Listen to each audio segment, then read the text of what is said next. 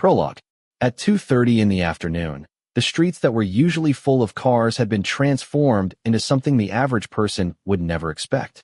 Two large containers were parked side by side, loaded with superbikes and cars, while several completely black cars blocked the entrances and exits of the road, preventing the general public from entering and turning the ordinary road into a racetrack in the city center.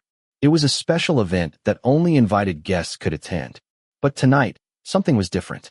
When a young man sneaked in, the whole operation was thrown into turmoil.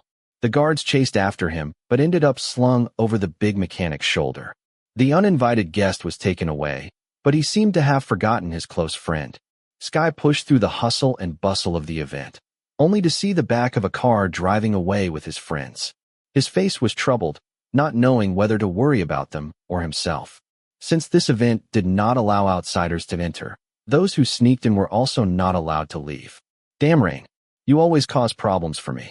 Just then, the young man heard a greeting from behind. "You came together with Feyu's boy?"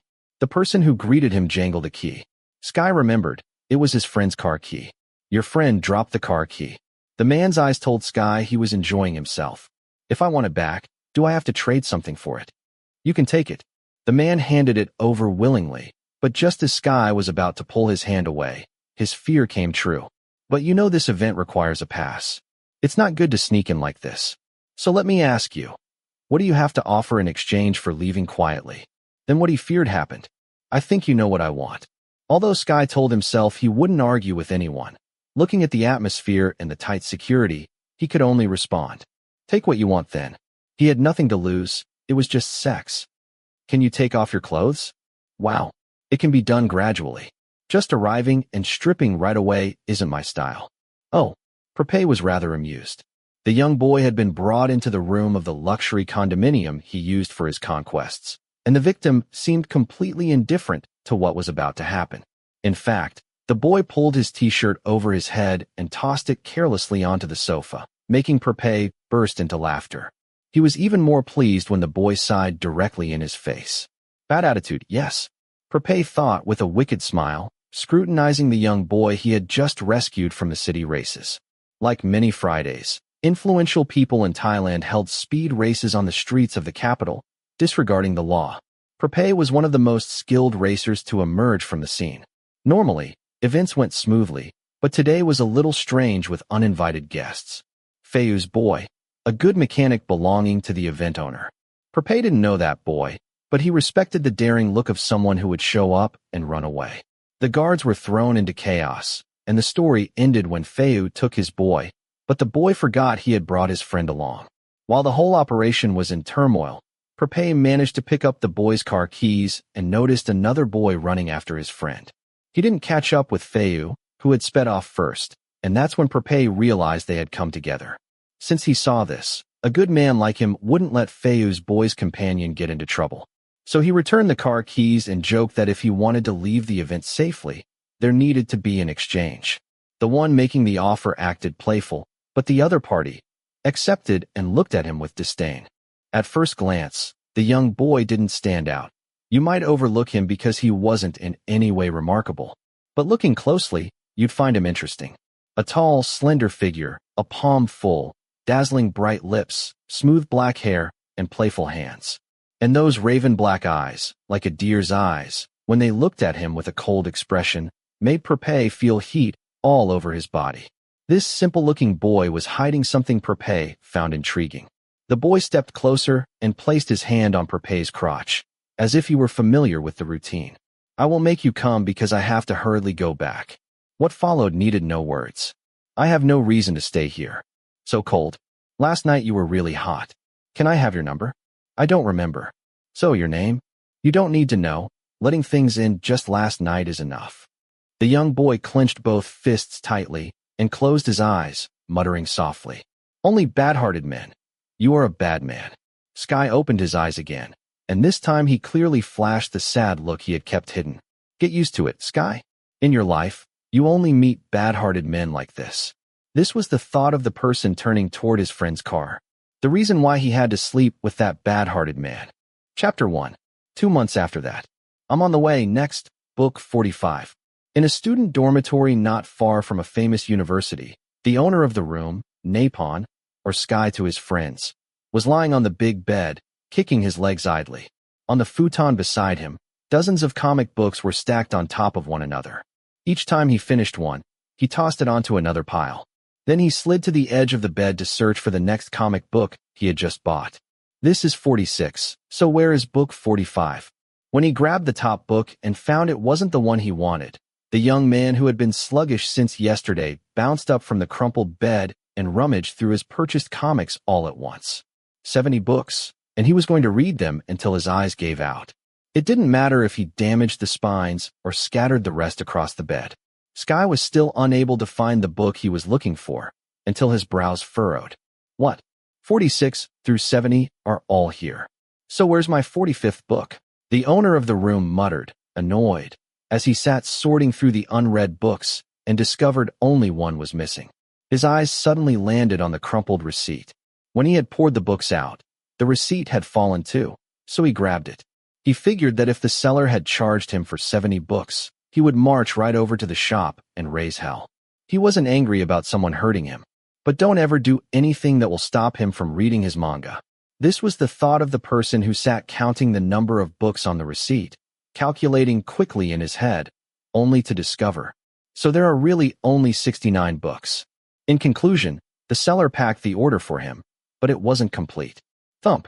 When he realized this, Sky threw himself back onto the bed.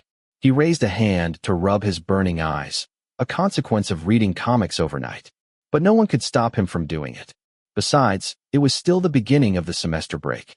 He had slept so much that he was used to just lying around reading silly comics every day. It didn't hurt him the way it did when teachers assigned work constantly. Right. What time is it? When his book reading was interrupted, the person who didn't like reading anything else asked for the time. As he glanced at the clock hanging on the wall, he wasn't surprised at all why his eyes were hurting so much. Probably because he hadn't slept for a day and a half already. This was the thought of a person who rubbed his flat stomach, realizing he hadn't slept. And then he realized he hadn't eaten either. Eat, bathe, sleep, wake up, and buy book 45. The young man concluded to himself and went to open the refrigerator to see if there was anything to sustain life. Even though it was a dorm, not all dorm boys relied solely on instant noodles. He at least kept some frozen meals with rice. This was Napon's daily routine during the semester break. During the semester, Sky became one of the most hard-working faculty members of the Faculty of Architecture, highly regarded by his peers. But during the break, he didn't have to run wild, submitting assignments to teachers, writing instead of calling, talking to parents, or being responsible for generation activities. The young man simply wanted to live a life of idleness, not caring about day or night. He had been living like this for a month now. When he found a ready-to-eat meal, Sky didn't hesitate to put it in the microwave. He took off his shirt and threw it in the laundry basket, thinking he would take a refreshing shower and then eat whatever meal he had. But he hadn't even taken off his pants when his phone screamed from somewhere under the pillow, making him walk lazily to find the source of the sound. After arguing with your husband, you come to complain to me again. Sky looked bored, but he smiled faintly. He was amused by his close friends, especially Rain. Rain used to call every day, ranting about how he couldn't flirt with girls now that he had a husband. Yes, you heard that correctly. Rain has a husband. Well, Rain rarely called to bother him anymore. He only called when he had a problem, wanted to consult, and believed that in the morning like this, there was only him, a smart boy who didn't like to wake up early. Even during the semester break, that was no exception. But the 10 digits that appeared on the screen caused him to frown. He went from thinking it wasn't a friend to deciding Sky didn't want to cut the call. Because he was a junior committee member. Sometimes there were phone calls from teachers, staff, or seniors who rarely talked to each other, asking about activities. These days, it would probably be something about the reception for new juniors. In a few weeks, Sky would be a second year. Luckily, Sig, another fellow student, had volunteered to be the second-year head. Sky hoped that by the time they reached third year, when someone had to be the main class head in charge of all the internships, there would be people volunteering like that. Sky would rather sit around doing paperwork than have to play hilariously in front of everyone for a year. To be honest, he couldn't do it. He was a quiet person who didn't have a problem with anyone, so someone who didn't like having problems with anyone would answer the call immediately. "Hello." But at the end of the line, there was only silence, until he had to continue. "Hello, do you hear me?" So clearly. The person listening furrowed his brows at the playful tone, but he still didn't care, having completely forgotten. Who's talking? Who's asking? Annoying. Sky narrowed his eyes a bit, instinctively recognizing that the other end of the line was playing with him. He just couldn't remember who this acquaintance was. Good or bad. Maybe a senior who liked to tease juniors. Cursing was his only nemesis. A calm person like him just sighed a little and said in a tone that suggested this was business. "This is Sky speaking. Even the name is so cute. If you called just for this, then I'll hang up." And impatient too. No matter how calm he was, when he heard this, his eyebrows twitched. "Yes, I'm impatient, so I will end the call. And are other things hot too?" This was a mental illness. But before Sky could hang up, the call ended with a burst of familiar laughter. He still couldn't figure out whose voice it was. In his heart, he cursed him, full of psychoanalysis, but he was mentally strong. Even seeing this, he could still live. The doubt kept multiplying as to who this bastard was. "Well, I'm all hot." "Of course. What's hot? Want me to help you calm it down?" The person on this side smiled coldly. "Humans are warm-blooded animals, and I'm a human being. It's not strange if I'm hot. So you don't need to help me." "Well, I don't like to mingle with cold-blooded animals, that's all." Then he hung up. Yeah, that was the exact meaning of the word he had just been cursed with. Since cold-blooded creatures are reptiles, the reptilian Sky first thought of was Tuahia. If he had a brain, his scolding would be understood.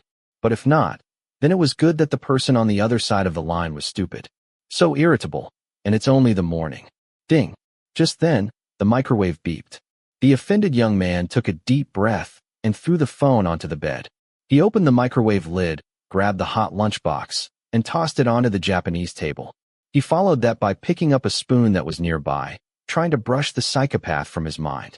But he hadn't even opened the lunchbox lid yet. The phone screamed with a loud ring. The owner of the device took a deep breath and turned to grab it and take a look. He found that it was still the same psychopath's number. "If you have a lot of free time, I suggest you call and consult a psychiatrist." "Oh, I won't go? Even going to the doctor won't help." A good-humored voice came along the line. Sky wondered if he had just been scolded. "I think, because I'm sick with love disease." The person listening swallowed every word. He hadn't expected to hear something like this, but only for a second, because if you have scurvy, you can stuff vitamin C into your mouth. Calling me won't help you. The end of the line laughed softly, which led Sky to think he had said the wrong word given the sentence that returned. "I have a love disease, really." This time the boat was full. The person here rolled his eyes, thinking his patience was nearing its limit and he would throw his phone into the wall and be done with it. The more he talked to such a disturbed person, the more his stomach growled. The pain was intermittent, as if gastritis was asking where to go. "Prepare yourself, because I'm going to flirt with you." The person listening pressed his mouth shut, his brain working fast, trying to figure out who the other end of the line was. "Who are you?" When he couldn't figure it out, he asked directly. "The handsome Wind." But the more he listened, the less Sky could figure it out. The only person he knew closest to the word wind would probably be Phi Feu, who was Rain's boyfriend. There was no way Phi Feu would flirt with him like this. That man loved Rain to death. There was no way he would tease him. Just that thought gave Sky goosebumps. His silence made the person at the end of the line giggle. "Oh, prepare yourself. Because I am not here for fun. I won't bother you anymore. Goodbye." Wait. But even though Sky called out, he didn't catch him. The other person had disconnected the call. He just stared at the screen, now displaying the image of his favorite anime again. His brain pondered heavily whether he had accidentally done something that made someone become attracted to him. No matter how he sat and thought about it, he had quit traveling since entering university and never told anyone he was gay. So, if there was ever a time he would get involved with someone, he would probably have been in trouble several months ago. Sky had accidentally slept with a guy he met at that race, but that was several months ago, so long that he had even forgotten. Also, the short time spent together told him that such a guy would never take anyone seriously. He was just flirting with everyone he liked, and Sky just happened to be there. Suddenly, the face of a man who seemed confident in himself flashed into his head. With his honey-colored eyes, playfulness, a raucous smile on his lips, and the charm he was sure to possess, Sky himself couldn't help remembering how the man had made him lose control in bed. Everything floated into his head until he closed his eyes. He can't be. Well, he doesn't know my name. And I didn't give him my number. Maybe it's just a psychopath who calls random numbers to play. Sky dismissed the idea, but he hadn't yet picked up the spoon to eat. The phone screamed with a loud ring. Will I be able to eat today? He muttered angrily, glanced at the screen briefly, and pressed the answer button. What do you want? I want to tell the lovely known Sky that, even if you scold me and say I am bad, it doesn't hurt. I'm used to it. Hee hee. The end of the line just said that, and then cut the line. Sky gasped, speechless, especially at the soft laughter at the end telling him how amused the caller was by his curse. He raised his hand and prepared to throw the phone away, but the phone screamed again. What else? Now the calm person had heated up. Sky picked up without even looking at the phone number and asked, his tone full of frustration, and then, "Oh, what is wrong? Why are you angry at me?" This time, Sky remembered the voice clearly. Damn Rain. Well, it's me. So what's wrong? Why are you angry? Don't be mad. I haven't done anything yet. His close friend's tone of voice was hoarse. He clearly felt guilty. Sky also sighed heavily. He did not want to bring his frustration to his friend, and his reply sounded calmer. No, I'm just about to eat rice, and then you call and interrupt me. Oh, you eat your rice well. I will talk to you later. Rain couldn't sense that he wanted to kill the next person he saw, so Sky just spoke in a dry voice and hung up. Sky slowly shook his head. Even though he was surprised that someone like Rain gave up so easily, he didn't ask curiously at all. Right now, he wasn't in the mood to wonder about anything. Just thinking about who was calling was enough to make his brain hurt. Where was the rice that was so hot it was almost cold now? Handsome wind? Huh. The wind is unlucky, whatever. Now Sky was all sleepy, had burning eyes, was hungry, and hadn't showered. He thought in his heart that if the said wind came to stand in front of him, he would definitely prepare himself. Not because he would accept that crazy love, but because he would prepare himself to be a murderer and upset the stomach of people who were nervous for once in their lives. I can reheat it. At last, he lightly scolded himself and then got up to put the lunchbox in the microwave. But Napon still didn't know that this wind doesn't blow and pass easily. As he had said, he didn't come to play around. For a moment, Sky thought that the guy who called him was the same person he had accidentally had a physical relationship with. But this thought flew from his mind when he saw the messages that the messenger sent him every day. It's not that Sky read or responded in any way. No, he didn't even have a fraction of a thought to talk to him. But the app that popped up on the screen every time let the boy know that someone was playing a game of nerves. Hello, the weather is nice today. I look up at the sky and see known Sky too. What are you doing during the semester break? You're so bored. It's almost the start of the semester. Sky, are you ready? He thought of the other party's annoyance, bringing up the same issues without any retaliation. Sky did not even read them, but this person still sent them here and there every day. In a nutshell, it was probably one of the seniors in the group. That made it troubling, because if it really was a senior, then he would have to face him. How would he turn him down so that it wouldn't feel like, I'm annoyed? Now Sky knew that a close friend like Rain wouldn't flirt with girls. He found messages like this every day. Instead of being terrified, he could tell it was terrifying. And even more terrifying was on the first semester morning when he heard a phone call. A warning came with a short message. Today we will meet again. Goosebumps. Sky sighed heavily, looking at his reflection in the mirror.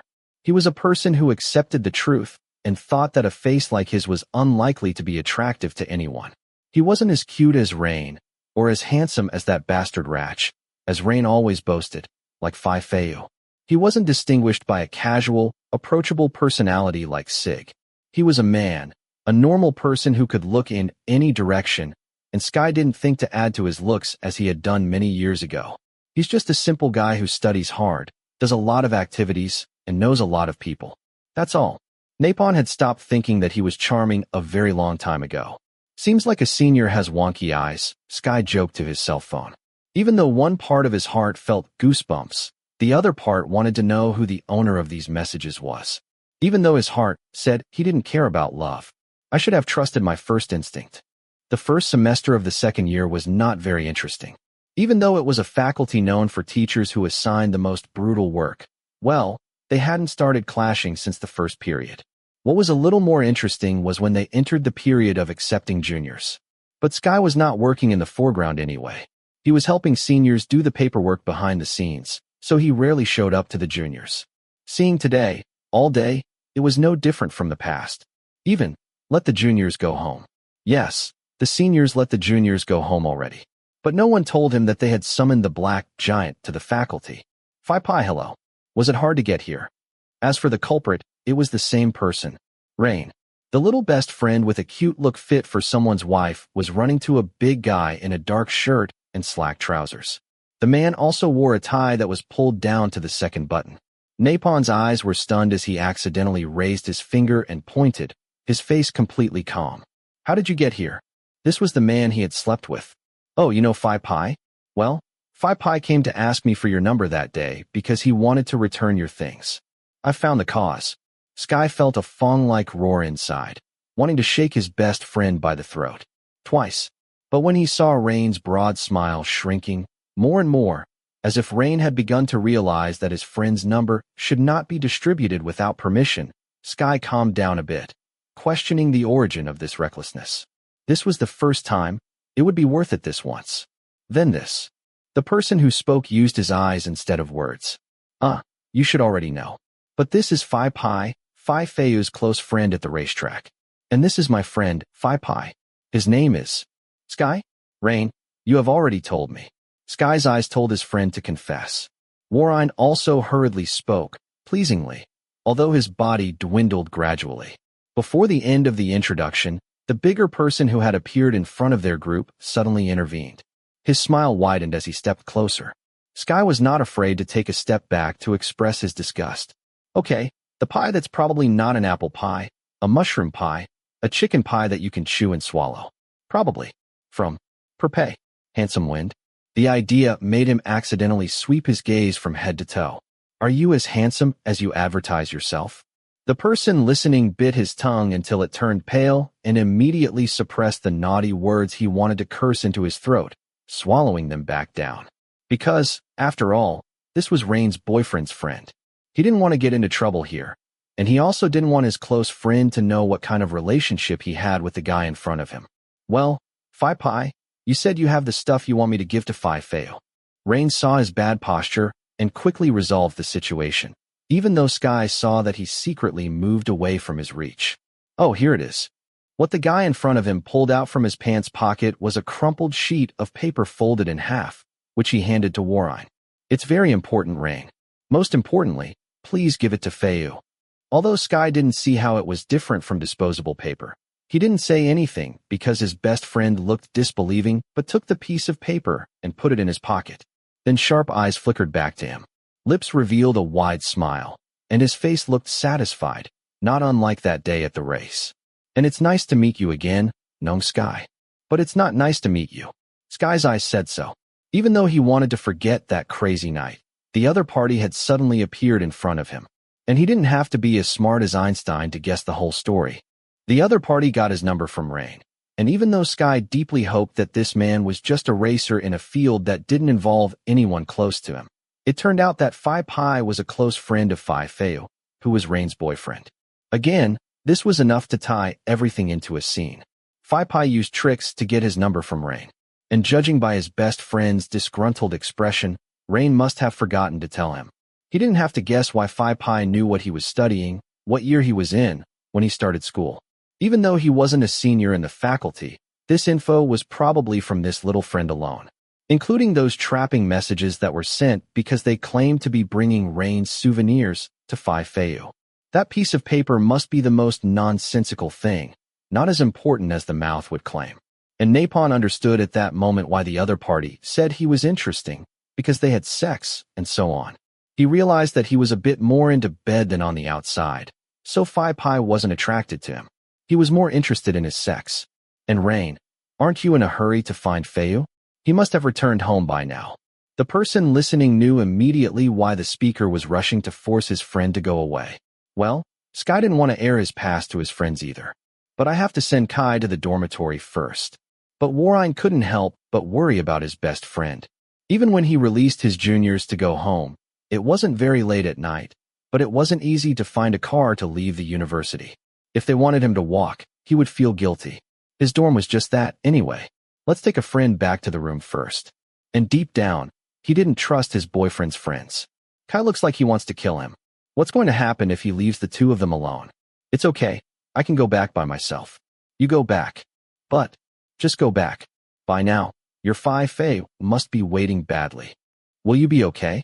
Don't worry. Nong Rain. I'll send Sky to the dormitory myself.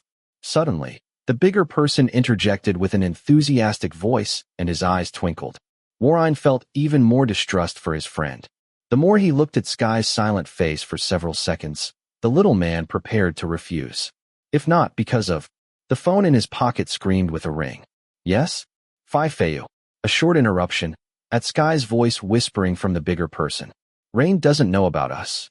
The person listening looked up, looked into his honey-colored eyes, and found hypocrisy in them. Yes, Rain didn't know, and he didn't want to let him know that his desire to meet Phi Fei had caused him so much trouble that he had to sleep with the person in front of him. His best friend would always feel guilty, and Sky didn't want him to feel as disappointed in his relationship with men as he felt. Well, this was just sex. Rain was enjoying his pure love, and he didn't want to ruin that picture. So, the moment Warren turned around, Sky didn't hesitate to speak decisively. You can go back. By now, Phi Fei is worried that you still haven't returned home even though it's late. As for me, I will go back with Phi Pai. Okay. Napon said, glancing at the bigger person with a big smile, satisfied with being called by name. He turned around, confirming to his little friend again. Don't worry about me. Isn't this Phi Fei's friend? If something happens to me, you'll catch the right person. I'm not going to do anything that you'll have to catch me for. He believed that. Sky shook his head a little and nodded again. Don't worry about me. So that's it. Then take care of Kai, Phi Pai. Even though Rain looked hesitant, he finally nodded. And then you and I will have something to talk about tomorrow. That said, Rain immediately ran out of sight, leaving his close friend, whom he cared so much about, alone with the big man. Just the two of them. This time Sky turned around and met his eyes again. Phi, what exactly do you want? The other person revealed a gentle smile that should tickle the heart of the person looking at him, along with a pair of sparkling eyes. He leaned toward the shorter man until their eyes met, the tips of their noses just a short distance apart. So close that a warm breath was felt, pouring down on the white cheeks, and the soft voice of a handsome man followed. I told you that I came to flirt with you. Nong Sky. Those sly eyes swept across his face and stopped at his lips, causing Sky to confirm what he already knew. Hey, he's a really bad wind. Chapter 2. We have arrived, Nong Sky. You sigh often. Be careful, or you'll get old fast. Whether it's fast or slow, it's none of your business. How so? I told you I'm going to flirt with you. I don't want an old boyfriend. Napon held his urge to sigh again as best he could. He took a deep breath to steady himself, stabilized his mood, then turned to look at the messenger who had volunteered to bring him to the dormitory. Even if he wanted to say no. When he looked into those stubborn eyes and considered the man's behavior over the past few weeks, Sky thought he would rather give in easily than let him escalate the game. He couldn't really guess what this guy was going to do next. At least he didn't want to stand waiting in front of the faculty until he became a topic of conversation among other people. Phi, I think you'd better go find someone else to play with. Sky gave the suggestion directly, but the person listening just gave a big smile. If I wanted to play with other people, I wouldn't be running around looking for you like this. It was true. The person listening fell quiet, because the past few months should have made this man forget his face entirely, but I don't want to play with you, Phi. The person spoke while opening the car door, stepping out without hesitation, ignoring the fact that he was being flirted with by a man as handsome as Phi Fei. Because right here, he didn't want to flirt with him. Don't break my spirit like this. If one does not try, one will not know. The driver also stepped out and spoke in a pleading tone of voice that might have made many girls feel uneasy. But it had no effect on Sky, who shrugged indifferently as he walked toward the door where he had to use his pass to go up. Already tried it, and I knew I wouldn't want it. Stuck. Ping. Even though the door beeped to signal it was unlocked, just as Sky lifted his bag and touched it, his slender figure hadn't even managed to push the door open when a large hand grabbed the door handle. Then it pulled with such force that he heard the sound of the door automatically swinging shut again quickly. Of course, it grabbed the attention of the person who seemed to be in his arms very effectively. Sky turned around to face him and saw a pleading look in his eyes. He admitted he was quite surprised because at first, he thought he would see the anger of being rejected. But Prapai was looking at him with pitiful eyes and asked in a low voice, "You tried it, and you didn't like it at all?" "No, not even a bit." "No, just a little?" "No matter how little, the answer is no." Since getting in the car at the university, Sky had thought along the way that if he was going to be pursued like he was on the phone call, he would have almost died of frustration and facial expressions. But who would have thought he would have to hold his mouth from twitching like this? It wasn't a jerk he wanted to curse at. It was a jerk because he wanted to laugh, no matter what. He was as true as the person in front of him said. He was really handsome. The man he had slept with was tall and thick with muscles visible all over his body. Combined with his dark skin tone, he looked even bigger than Sky, even though he wasn't much taller. A sharp face, light brown eyes, a straight nose meeting the shape of his lips, matching the short hair cut at the nape of the neck. The person in front of him should have looked terrifying and fierce. But Sky found him incredibly charming. Maybe it was because of those beautiful eyes that looked so sweet, dazzling, and sparkling like a person in a good mood. Those lips that always seemed to lift at the corners when the atmosphere was comfortable and approachable, making Sky guess that when this person wanted to be sweet, he could make a lot of people feel as soft as he desired. All of this was to say that Prapai was a charming person. So, imagine the handsome guy opening his mouth, pouting, and questioning with a hopeful look, yearning. But his shoulders dropped in disappointment, causing Sky to bite his lip. Not fair at all. Is there only me who is attracted to you? How can it not be fair? Well, I didn't ask you to like me. But Sky still spoke calmly and looked at the man whose huge body was blocking his escape route. He wanted to push that wide chest aside and make him move a little. Behind him was a door the other person was holding tight, and in front was another tall figure. Plus, they were standing in front of the tower, which fortunately no one could see for long. So, while this handsome, mischievous wind was thinking, the young boy spoke in a low voice. "Fie, can you step back a bit?" The person speaking didn't think the man in front of him would give up easily, but those honey-colored eyes turned to meet his for a moment. "Pip, don't look at me like I am a pig or a dog." Prapai raised both hands shoulder-width apart and spoke in a low voice until the person listening almost raised his own hand to rub his face. Sky didn't even know how he was looking at the other person with his eyes, and he almost apologized. "But, wait, I can't stand it. I want you. You psycho." This time the young boy was sure that his eyes were a good substitute for words, because his slender figure turned around, aiming to pass through the door. Once again, the person behind hurriedly grabbed his arm first. "Wait a minute. Oh, I'm not kidding anymore. I believe you are telling the truth."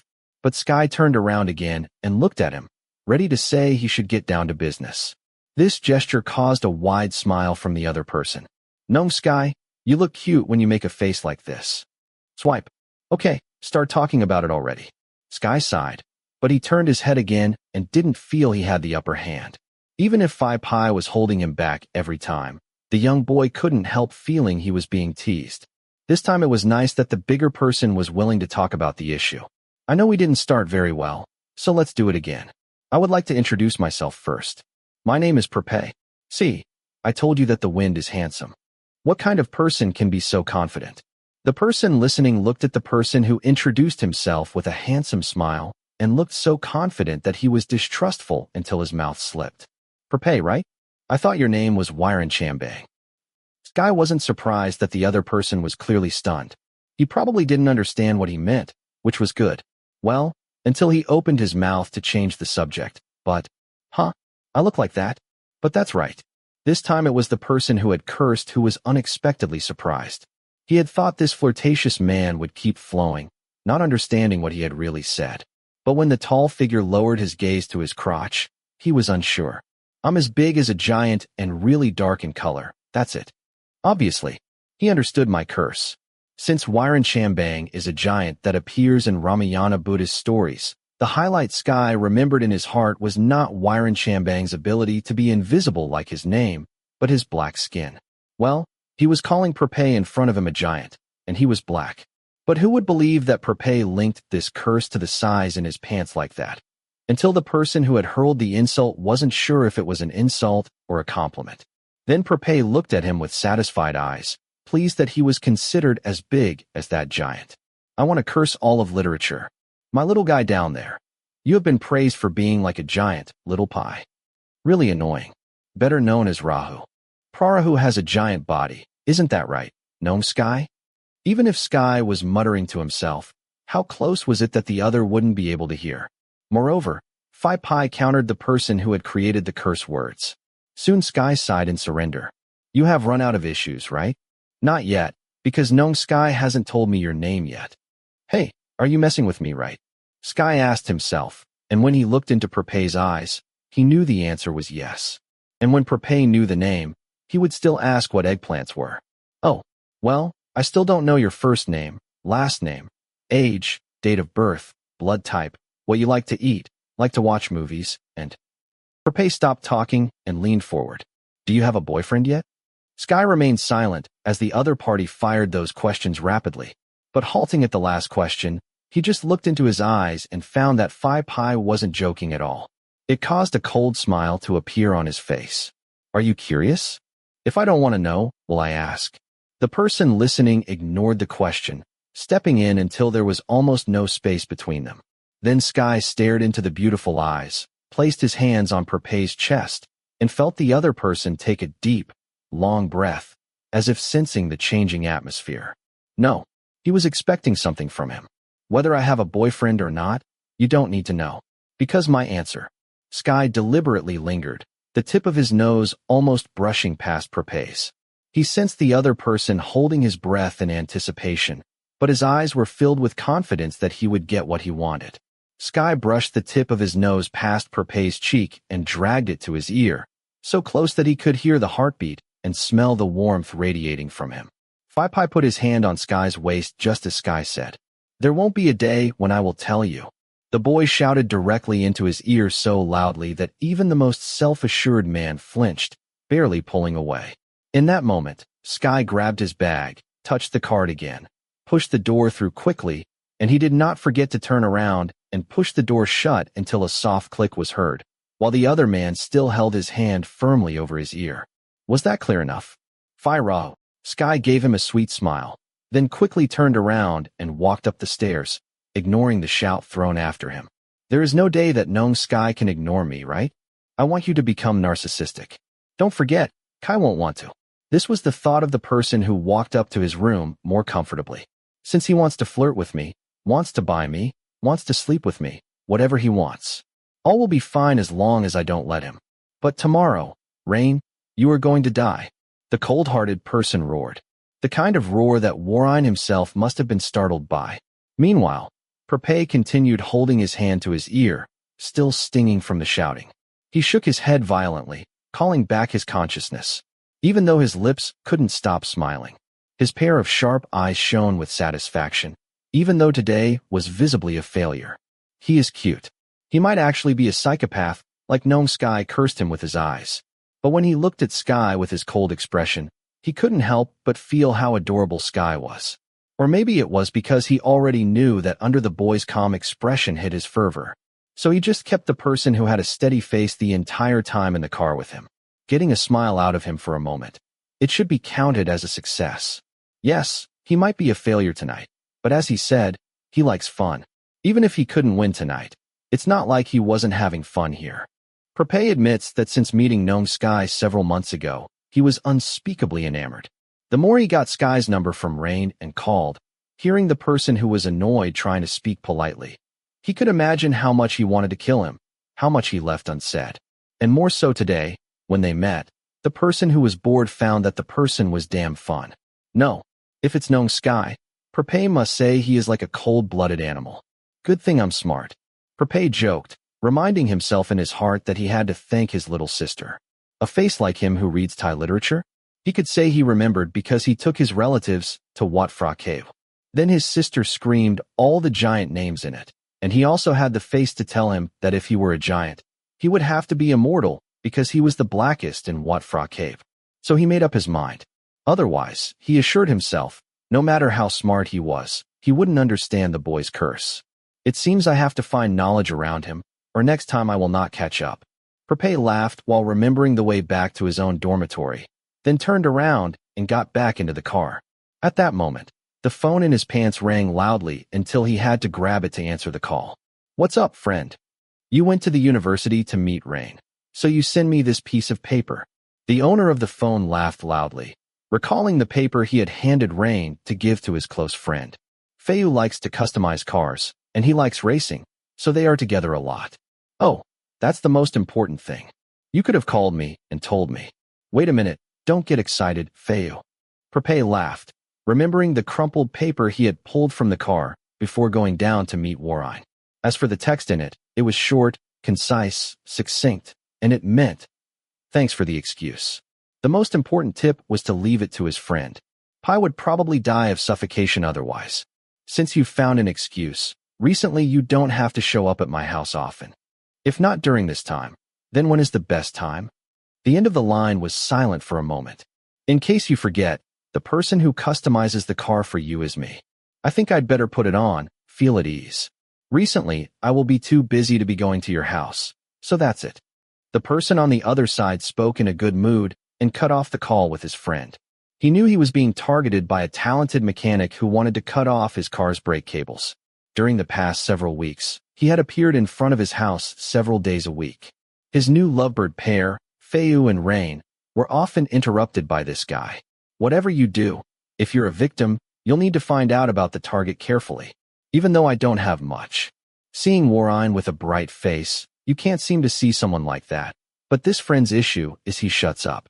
There will be some leaks when Feiyu thinks of kicking him out of the house.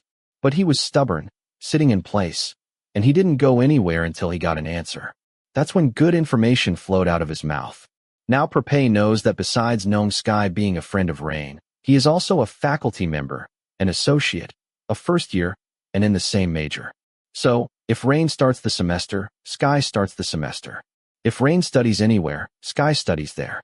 Now, besides the faculty, age, and year, he also has his address in his hands. Since flirting on the phone doesn't work, then show your face often. Damn it. Why am I having this much fun? Pai didn't understand the reason either. He only knew that he wanted to have him again. No one ever told Sky that his family never let their targeted victims slip out of their hands. So, the big brother of 3 siblings like Prapai must not bring shame to the family surname. No retreat, no surrender. This was the thought of the person who turned and looked at the dormitory, licking his mouth expectantly. "Do you have anything to explain to me?" "You don't have to make a cute voice, Rain. How much did you sell me for?" When morning came, Sky didn't hesitate to sit and wait for his best friend to come to class later. And even though Rain deliberately came to class almost before the teacher entered, did he think that after class was dismissed, he would escape him? So, when the teacher announced that class was over, Sky didn't have to wait for him to run away. The taller one managed to grab the collar until the little friend turned around, smiling dryly, lowering his head to avoid his eyes. "I did not sell you." "Well, Pai told me that you and he know each other." "Acquaintance? If we're acquaintances, why would he have to ask you for my number?" Pai said that night at the car race, he was the one who brought you out, and you forgot your stuff with him. When he was throttled heavily by the person who was there, it didn't last long. He started to argue a bit and confirmed his innocence, insisting he wasn't wrong, until Sky narrowed his eyes. "I can't imagine what I forgot with that person. What he had taken off, he put it all back on. How could he have forgotten something?" "You've been tricked," Sky concluded, but Warine promptly countered. "Then why would Pai trick me just to ask about you?" Even Sky was stunned, and his big round eyes stared back at him. "How am I supposed to know?"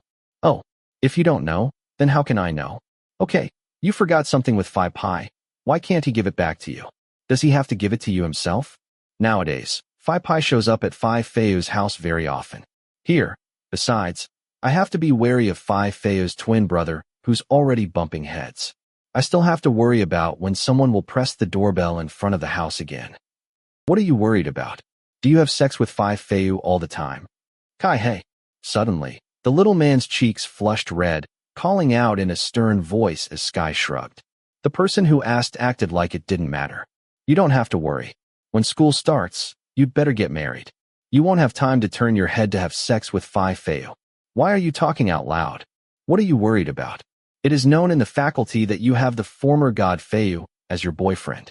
At the end of the last semester, Phi Feu, a former celebrity senior of their faculty, had come back with a powerful performance. He announced his ownership of Rain in front of the juniors of every class year. Now that the semester is here, everyone already knows that this little friend has an owner. No matter how loud Sky spoke, no one would be surprised. If there was anyone who was aiming for Phi Feu, they became heartbroken in a row. What, Feu? About Junior Code Rain who grabbed a former god as a husband. Until I can.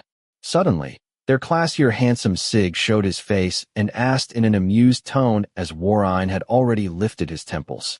But he didn't seem to be having enough fun, so the voice he was speaking in grew louder and louder.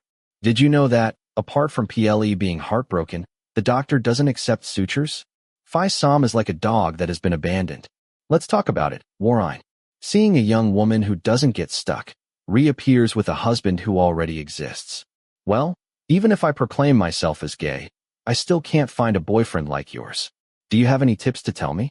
PLE was their classmate's beautiful girl who grabbed her belongings and walked out of the room as soon as she heard Phi Feu's name. Plus, she was the person Rain used to flirt with. Phi Som was her brother and was the senior in the faculty who respected Phi Feu more than he worshipped God. When the two siblings realized that Rain was the one who grabbed Phi Feu, their eyes were very intense. Right now, Rain, Nong Fawn, and Warine were all the different names Sig used to call him. Warine looked at his best friend as if asking for help. But this time, don't expect help from me. You sold me out. Sky said that while packing his stuff and throwing his bag over his shoulder.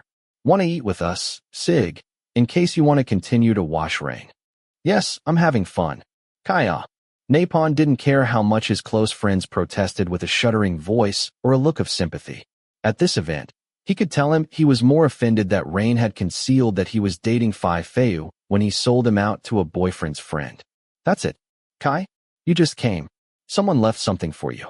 Sky was about to walk back up to his room when Phi Joy, the dorm owner's daughter, hurriedly emerged from the glass room on the other side of the building and summoned him.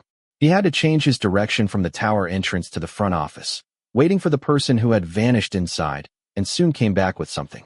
There was a handsome guy who left this for me to give to you. Huh. Sky pressed his eyes and looked at the bouquet of sunflowers.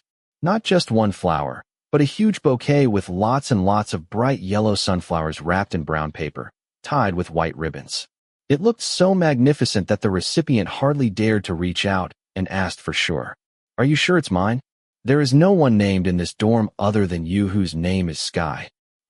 Maybe a friend of a friend who lives in this dormitory. Sky was still reluctant to accept it. Even though deep in his heart, he thought of a person's face. His full refusal gesture made the girl smile. Sky, who is in the second year of architecture. Aren't you the only one? Don't tell me there's someone with the same name. He also has a name Kai. The person who brought it said it was for someone named Sky. I didn't hear wrong. This time the person listening got cornered. Because in his faculty, besides him, there was Sky, and there was Kai who was in a different major. But Sky, which meant Sky, there was only him. So he fearfully received the bouquet as if it had a snake ready to snatch at him at any moment. That was a good-looking person. Is he your brother? Maybe.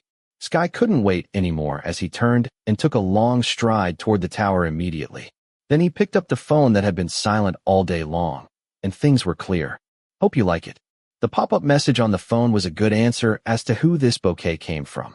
This time he hesitated for a while, and then decided to give up. Awa. Nong Sky. I thought you already blocked my number. I'm so pleased. As soon as he dialed the number of the psychopath, Sky wished to cut off the call a moment sooner, especially when he listened to the laughter of the person who received the call before the first signal had even ended. But because of the heavy bouquet in his hand, the young boy asked in a low voice. Phi, you're the one who sent me flowers, right? Yes, it's me. Do you like it? Why did you send it? Does there have to be a reason to send flowers to someone you like? Who believes it? Crazy. The person listening furrowed his brow, but continued to ask calmly. Can you come and get it back? No, I don't have time.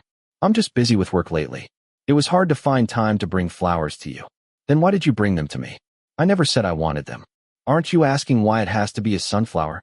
Phi Pi was the one who said it first. Of course, the person here said. No, because the sky has to match the sun.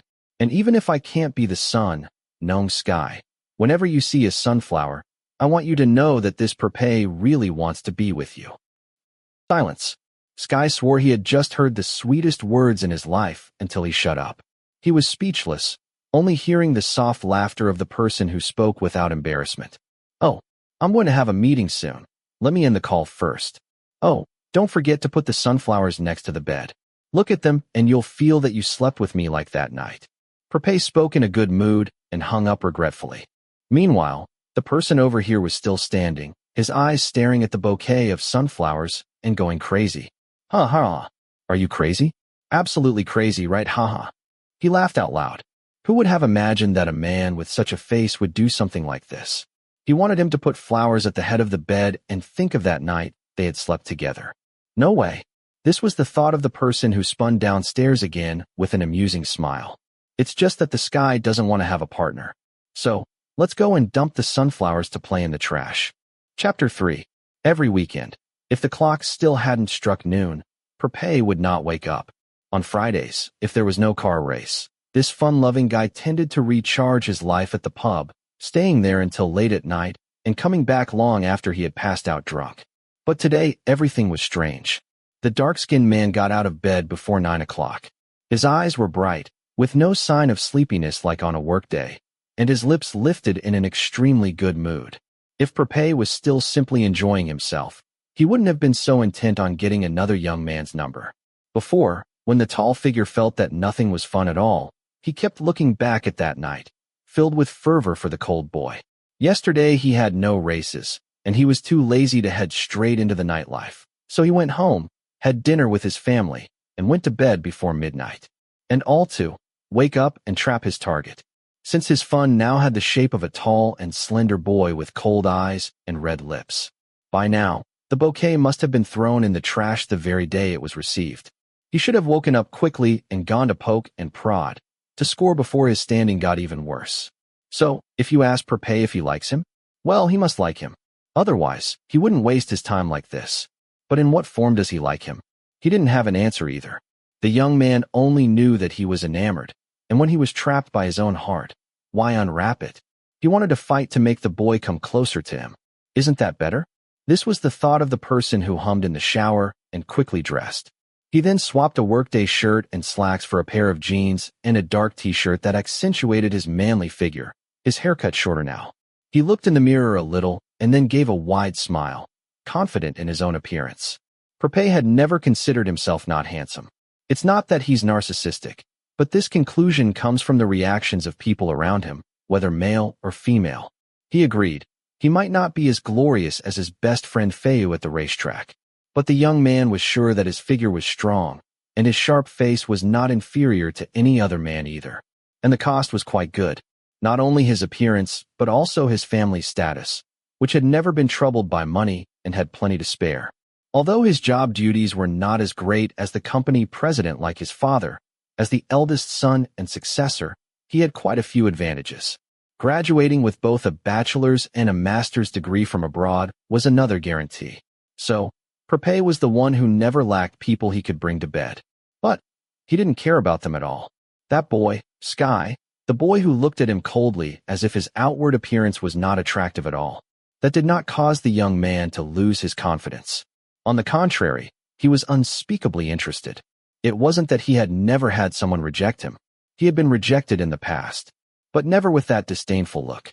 That made him want to know what the boy was thinking. If you want to know, you have to go find him, Prapai said with a smile, and then grabbed his helmet and walked downstairs to the ground floor. If on any day he didn't hunger to sleep with anyone, Prapai would usually go home rather than to the condominium he had bought just for that purpose. Oh, Prapai, you woke up early today.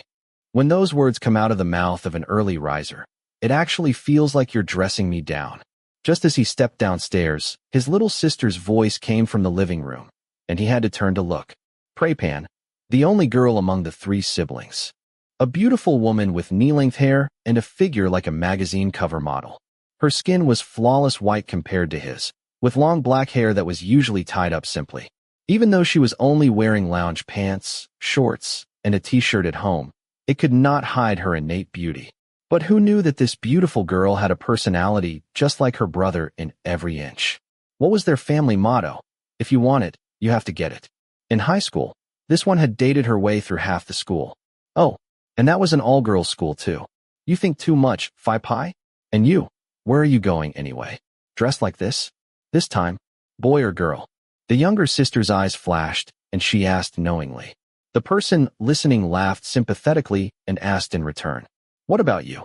Lately, you've been calm and tidy." "I just entered first year. I still want to keep a low profile." Prapai shrugged. To be honest, because she was just a first-year student at a famous university, having started her semester a few days ago, she would go out to find a girl later. She was waiting to get used to things first, then she would make her move. Wow. But when I was in first year, I slept with someone on the first day. Suddenly, there was a noise from behind, and Prapai grinned widely. He turned and looked at the walking man with his mouth open, coming down from the second floor in a still drowsy state. "It's strange that you came home in the first week of school starting. I forgot my stuff, so I came back to get it." The small guy with a seductive face replied, Prapai, the middle brother of the three siblings. If Prapai got a tall and big body and skin color from their father, then Prapai got height from their father, but skin like their mother. As for the middle child, Prapai took almost all his features from their mother: skin, height, and looks. Regardless of body shape, he was small but masculine. His face was clean and clear and surrounded by reddish-brown hair, which radiated a beautiful aura, combined with the good skin from birth. Plus, his skin almost glowed in the darkness, all of which made his middle brother even more beautiful than the little one. Prapai, you might not be able to tell she likes girls. But Prapai, one glance, and you knew he was born to be pursued, and he had never hidden his own desires from anyone. A big brother like him held the slogan, "If you want it, go for it. If you want it all, why be embarrassed?" As for pairing, he made it clear that he could and would go after any man he wanted. And how strange would it be that this young brother, who was now in his third year at the famous university, had been hunting prey since the first day he entered the university? Prapai, Prapai, they were like the same person split into three siblings. Today he came home, which means he doesn't have someone who likes him. Pan's teasing made the person who was sleepy roll his eyes. "Yes, but yours doesn't want you." Then Pairing puffed up his sister's cheeks, and then turned and looked at his big brother. "What about Prapai? You woke up early. This time male or female?" If Prapai didn't hide that he liked men, and Prapai didn't hide that she liked women, he did not hide either that he could bed either male or female. So Prapai laughed, gently ruffled his brother's head, and said without hiding it, "A man. Is he cuter than me?" The younger brother asked curiously until the person listening shook his head. "Difficult to answer. I've never seen you as cute." "Oh, you have a cute younger brother in the universe, and you dare to say that." He widened his doe-like eyes. "Wow, my brother is very confident." The younger sister entered the theater. "Or you don't think I'm good-looking?" "I didn't say a word," Pan said smiling, her eyes sparkling with self-confidence just like the two brothers. This gesture, the kind where if they didn't answer they wouldn't end up arguing, caused Prapai to laugh. Seriously, this person doesn't even look cute at first. But the more you look, the cuter he is. The eyes are wide, the mouth is skewed, the face is tight, and when you look at him more and more you will think he is cute. When he said that, he thought of those cold black eyes, those colored lips, fresh and fragrant as he knew them to be. How sweet it was when Sky said he didn't care about him. And that disapproving look on his face made him want to see his face right now. Today, will he make a cute face again? Prapai is a psycho. Pan criticized him. "Not as much as you guys. Our habits come from you," Pairing said back. The person listening laughed, knowing that he had helped raise these two siblings by hand. So they tended to lean in the same direction until their bored mother complained it was no coincidence. But before turning around to lazily leave the house and continue the conversation, he remembered. Pairing. The owner of the name was sitting on the sofa. He also patted his sister's shoulder and raised his eyebrows a bit. "Gnome Pairing." Prapai changed his way of calling until the other person's eyes widened. "Why suddenly? Are you calling me gnome?" Because Pairing narrowed his eyes. "Are you embarrassed?" His brother didn't care and kept asking. "With you, Prapai, no? But if someone else calls me that." Pairing licked his mouth and his eyes glistening. He said it clearly, "I really like it." Then he added, "Oh, it'd be great if he had a handsome, fit body, cool style. Every move so terrifying it's too awesome." Thank you." Prapai nodded and waved his hand as a sign that he was leaving. His face lit up, his smile widened. His eyes were as gleaming as his sister's. Because if what the younger brother said was not a joking matter, then he should be able to make the boy angry as well. "You're not narcissistic, but handsome, fit body, cool style, sultry in every move. Isn't that pie?" If he spoke that to Nong Sky, it would have been humiliating, but I would really like to see it. This was the thought of a person with a big smile, in a good mood, who took his beloved big bike out of the garage and immediately accelerated to his destination. It took a while before an Italian big bike, modified to be worth at least 2 million baht, pulled in and parked under a medium-sized student dormitory, drawing the residents' eyes to turn and look curiously, in keeping with the good-natured nature of people. Prapai pulled off his helmet and gave a playful smile that made many young students shy. But today the young man had no intention of teasing any girl. He had only one goal. But before doing that, he had a place to stop by. A few days ago, Prapai had tried asking for Sky's room number from Warine. But lately, when he called, if it wasn't Feu who answered, Rain would cut the call. The last time, the other person picked up and honestly said he wouldn't tell anything about his close friend again because he didn't want to face this person's anger. Since he couldn't get news from someone close to him, he wouldn't be careless. And someone like Pai would never go out of his way. So, instead of calling the owner of the room and getting kicked back, he grabbed his helmet and his purchases and turned to the glass room that was the dorm owner's small office instead. "Hello." Prapai did not hesitate to start a conversation with a friendly smile. Even though his eyes were sharp, he saw something that stood out from a distance. A woman in her early 30s startled, turned, and looked at him with big eyes, and then turned around and looked at the things in the room. Prapai also stared. I didn't take your flowers for myself. But it's... Nong Sky threw them away, right? Well about that. The person who spoke looked embarrassed, but finally accepted. While Prapai looked at the beautiful bouquet of sunflowers that he had arranged to call his own, picked it himself, and also brought it himself and gave it himself, even though the weekday was very busy with work. Instead of it being emblazoned on the bedside table of the recipient, it lay still in the dorm owner's vase. But he wasn't angry. He was trying to hold back his laugh. At first, he thought Sky would throw it in the trash again, but it was still here. But the young man's still expression made the person looking at him very misunderstood. Kai didn't throw it away. Yes. Prapai turned around and met her eyes and made his eyes look pitiful, and this made the other party even more stunned. Again, the young man was confident that his looks weren't defeated by anyone. "Kai forbade me to tell you, but I'm uncomfortable. If you think Kai had thrown them, then you may think Kai is a bad boy again. So I'll just say it." The handsome boy was making a pitiful face that made the person looking at him weak-hearted. What she had promised to the other boy was blown out of her heart at that moment. "Not really. I never see Nong Sky as a bad boy. I'm just sad." Prapai added another downcast expression, and the person listening grabbed the bait. "Oh, don't be sad. Kai didn't really throw it away. He just brought it to me and said that his room had no place to keep it. He said he would leave it and feel sorry for the flowers, so he put them in this room to make it look fresher. But I don't know why either. He said that if you come again, he wanted me to tell you that he threw them away. But I felt pity, so I asked to put it down. Sky didn't want to throw away your flowers." The tower owner spilled everything in a row, which made Prapai turn his head the other way. "I am okay." The handsome man's shoulders were trembling, not because he felt as sad as the woman in front of him thought, but he was holding back his amazement. Who would have thought Nong Sky was a bad boy? Even if he hates me, he still finds a way to protect these beautiful flowers. It's a pity again. The boy is very good. The young man imagined Sky about to throw the flowers in the trash with displeasure, but the cold-faced boy still swayed and found a place for these beautiful sunflowers. Plus, it seemed to be a good choice, since it had been a few days and the sunflowers were still looking beautiful. It's interesting. Besides being hot, sometimes cold, and also very soft-hearted. Does he have anything else interesting? I'm fine. Thanks again for helping me last time. Oh, here's a small present. Thank you for helping these poor flowers. Prapai hastily adjusted his expression before he was caught not being sad. Then he handed over the snacks he had stopped to buy along the way. I should be considerate, but I'm more considerate. Take it. The other party hesitated a bit, but accepted it. Oh, I haven't introduced myself yet. My name is Pi. I am Joy. You can call me Phi Joy. All the boys call me that. Can I ask if you and Kai are a thing? The person who spoke instead asked that kind of question. The bigger person had a slight hesitation on his face, but finally raised his hand to scratch his head.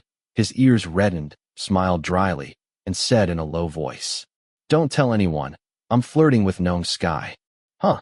Phi Joy's eyes immediately widened, but the confessor was confident that it wasn't because of the other party's disgust. There were so many gay men these days. To run a dorm like this and never meet a couple would be weird. Also, he said it is much better than going around the world. Doing anything will be convenient. Plus, he believed 100% that she would not tell anyone. Spread all over the building for sure. Besides that, if you want to leave something for Kai again, just tell me. I'm willing to help, the girl said enthusiastically. The way Prapai had sent her a sincere smile with joy. Thank you very much, Phi. Every woman likes to be nosy. They want to know about the affection of other people in a relationship, and the other party was no exception. So, Prapai, you've got one of them. Plus, she is the one who knows the movements of Sky. Well, then how could that young boy escape his grip, right? The moment Joy didn't see when a sincere, handsome man revealed a sly smile. For the sake of the goal, Pi never chooses a method. It was almost noon before Napon regained consciousness, which was very early for an architecture boy. But because this was just the first week of second year, the assignments hadn't piled up to the point where he hadn't eaten or slept yet. Before things crashed, Sky was trying to live a normal life before it wore off after several months. And what awakened him so vividly was the hunger that made his stomach growl. Last night, before the first years went home, it was already very late at night. He had to stay at the meeting with his seniors. Also, Phi Som, a fifth-year senior who shouldn't have anything to do with junior acceptance, should be taking the time to prepare for this year's thesis. That senior came back down and cursed the fourth years as his stress reliever and made some other pain go away. Only a handful of people could have guessed what was going on. Phi Som was heartbroken over Phi Feu, so he was taking it out on them. Look on IG, you look a bit too sweet these days. Rain, you're a little bit too sweet with your boyfriend on IG, but Phi Som is going to cut off everyone's head because of it. Sig said so, and even though Sky didn't say anything, he wholeheartedly agreed. Finally, it was almost midnight by the time he got back to his room. And knowing that he wasn't a fast assignment person, Sky chose to sit back and clear some of this week's work. By the time his head hit the pillow and the sky was bright, he concluded that he had not had time to eat for more than 12 hours. So hungry. Plus, when he opened the refrigerator, it was so empty that he could only sigh. This was just the first week of the semester, and he was so busy that he didn't have time to buy stuff for the fridge. He didn't want to think about what kind of condition he would be in at the end of the semester. Sky went to the bathroom to wash his face and brush his teeth, grabbed his wallet and key, and walked out of the room. As for not taking a proper shower, let's get something to eat and then come back to take a shower. But who would have thought that just walking out of the door he would find? Good morning, Nong Sky. The crazy person who was already waiting. Swipe. That was all. Sky turned around and prepared to go back into his room. But before he could, the bigger person rushed over and grabbed his arm first. What kind of person is so mean? See my face and walk away. If Phi Rahu was speaking normally, it wouldn't be that bad. But here he was deliberately shouting loudly enough for the whole dorm to hear, until many of the dorm mates were looking at him with interest. As if that wasn't enough, Phi Joy also showed up from the office and said, enthusiastically, Kai, he's been waiting for you since 10 o'clock. Don't be so mean. Napon wanted to be a mean person just like that, but seeing Phi Joy's reproachful eyes and the smile of the person holding onto his arm, he sighed. Phi, what is your business? When Sky turned around to signal he was ready to talk to him, Phi Joy smiled widely, rolled her eyes, and then disappeared back into the office. The young boy wanted to sigh heavily as if asking for help from the other person who must have sold him out. The handsome man has better advantages, even if he is handsome and black. Just seeing my face and you sigh, yeah? You are a mean person. Also, Phi Rahu teased with a smile that made him want to shake his hand away. I mean. So, can you let go of me? Sky didn't mind the length and cut his script over there. But was there anything that could stop someone like Prapai? Not yet. I haven't finished speaking yet. Then say it. Quickly, Because I have some business. The person who spoke tried to get his hand out of the grip, but the bigger person held on. If it was Warine, he would have struggled. But as for Sky, when he couldn't get it back, he let the bigger person hold on to him and just followed. And just by looking into his eyes, he knew how much the other party was enjoying teasing him. "No, Sky, you threw my flowers away? Oh, so mean. I am mean. Don't you pity the black-eyed handsome man, will you? Otherwise, you don't have black eyes, but brown." At first, he was determined not to respond. But even the cold-tempered could not help but be bothered by a man with a sad face, speaking in a pitiful voice, but his eyes dazzling. Plus, the hand holding his arm was pressing his thumb and playing with his skin. "You even know what color my eyes are. You're really interested in me, right?" This time Sky smiled coldly. "Did you forget that you were standing in front of me? Probably only blind people will not know what color." Honestly, he wanted to curse this stupid man, but the other party was Phi Fei's friend. The person who didn't like having quarrels with anyone cursed with his eyes, and that made Phi Rahu laugh out loud. "But I still don't know what color Nong Sky's eyes are. So let me take a look." "Hey." Suddenly, a warm palm touched his white cheeks until Sky himself flinched away in shock. But was there any way to escape this man? Because as soon as he escaped, Prapai was able to follow. When he turned his face to the top of his neck, he couldn't escape that hand that held his cheek tightly, and Prapai also shamelessly forced him to turn to meet his eyes again. "Which one? Let me take a look." But Sky remained indifferent and ignored their closeness and ignored his fingertips stroking his cheeks. He stared back at his honey-colored eyes, listening to a soft thumping sound that was only a few inches away. "Wow, but I don't even know what color Nong Sky's eyes are. I'm going to be blind now." The person listening remained silent, looked at the other person's wide-eyed smile, and continued. "Because love makes me blind." Ugh. Even the young man stood stiffly, unable to believe what he heard. He knew that such a profane man could say the word love without shame. But here they were under the student dormitory, where people walked by all the time, and many people still looked this way in disbelief. Sky was still stunned. "I love you, Kai." But at that moment, someone's image overlapped the man in front of him until the cheeks that were supposed to be flushed quickly turned pale. "Nong Sky. And was there any way to get out of the sight of the blind?" Krang. Huh. But at that moment, Sky woke up when he heard the sound of the office's glass doors slamming shut. His gaze turned and looked at the source of the voice and quickly saw Phi Joy's back, indicating that the other person had been eavesdropping. Sky used that moment to adjust his mood, swaying for a moment, his eyes turning back and looking at Prapai so cold. "You've run out of things you want to say, right? Is something wrong?" The person listening felt angry at himself for accidentally letting his emotions catch him this way, his voice flickering terribly. After the playfulness was gone, only care was left, causing the heart that had always been completely silent to beat many rhythms. The pair of eyes became more serious until the thin figure who had been standing still for a long time tried to pull the other's hand away. "Yes, if you still don't let me go buy some food, I am freaking hungry." But the palm that held his arms squeezed tighter, causing the young man's gaze to rise again. Sky sensed that the other person was sweeping and looking over his face observingly before the handsome face lifted into a smile. Once again, his eyes dazzled as he grabbed the hand that was trying to pull away and placed it against his stomach. "Nong Sky, you haven't eaten yet, right?" "Coincidentally, I haven't eaten either. You can hear my stomach growling.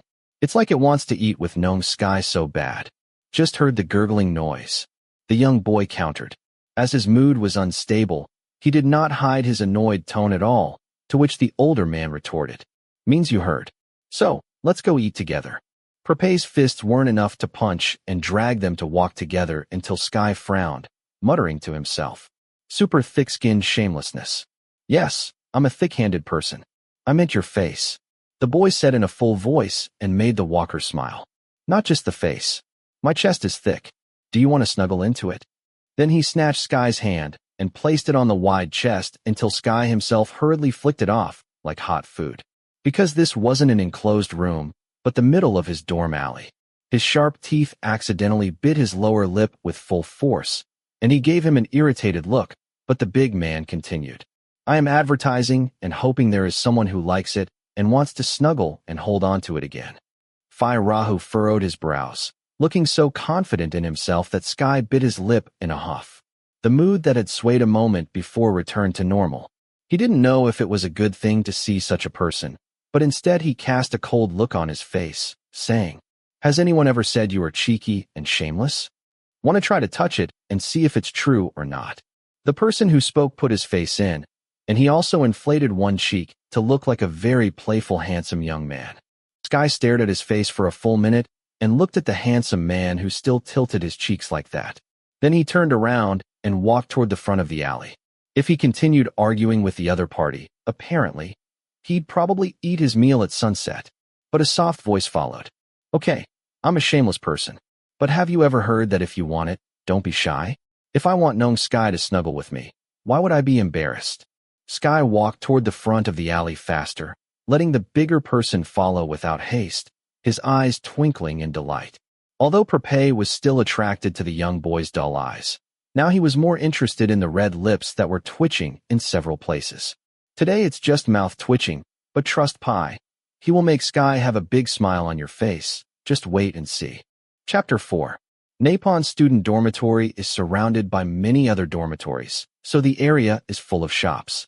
Whether it's a pub, a game shop, or a restaurant that ranges from carts selling grilled pork to an air-conditioned canteen, everything is there to serve the students living in this area.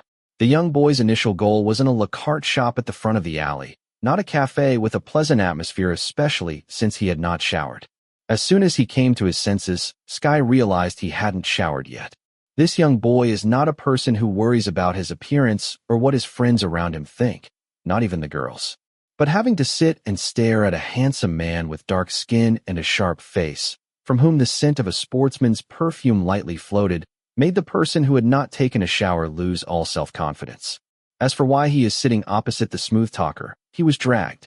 As Sky was about to turn into a rice shop, he was grabbed by a warm palm on his forearm and pulled into this restaurant. He was shoved on the shoulder to sit down and had a menu stuffed into his hand until he followed along just well enough to know that the other party was trying to toy with him. And when he looked up, he could only see a wide smile and bright eyes, looking completely content. What does he have to offer that the other person wants? This time, Sky simply rests his chin in his hand and looks outside the shop, choosing to act like Prapai is invisible, even when the other man tries to raise his hand to stroke his messy head. But this time, it's a little strange that the person who teases him is silent, and the table is covered in an awkward stillness. So much so that the cold-tempered person, stubborn as he is, can't stand it. Just keep quiet, whatever. But what's with this silence and staring? Quick! The young boy turned around and looked at the person opposite him irritably, and saw that the big man was sitting back, folding his arms in a comfortable posture. But those sharp eyes stared at him without taking their eyes off him. When their eyes met, his sculpted lips lifted into a wide smile that made the handsome face even more attractive. They stared at each other for almost a minute as if whoever spoke first would lose, and Sky was never afraid of defeat. "I don't have anything for you to look at." "Who said you don't? You have plenty for me to look at," the other person replied, and those beautiful eyes moved toward his bright lips. Then Prapai continued in a soft and pleasant tone of voice. "Your eyes are beautiful, your nose is cute, your cheeks are attractive. That pretty mouth." The person who spoke leaned forward a bit, lowering his voice so that only two people could hear, and his eyes shone as if remembering the past. "Tastes so sweet." Those eyes and that meaningful look, as if the tip of a shoe had touched Sky's feet under the table, made the young boy pull his foot away. He looked at the other side with wide eyes and asked in a low voice, "Are you finished?" Phi Raho looked a bit stunned because he probably didn't think these compliments wouldn't embarrass him at all, but after a moment, the other person laughed uncontrollably. Then he called his name, "Nong Sky." "What else?" The other person turned weakly. "Nong Sky." This time the person listening furrowed his brow because the tone of his calling was so sweet. "Nong Sky." Again, a soft voice sounded from the bigger person's mouth, and not only that, he folded both hands and touched Sky's hand resting firmly on the table, letting his fingertips gently caress the back of his hand. Those sharp eyes looked gentle, and then Prapai called again in a loving tone. "Nong Sky, do you know that you're so cute?" The man said it so cutely, but the person listening and looking remained completely still, and then, Pip, pull your hand away from me. It's not that Prapai isn't attractive, because if the person sitting in front of him wasn't Sky, there would have been embarrassment and blushing. But with a stubborn boy like this young man, what he did was hold back his mouth from twitching, put his hand back on his lap, and turn his gaze away, looking outside the store. Whoever is embarrassed can be embarrassed, but not Kai. Wow, are you not embarrassed? Prapai said in a sad tone. If you want to see a shy person, go play with someone else. He's not only not shy, but he's driving him to find someone else. But the person who was listening just laughed. No, I want to play with Gnome Sky alone. Seriously, I want to tell you that you don't have to call him Gnome in the first place because it sounds like a lie. If that word had come out of the mouth of a quiet man like Phi Feu, he would have secretly been a little embarrassed, but with a flirtatious man who would do anything to drag him to bed, to the point of even calling him honey, there was no way to feel anything. Not to mention that Sky has very high immunity to men. Can I? Even if he makes his eyes droop to look at me. HHHM. Let me be honest, you don't need to bite your lip and compliment me on how cute I am. If you really want someone truly cute, I believe you can get someone who is a lot better than me. So please don't mess with me. Sky said in a flat tone, insisting that he didn't want anything that the bigger person had to offer. So I'll be honest. I've never met anyone as cute as you, Gnome Sky. I already told you that you don't have to come and act sweet. I'm not acting. Before Sky finished speaking, the tall figure intervened in a soft voice, this time resting on his chin and looking at him with a kind smile. I like Gnome Sky's messy, sweet-smelling hair. The person who briefly forgets what condition he's in is stunned, then accidentally puts his hand on the tips of his hair. Your sleepy eyes are cute, and your skewed lips are nice to look at. Even when you're wearing a baggy t-shirt, it's super cute. Those eyes slid down over Sky's ragged pajamas until the cheeks of the person listening began to heat up. And then he got even hotter when Prapai continued at the end. I just spent time with this person who acts so naturally. The young boy swears he's embarrassed, not shy. It's not because of the word date that makes his cheeks turn pale and red, but because Prapai was telling the truth. He had come out to eat with a man who had slept with him. In such a disgraceful condition, even the calm ones themselves bowed their heads. Sky wanted to go back to the dorm to take a shower and then come out and fight again. Don't worry, when you are dressed like this, I like it, really tasty. Sky had to use all his abilities to stop his hand from folding his arms, because even if he didn't look up and look at him, he could feel that those eyes had stopped somewhere in the middle of his chest. Luckily at that moment the waiter brought the food he ordered to serve. The boy tried to draw attention to his rumbling stomach and dispel the thought of going back to the changing room. Because anyway, men have erect nipples, it's no big deal to him. But he forgot to think that the person in front of him is the type that won't let go, because Gnome Kai's nipples are so cute. Jesus, Napon isn't one to get angry easily, but this time he kicked his opponent's shin with full force and also rolled his eyes angrily. But the person who pretended to exaggerate a cry of pain was smiling wider than before and said in a voice full of dread, but more sincere than ever. That's it, the face that I want to see. Psycho. Ugh, I am a psychopath. But when Gnome Sky gets angry, you're really cute here. The person listening pursed his lips and then grabbed a spoon and scooped the shrimp fried rice into his mouth with an angry expression, looking displeased. He came to eat with this guy, but who knows if he's just hiding something. The embarrassment that strikes as soon as someone tells him that his natural appearance is nice to look at. Your ears are so red. But crazy man.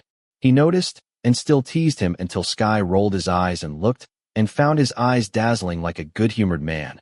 But he had to quickly avert his eyes for a moment. Really cute. Sky thinks that he accidentally slept with a madman, and a madman who made a heartless person like him blush. Even if Prapai can make a heartless person blush once, throughout the meal after that, the boy didn't utter a single word. And when he finished, he put the money on the table and stepped outside the shop before Prapai himself almost couldn't keep up. So he was completely ignored. But will the young man retreat? On the contrary, the more he likes it, the more challenging, the more valuable. The desire to win his heart keeps getting higher and higher. Gnome Sky. Wow. Gnome Sky, are you deaf? Since he ignored him, he kept stirring him like this. They returned under the tower again, and the person who had been in the lead all along turned around, his dark-colored eyes shining steadfastly, stopping the good-natured man for a moment. He knew before the boy opened his mouth what he was going to talk about. Fie, don't waste your time with me. I don't see it as a waste of time. Prapai had actually said it might be true that he wasted his day off, the entire day, just trapping this boy. Plus, he put in so much effort that the other party's face turned red, but he didn't see it as a waste, as long as he was enjoying this kind of teasing. But the other party doesn't think so. The boy folded his arms and said in a low voice, Fie, I don't know why you're attracted to me, but if you want to find a fuck buddy, you've come to the wrong place. He was indeed addicted to the style in the bed of the boy in front of him. It's been several months, and yet Prapai still remembers the seductive expression of the person who was moaning beneath his body. Just thinking of that moment, he felt his crotch getting hot downstairs, and his facial expressions were a bit too much. Sky said in a decisive tone, That night I slept with you because it was necessary, and I don't think I would sleep with you twice. You are a bad boy. Just slept with me and dumped me. Although he was serious, Prapai couldn't help but tease him, but the serious person didn't seem interested. No matter how much you bother me, I will confirm the same. Forget about what happened that night. I know you are a lot better than me. Don't waste your time with me. Prapai doesn't deny that he could find someone cuter than him. More than this, he doesn't know how many times. But Prapai was unspeakably enamored by the other party's words. Most importantly, he didn't want to find one. If he wanted to find someone else, he wouldn't be flirting around this boy for months. There are pretty people out there. All around him are pretty people. But someone like Sky is someone he doesn't meet every day. What if I say I just want you, no Sky? The young man took a long look and received his cold eyes as a reward. I won't. No way. If it was anyone else, Prapai would have given up with this clear look in his eyes, but not with this man. This stubborn person is terribly attractive. And if you think I'm weird for rejecting you, I believe that you have plenty of people who play hard to get for you to want to conquer. Let's go find someone else. Don't mess with me. I don't have time to play with you. Plus, he's a hard-hearted person who knows him. On one hand, Prapai thought that this boy was playing hard to get himself to win his attention, but when he looked into his eyes, there was no sign of joking. Besides setting a strong guard as if not allowing anything to enter his private space, the young man became certain that this boy didn't even have a single bit of interest in him. Yes, some people would lose face and give up, but he's more interested. So, the playboy who was messing with everyone asked this question. What if I want to be serious with you? Prapai looked into his eyes and reiterated it more clearly. If I don't want you as just a fuck buddy, but more than that. Honestly, he wasn't sure about this either. He just wanted to follow his own feelings each time. So he asked, but instead of the person listening blushing, his eyes lifting up, or biting his lip in embarrassment, only a cold gaze appeared and looked back, with a tone that did not soften a bit. Not even that. Sky was silent for a moment, and then said something that hit Prapai right in the heart. You are a guy who doesn't think of serious dating with anyone. You're just having fun, and I'm not playing along. That's all. Kook. Once again Prapai was clearly silent, and it wasn't because the young boy in front of him exposed his bad side, but because the young man knew that since he was born, he has never really been serious with anyone. But it is the flashing face and the pain that passes by for a moment that makes him unspeakably attracted to him. Sky didn't care that he wasn't serious with him, but rather he thought Prapai was playing around with him. When he thought about it carefully, how many times had this boy said that he's been playing around? Suddenly, the tall figure thought, what if he wasn't playing around? So if I said, but before Prapai could say what was on his mind, that pair of deep black eyes that stared at him suspiciously made him swallow everything down his throat. He could clearly see that this boy did not want to hear his words, and so the bigger person changed his mood. Of course, if you know my heart like this, would you like to try and sit in my heart somewhere? Prapai joked, deliberately changing the serious atmosphere back to a relaxed one, which made the person listening noticeably relieved. His guarded expression eased a bit, followed by the languid gaze of a boy who thought an adult like him was just ignorant. I think instead of letting me sit in your heart, you should go to the doctor. It doesn't get into your head no matter how many times I say it. So, let me whisper in your ear so you'll listen and understand better. Prapai said, tilting his cheek inward with his eyes dazzling, but he received a cold gaze as the answer. I think I've said it all. I don't even have time for you to play around with me. After he said it was over, the boy turned and walked quickly back into the dorm. He left the handsome guy who didn't think of following everywhere, And it wasn't because Prapai had given up as the other party had hoped. It was the opposite. He became even more attracted to the other person's resistance. When he first flirted with him, he thought that it would be difficult, but nevertheless, they slept together. Plus, Sky's style clearly shows that he's been through quite a bit. As for him, he was sure that that night had satisfied Sky. But the past few days have been telling Prapai that the other party is not interested in him at all, and probably not just him alone. Sky looks like he does not want anyone. Not interested in a handsome person? Plus, with a style not inferior to anyone like him, he's worth thinking about. However, the person who lost his life wasn't thinking of retreating at all. This time there is little information. So, what the tall figure did was walk to get the helmet left in Phi Joy's room and call a close friend. Feiyu? Is Rain with you? Why?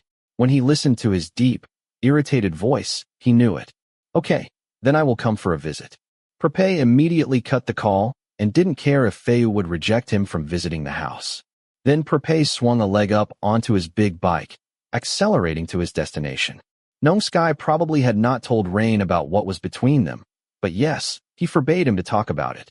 Prapai has already said that people like him don't choose a method to pursue, and now the young man really wants to conquer Sky's heart, not just in bed. He hasn't been this excited for a long time, probably since the day he first tried riding a big bike. Hey, Gnome Sky is on the same level as his beloved son. After Sky dismissed Prapai carelessly, he dismissed the other party from his mind and devoted his time to the assignment given by the teacher. So, the young boy was completely baffled when his best friend stared at him the entire time during morning class, and even after the teacher ended the class. Until he left the room and walked to the front, he opened the question directly. Why didn't you say that Prapai is flirting with you? The person listening looked forward, not wondering who Rain had heard this from. But hadn't he made it clear that he didn't want Prapai to tell Rain? But Rahu went and told anyway. Well, you never asked. Isn't it that you don't want to tell me? Usually, Rain is a curious person who wants to know, and when he bites, he doesn't let go of the issue. The other person here can only sigh. I'm not telling you because I don't like him. So why should I say anything? Sky admitted. Including the story that you've liked men from the beginning? This time Napon was clearly silent, because it was true that he had never disclosed his sexual orientation to his friends. Is that important too?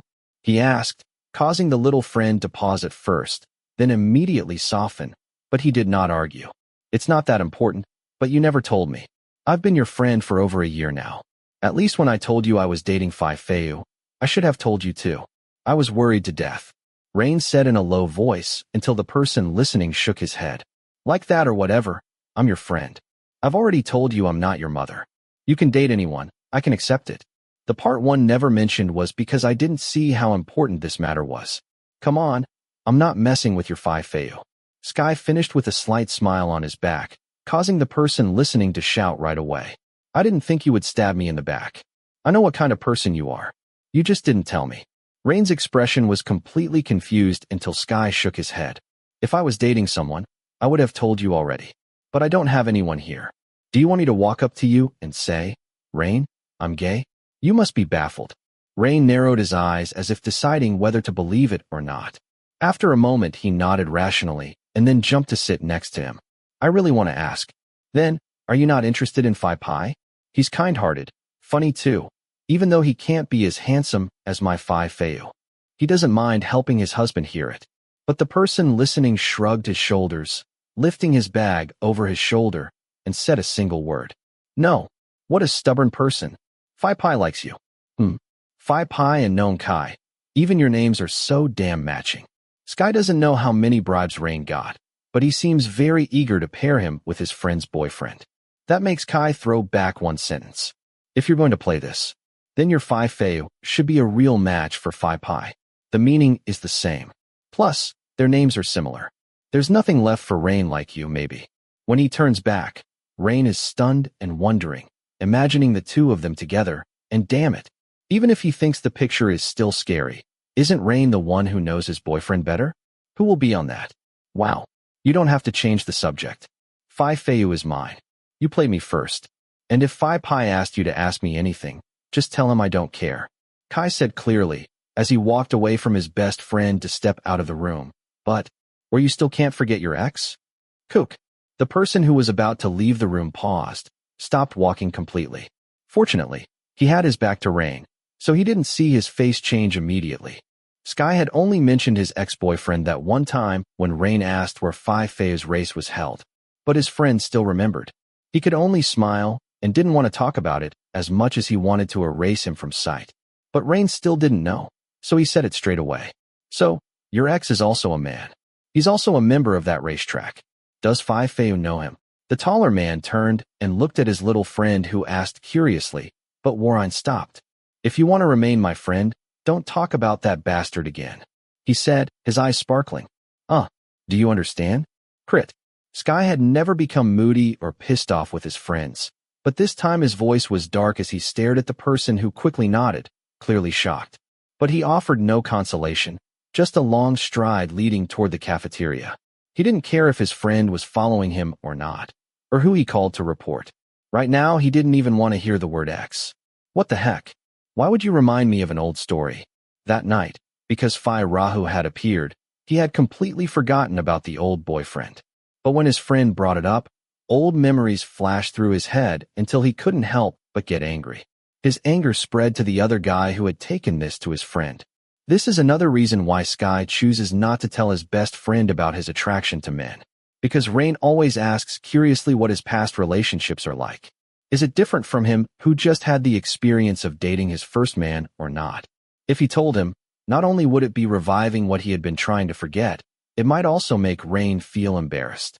So, when Sky came back to his room late at night and found a bag of food from a famous restaurant hanging in front of the door, he had no doubt that the other person had already bought Phi Joy's heart. The young boy did not hesitate to grab it and throw it in the trash. You don't have to mess around. I'm never going to like your boyfriend's friend, Rain, Sky coldly said to the bag of food. And when that wasn't enough, the person who let his phone messages pop up every day reluctantly blocked Prapai's number and line. If there was one thing Warren had helped him figure out, it was that the bad memories convinced Sky to not love anyone. And that night, he had nightmares of the past again. Chapter 5. Amid the darkness closing in from every direction, the young boy felt he was suffocating. He felt the touch of rough palms caressing his whole body. It was both disgusting and horrifying, but he could do nothing except gasp and take air into his lungs like a drowning man trying to grab hold of something. Finally, no, please, let me wake up. Let me wake up, Sky moaned. He still felt the pain rushing through his heart along with the endless sobbing. Enough. Stop. I'm begging you. I surrender everything. I surrender. Huh. Agreed, just let me go. No. Huh. The young boy lying on the bed sat up straight, sweating all over. His eyes widened as if he had just seen a ghost. His breathing was so intense that the whole room held only the sound of his breath. Then Sky could only raise his hands to hug himself, close his eyes, and try to regain the consciousness that had been lost during his sleep. No, it's just a dream, Kai. Just a dream. Sky shook his head vigorously for a while before his breathing returned to normal. Both hands lifted to his face, brushing his wet hair back, revealing a terrified look in his eyes. Ding. Suddenly, the phone rang, making Sky startle. But he grabbed it and looked at his senior's message. Tomorrow the club members must all come to the meeting together at noon. The teacher called to talk about the last cheering day. Parents are complaining that they don't want first years to come to cheer overnight, so we have to finish the cheer meeting in the morning. Let's talk about how to do it. When the third-year senior left the message, the architecture students were still not sleeping at 4 in the morning. He then threw a message into the group angrily, asking which parent and how much preparation had already been made, and saying that this was a tradition that had been done for all generations. Some 4th-year and 5th-year seniors came to help, answering that the teacher hadn't canceled the order, but wanted them to talk to each other before everything calmed down. Sky sighed. The dream had faded somewhat. He knew that tomorrow would be hard work, and he expected there would be many more meetings for everyone to understand and be satisfied. But anyway, he was one of the voices that wanted to organize the last day cheer, like AI night. Because last year he had attended and he had the impression that he wanted to pass it on to the juniors. Sigh, I haven't slept yet. Sky mumbled, got up from the bed, and went straight to the pending homework. Meetings had to be attended, homework had to be delivered, and practice for cheering the younger students to watch until he felt that his body was heavier than usual. His mind told him he was tired, but Sky didn't sleep anymore. He sat up and continued to do the work the teacher had ordered until morning, and then went to study. C grade. Sky was staring at a single English letter that almost knocked him off his feet. The assignment he had intended to send to the teacher was evaluated as only a C grade. Even though half the room had the same rating, and some were even lower, to Napon, who had never received such bad grades since joining this faculty. Not counting his best attempts to die, he not only got a low rating on the design, but also didn't answer a single question asked by the teacher about his own work. I did a little better than you. Sky almost spoke.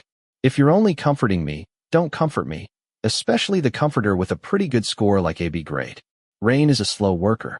He may have to work overnight to complete the assignment as prescribed by the teacher, and he is always in trouble because he works overnight and forgets to send the assignment the following morning. Even lately, Sky felt relieved that Phi Feu would wake Rain up and make him send the assignment instead. But his work still got satisfactory scores, unlike him, who didn't even understand how to improve. It's okay, I'll do it better next time. Even though his brain still didn't understand where he had made a mistake, he still encouraged himself. Well, you'll have to do it again next week because it's just next week and it has to be delivered. Rain responded with a terrified expression. They had been in school for 2 weeks now. And believe me, it was 2 weeks that made many class year students mourn daily. The assignments swept in like a tsunami.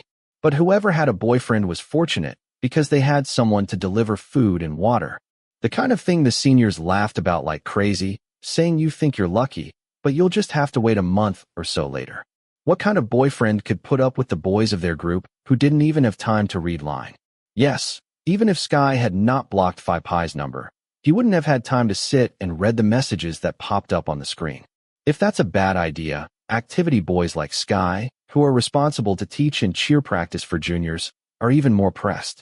Many times, when he finished his studies instead of having time to sit and work, he had to stay up late at night for meetings with seniors who were similar to corpses. He returned to his room to work day and night, and as soon as he lay down, instead of sleeping soundly, an old nightmare haunted him. Now even a person who is calm isn't always calm. So freaking tired. This phrase might even describe how little he felt right now. Kai, where are you going? The third-year guys called me. Oh, then you go. Even on a busy afternoon, when a young boy was sitting cutting a model with a close friend on the opposite side of the cluttered floor, he was still being called by seniors. So he just casually changed clothes and borrowed a friend's car to head back to the group. In his head, he thought of the teacher's comment from days ago. This was the thought of the person who walked quickly, and then, clip, Kai. The owner of the name turned and looked immediately and saw that it was a fifth-year senior. Phi-som. Hello, Phi-som. It's good to see you. What language are you guys teaching the first-year boys? They don't even know how to respect seniors. Sky had not even lowered his hands from the respectful greeting when the clear-faced senior, who was prettier than Rain, bared his teeth and opened the attack until the person listening looked confused and frowned. They do not just raise their hands to respect me. Some even almost crashed into me and there was no word of apology. What the fuck are you guys teaching them? Their university doesn't force all juniors to cheer because it's voluntary, but it is customary for everyone to enter and know the system of seniors and juniors, especially respecting seniors. This was already the 3rd week. It's not strange for seniors to get angry, but he's not responsible for teaching the younger ones. The person in charge of the first-year cheer training is someone from the 3rd year, and some would even say there are some second-year students who are mentoring first-year students. Sky had never shown up in front of the cheering room once, so why the fuck was this senior flinging accusations at him? I think. Phi-som, you have such a smallish body that a first-year would think you are in the same class year as them. Even if Sky was offended, he's not the one who argues with anyone like this. So when these words were spoken from the mouth of a third person who had popped his head from the corner of the hallway, with a smile so wide that his eyes narrowed. Sig, Phi-som growled. Yes, it is Sig reporting in. The handsome man of the year's class playfully raised his hand. What? I heard that Phi-som is so small he was knocked over. Do you have a wound, Phi? Want me to carry you to your room and nurse you? A small one like you. I should be able to carry. The little senior's eyes were as bright as a tiger's, and he moved as if wanting to slap the handsome guy's face. You want to be hit, right? I don't want to, but can you kiss my cheek instead, Phi? You want to kiss my kick to the face? It looked like Phi Som would completely forget about Sky, because that person turned around and stomped his feet in the other direction, while Sig turned around and smiled at him. Don't mind it, Sky. Your best friend Rain? Phi Som started scolding him too. Rain was previously scolded by Phi Som. So, I'll go first before he comes and does the kicking. Sig ran after the little senior, his mouth still shouting. Phi Som, where are you going in such a hurry? I'm the second-year head, Phi. Phi, you can come and vent your grievances with me. I'll take it and punish the first years for you. The two of them had long since disappeared. Sky let out a weary sigh, raising his hand and furrowing his brows furiously. Sky had willingly taken on the role of second-year club member himself, but now he was concocting a sentence that shouldn't be thought of. Whatever. Jesus, why is my life so unlucky? That's it. Why was life in such a downtrend right now? Don't tell him it was because the black giant had taken all his luck. But the young boy brushed off this matter and took the story Phi Som had told him to tell the third-year brothers again. Even outwardly, Kai would act like he didn't think too much. But for a young boy who had just turned 19 a few months ago, there were so many things going on together or not. No, it will pass. Worse, he's seen it before. Compared to what he had been dealing with, just bad grades, being scolded by the teacher, being bullied by seniors, those things couldn't do anything to him. Yes, that was the idea last week, before he saw the score of this week's assignment. D+. This time, even Warine didn't know how to comfort him, because he couldn't survive either and almost didn't finish his work in time to deliver it. In addition, they were close to closing the cheering room. Even though Sky wasn't going to help take care of the juniors in the room, there was back-end paperwork to be done, and he had to stay up late almost every night when he had promised that he would do it and not shirk responsibility. It wasn't a habit, but all of that still didn't hurt him as much as a nightmare. Ever since the day Rain had asked about his ex, he had repeatedly had nightmares. Damn. And then he would go into something strange that his body couldn't handle, until one morning he woke up with a swarm of feverish symptoms. Napon knew for sure that he was sick, but today he had an important lesson, so he couldn't just stay in his room. So he dragged his body to run through the shower, dressed, and left the room to find a famous breakfast bag from Yaoret hanging in front of his door. The scent that wafted up as soon as he opened the bag made Sky bite his lip tightly. You keep sending it every morning. If you have so much free time, can you help me do my assignments? He thought, bullishly, because in a week there would be a few days when small gifts such as snacks or food were hung in front of the room. Needless to say, he knew who was responsible, so he envied people who had plenty of time, as well as feeling a growing annoyance. The person who had told Rain his story was that man. Then he was asked about his ex because of that guy, so he was going to have to be soft-hearted? Also, when will you get bored? It wasn't that Sky was playing with him. He thought that he wasn't even good-looking enough to do that. But because he knows that men like Prapai, if they get bored, then they just kick their playthings away. So, why would he agree to be kicked away? Don't start a fight in order to not see the end. Isn't that better? So, the young boy walked down to the ground floor with the bag of kanji, went straight to the side of the building, and poured the whole bag over to the 3 mother dogs and their pups who ran over with their tails wagging. It's a pity to throw it away, so let's feed it to the dogs and cats instead. Then, cradling his tired body, he went to university, ignored the phone vibrating, and the message sent. Miss you. Kai, are you okay? You act as if you've never seen a person in the faculty in this condition. Warine might see the walking dead the more he studies, he often said to the faculty. He was no different, but his best friend was in a much worse condition. Be it the dark circles under his eyes, the ruddy eyes like a sick person, a pale face without blood, dry and cracked lips, or messy hair like someone who doesn't care about their condition, not including the fact that he was busy with both studying and activities. He asks if he wants to help, but he still can't survive himself. He's not Phi Feu, who is good at both studying and activities. He had heard that when he was in school, that person had studied and had been doing activities. Plus, he also had time to do hobbies, which is known as being good at being the god Feu that everyone respects. At first, he used to argue that his best friend was good too, but now he can't fight it. That made Kai better go straight ahead. I am used to it, but your condition, you see. Grumpy. He continued his words in a hoarse voice. Not that much, but then you should skip this evening. Go back to sleep. I'll send you to the dormitory soon.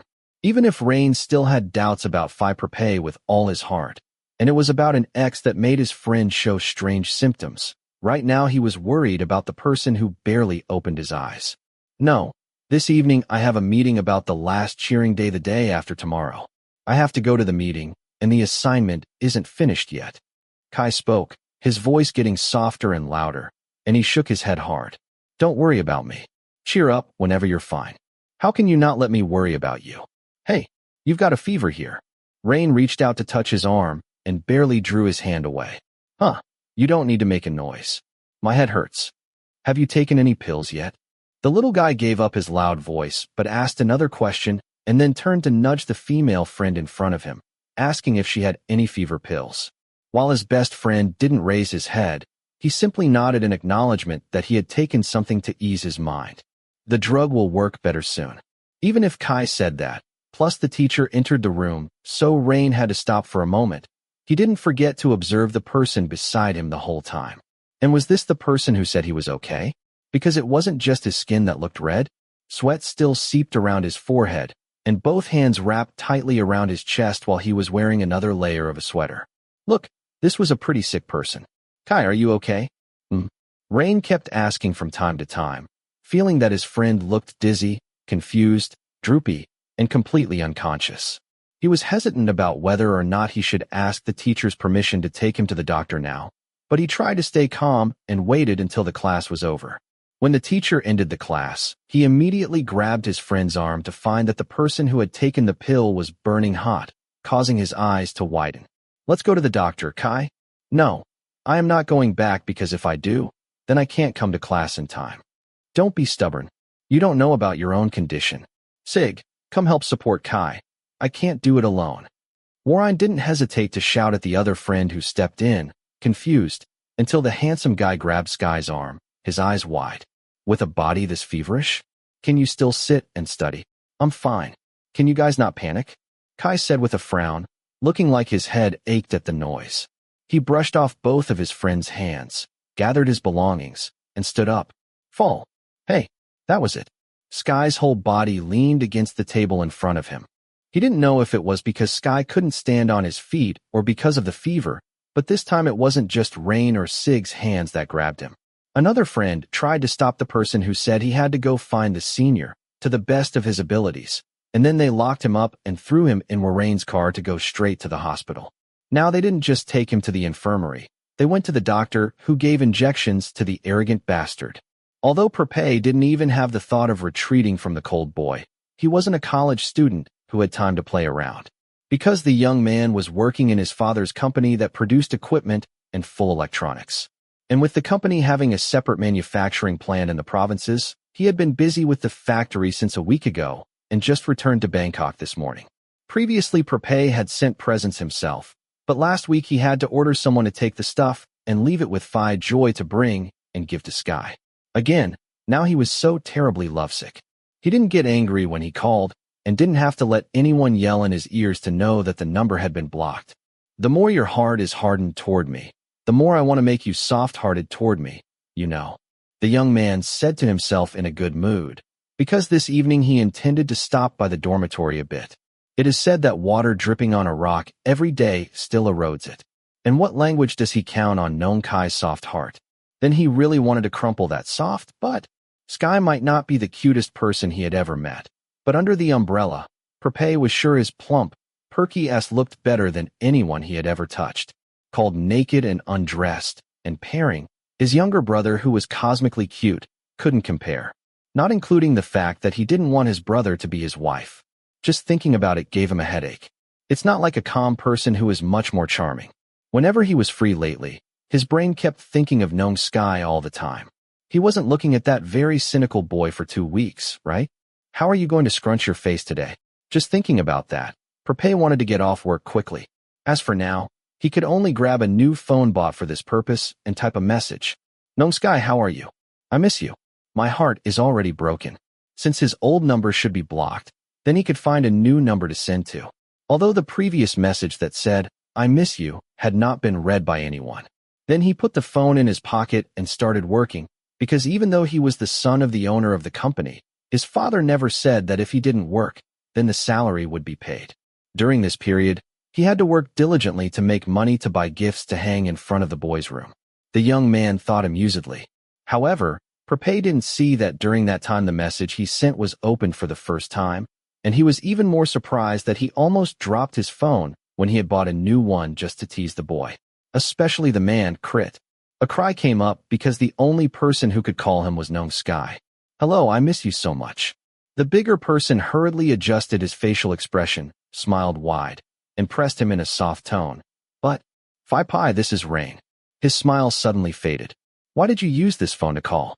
With the fact that he had been following Sky for a while, even if he didn't have the contact saved, he remembered the 10-digit number on the other end of the line, let alone what was recorded as Nong Sky.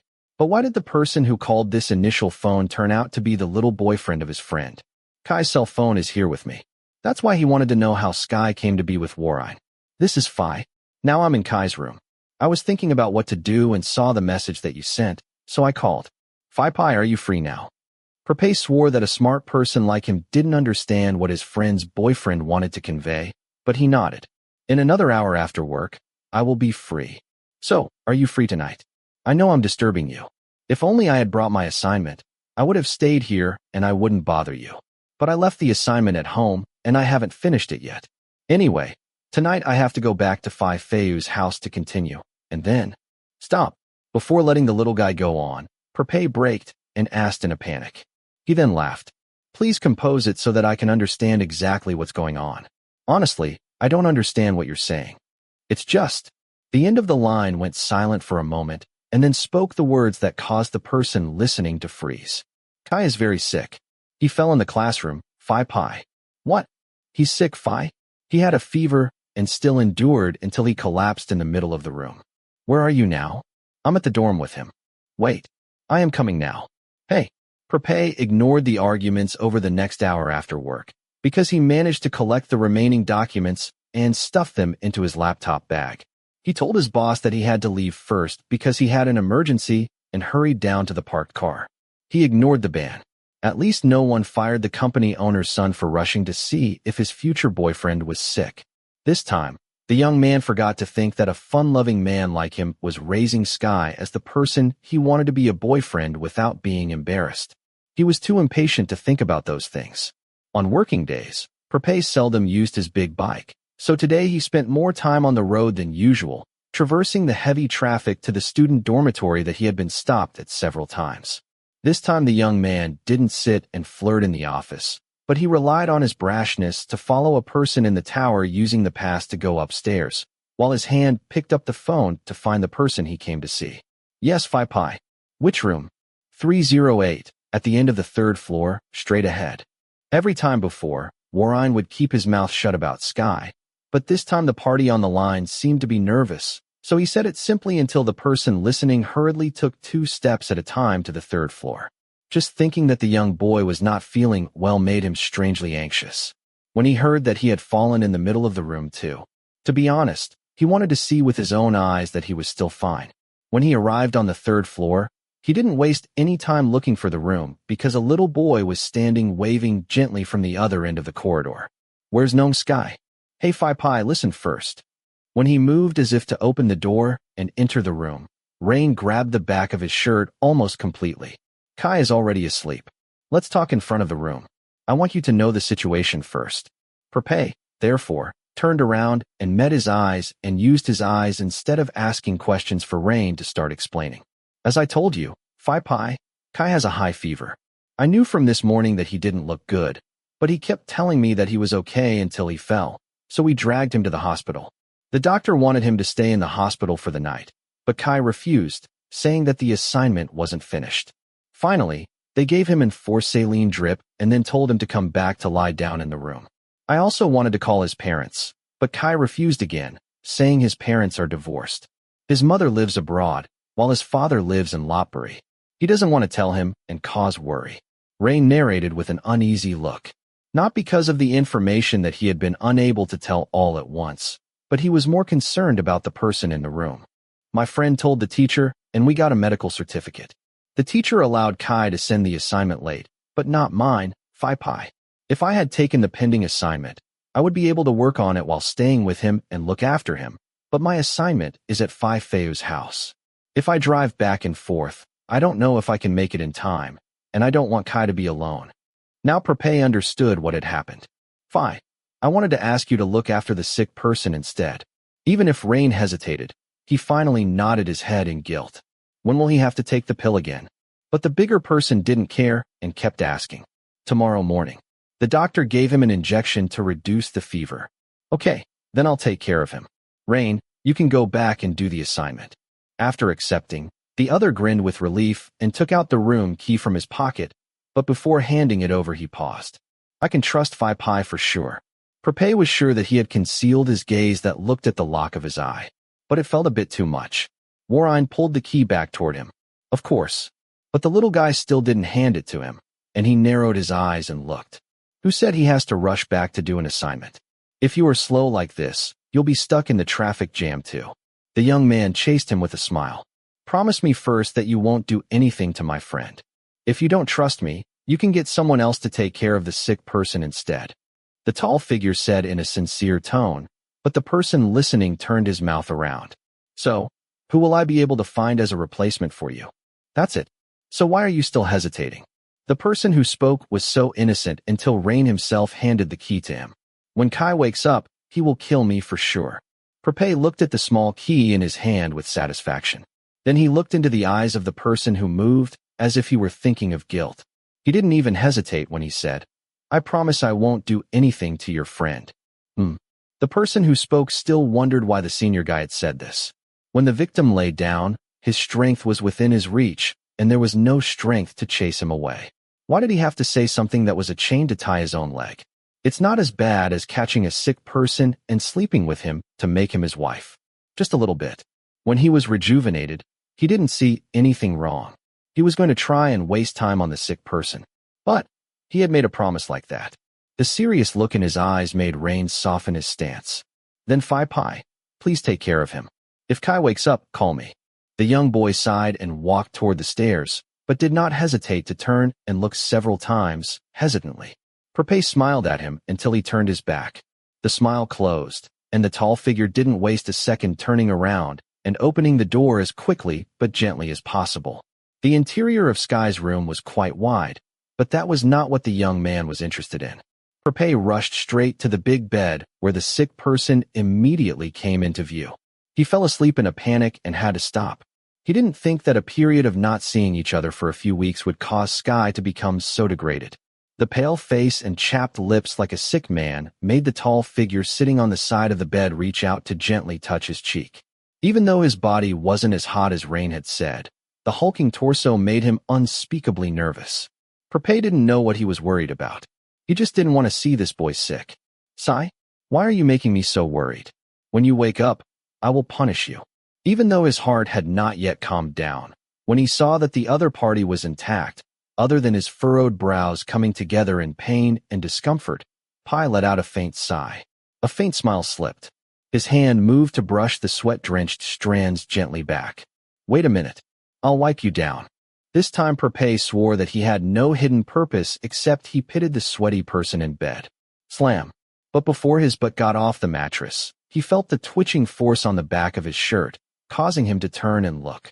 He saw deep black eyes that were flushed with fever poisoning. Then dry lips whispered the words that shook the big man's heart. Don't go, don't go. Chapter 6. Who would believe it? That just a few words caused a man who had heard all manner of pleadings to sit back on the bed. But once again, his large hand moved gently to touch the pale cheeks, listening to the sick man's hoarse murmur. His eyes were dry and bloodshot. Don't go. I'm not going anywhere. I'm here. Suddenly. But the sick man still shook his head in disbelief of his words, and the hand that grabbed the back of his shirt held it tightly, until Prapai had to move his hand to touch his forehead. He gently massaged the temples, and then moved to gently pat the sweat-damp hair. A grim face flashed a smile. The soothing sound was soft and pleasant to listen to. I'm just going to wipe you down, so you can sleep well. Slam. The sick man opened his eyes again, gripped his shirt tighter than before, and made a sobbing sound in his throat even though there were no tears. Prapai seemed to oppose the idea that he would get out of bed and fetch a towel, which he didn't think the ill person who didn't even know who was in front of him would stop for fear of being caught naked. Sky really didn't seem to want him to go anywhere. As for how he knew that Sky was unconscious, no matter how sick he was, this boy wouldn't grab his shirt and pout like this. He would only say that he was okay and push him further away. Suddenly, the bigger person became unspeakably annoyed. Who's in Sky's head right now? Whom is this boy trying to hold tight? But he suppressed his frustration. He's not the type to put peace of mind on anyone, especially a sweaty patient. With a large hand stroking the sick person's hair continuously, Prapai looked at the person who had even closed his eyes again, but furrowed his brows. From the beginning, Sky grabbed his shirt with one hand, and then held it with both hands, as if his subconscious mind said he didn't want to let go. It made even more displeased those who had hardly ever been irritated. If the person in Sky's head was him, Prapai would probably rejoice, but it seemed not. Let me go first. I have to wipe you down. Huh. The person who was sick kept sobbing like a protest and moved closer to him until his forehead was pressed against Prapai's hips, causing the bigger person himself to lean back against the headboard. Prapai moved his hand to support the back of Sky's neck and put a pillow in place, while supported. His eyes were sharp and looked at the person who was so weak that there was nothing left of the previous cold boy. When Prapai didn't show that he was going to get up, the sick person calmed down. The tall figure didn't know how long he rubbed his hair to soothe Sky to sleep, maybe a few minutes or even tens of minutes, because of his persistent sharp eyes. He looked at the pale face of the person clinging to him, his brain trying to dispel the shallow frustration that came up in his chest, and told himself that the other party was sick. This sick person was so contrary, not because he had mistaken him for someone else.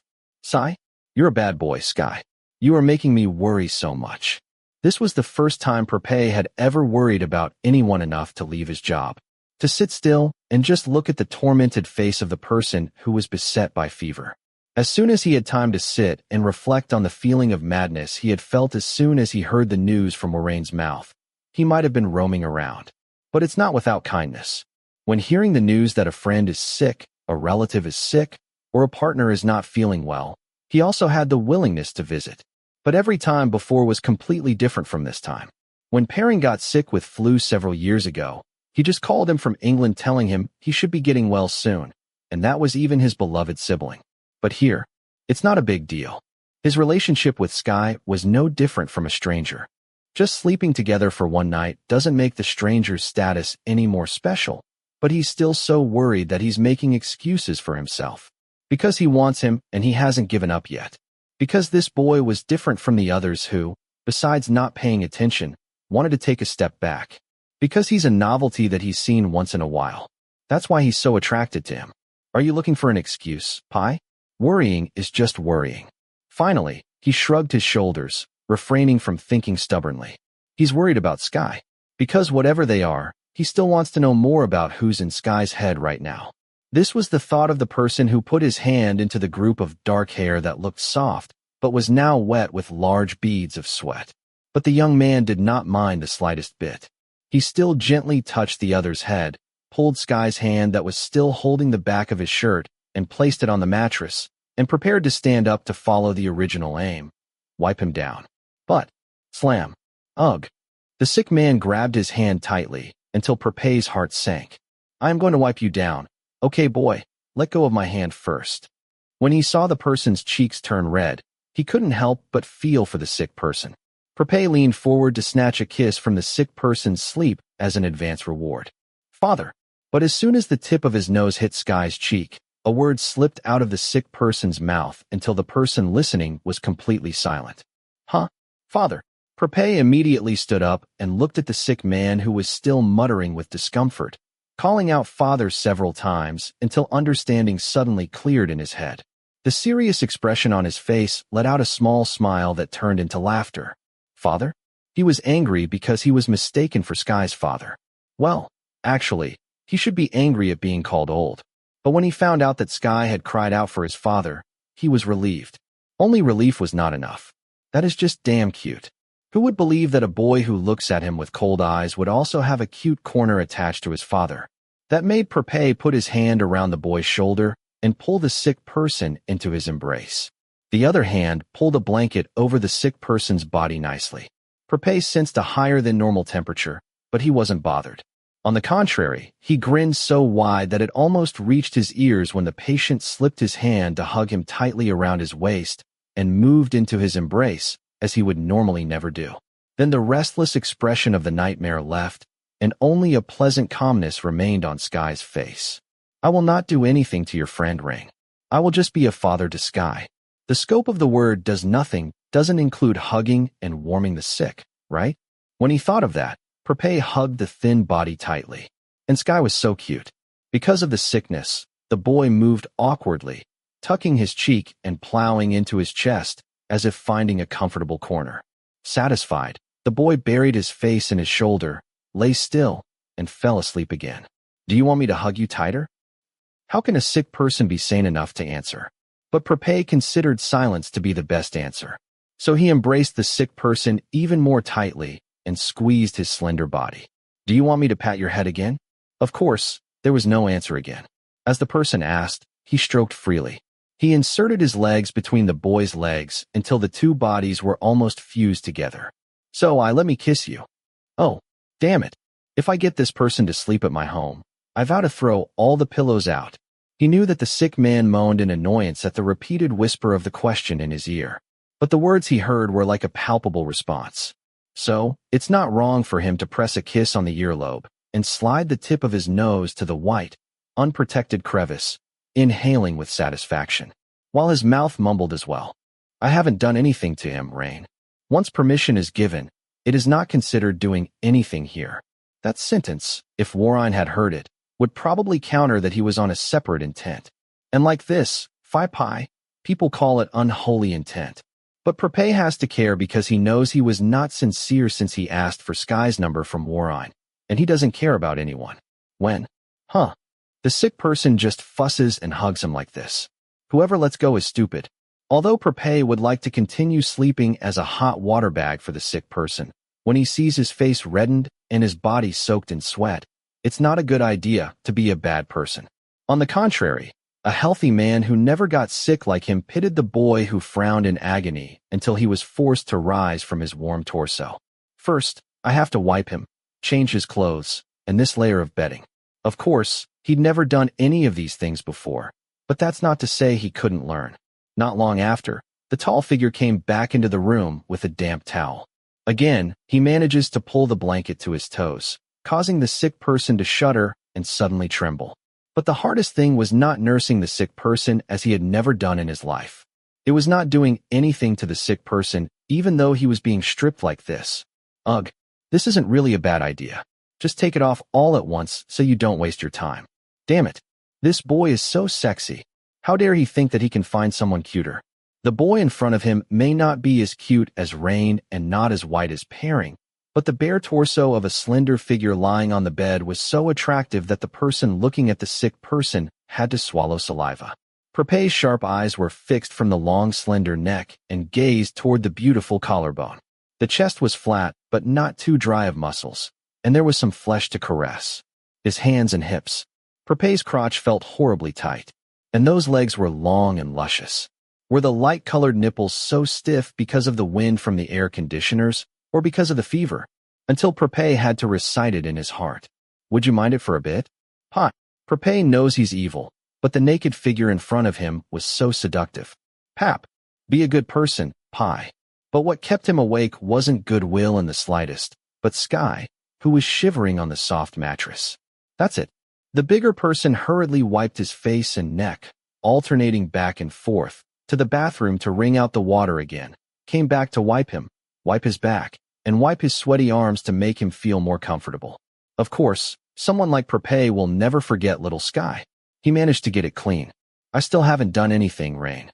"Well, I am just wiping his body." He would like to make excuses for heaven and earth. Well, to get to wipe him every nook and cranny, it's worth it. Then he took out some clothes and put them on the sleepless man. At first, he was pleasantly surprised to see him wearing only one nightgown. But then he thought that he would act like a hot water bag for the night. The thought of leaving his long legs bare like that just flew out of his head. If we keep on rubbing and the fire comes on, there's no guarantee that he could stop himself. When he finished with Sky, he wrapped him up in a thick blanket and laid him down on the floor for a moment. After he managed to change the bedsheets, he placed the sick person back to sleep on the clean bed again. Then he looked at the results of his own work satisfactorily. Prapai was convinced that in this life he had never done this for someone like this before. When he saw the face of the person who was relieved and relaxed, he turned his head on the pillow happily and couldn't tell. Ha ha ha, who knows, it would be hilarious laughing at me. Pai actually took care of someone for free and did not think to collect payment back. Now it wasn't Sky who was sweating all over. It was him who was drenched in sweat, working hard through the splashing water while washing the towels. The tall figure went to open the wardrobe again, wielding the large clothes and the elastic-waisted pants that he was going to wear, and disappeared into the bathroom again. When he got out of the bathroom, it was past 9 o'clock. When he came around, he realized that this time did not reduce the bustle around the dormitory at all. The later the night became, the more students there were. He wasn't prepared to stay in the first place. It's a waste of time to go home and bring things back, but to sit and watch the sick person without eating anything seemed like too much torture. The person who was so hungry that his guts twisted went to look at the sick person again. Sky had a better-looking face than he had in the evening. Kiss.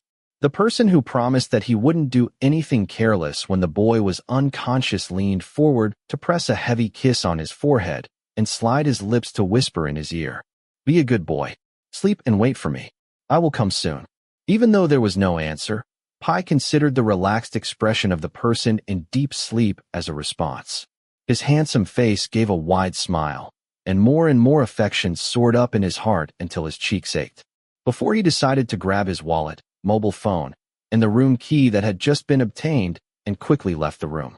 He should hurry and then hurry back. Prapai doesn't care why he cares about the sick person so much. As much as he cares, he thinks a lot about why. As a result, there is no chaos. Tell your wife not to worry about his friend. I can look after him. Because it's you, my wife is worried. Prapai didn't take long to get 2 boxes of rice, 2 bags of porridge, several pills, a toothbrush, and a shaver. His stubble had already arrived. But as he was walking back to Sky's dorm, his phone rang first, and the caller was none other than Feu. Now the dark-skinned young man laughed loudly at what the other end of the line said. He said he'd never written the pattern for rain. I think the boy had an instinct to pick things up. Giving Sky to Pai is no different from leaving grilled fish with a cat. I didn't do anything, just nurse as I see fit. When it's cold, just hug. When sweating, just wipe his body. When you wipe him, you touch the cloth. You see, he should even get the Distinguished Nurse Shield. Pai. But the laughter subsided when a serious voice was heard from the other end of the line. I know what kind of person you are. If you don't care about Rain's worries, I want you to remember that the boy is my junior. Feu was saying that if he didn't see his boyfriend's face, he could see his. Prapai stopped walking. A playful smile disappeared from his face, and only a thoughtful look remained in his eyes. It's not only Sky who thinks he's joking. Even a friend like Feu doesn't look at him differently at all, which made the father-in-law respond with a more serious tone. And if I'm serious? Even though he didn't see his face, he knew that Feu was stunned. Hey, enough. Let's talk later. Please tell Rain that Gnome Sky woke up for a while. He's asleep now and not to worry, because I'm not so bad as to go and do bad things to a sick person. But a little bit doesn't count. Prapai crossed his fingers and cut off the conversation. That's all. Then he put the phone in his pocket and relied on another dormitory boy using the pass to go straight up to the sick person's room. He didn't even have the thought of having finished eating at the restaurant and then coming back up. He admitted that he didn't want to leave Sky alone for so long. I should have taken a lot. Pai is here. Gnome Sky, have you been a good boy? Stop. No. Again. The man was closing the door and turned around and immediately looked at the source of the strange sound, which he saw immediately. Prapai left his belongings in front of the entrance of the room and jumped toward the man on the bed who was restless. His face looked tortured. Half an hour ago, the man who had just changed his clothes was soaked in sweat again.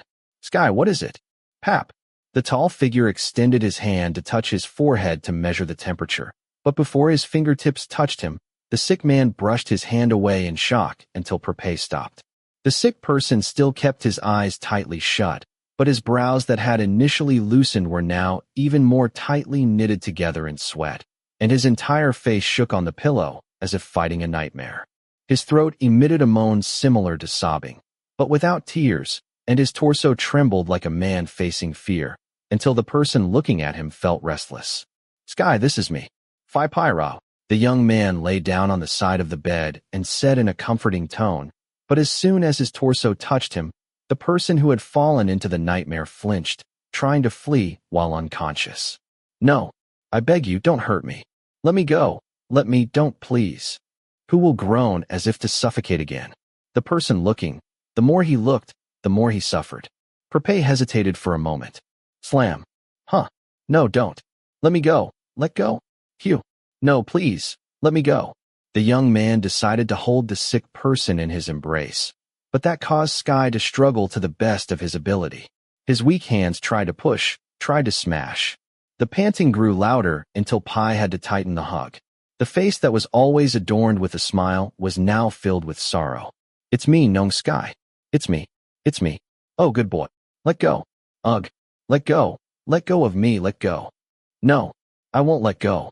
He didn't know if Sky's nightmare had someone who looked like him or not, but his two hands tightened on the slender body, firmly insisting that he wouldn't let this boy suffer alone. Calm down. I promise I won't do anything, Sky. Keep calm, my good boy.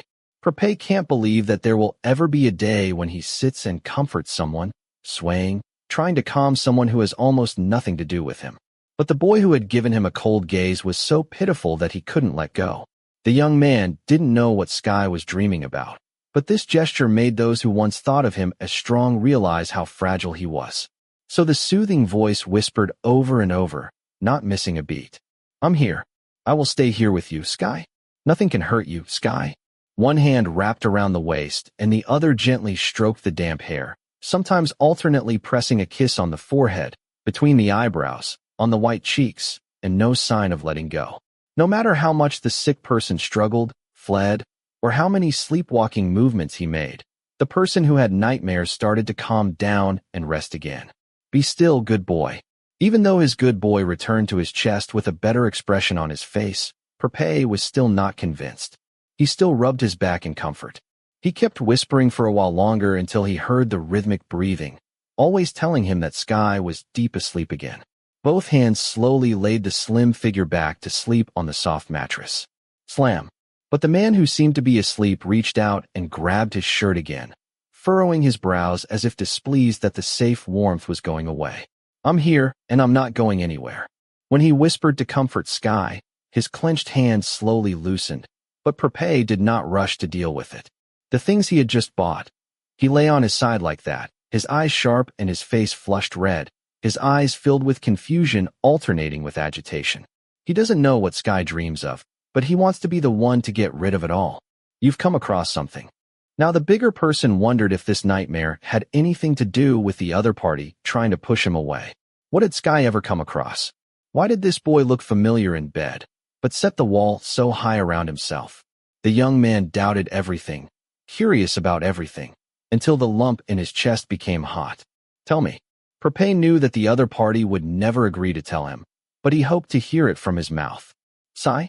No matter what happens, wanting to know other people's past is not your habit, Pi.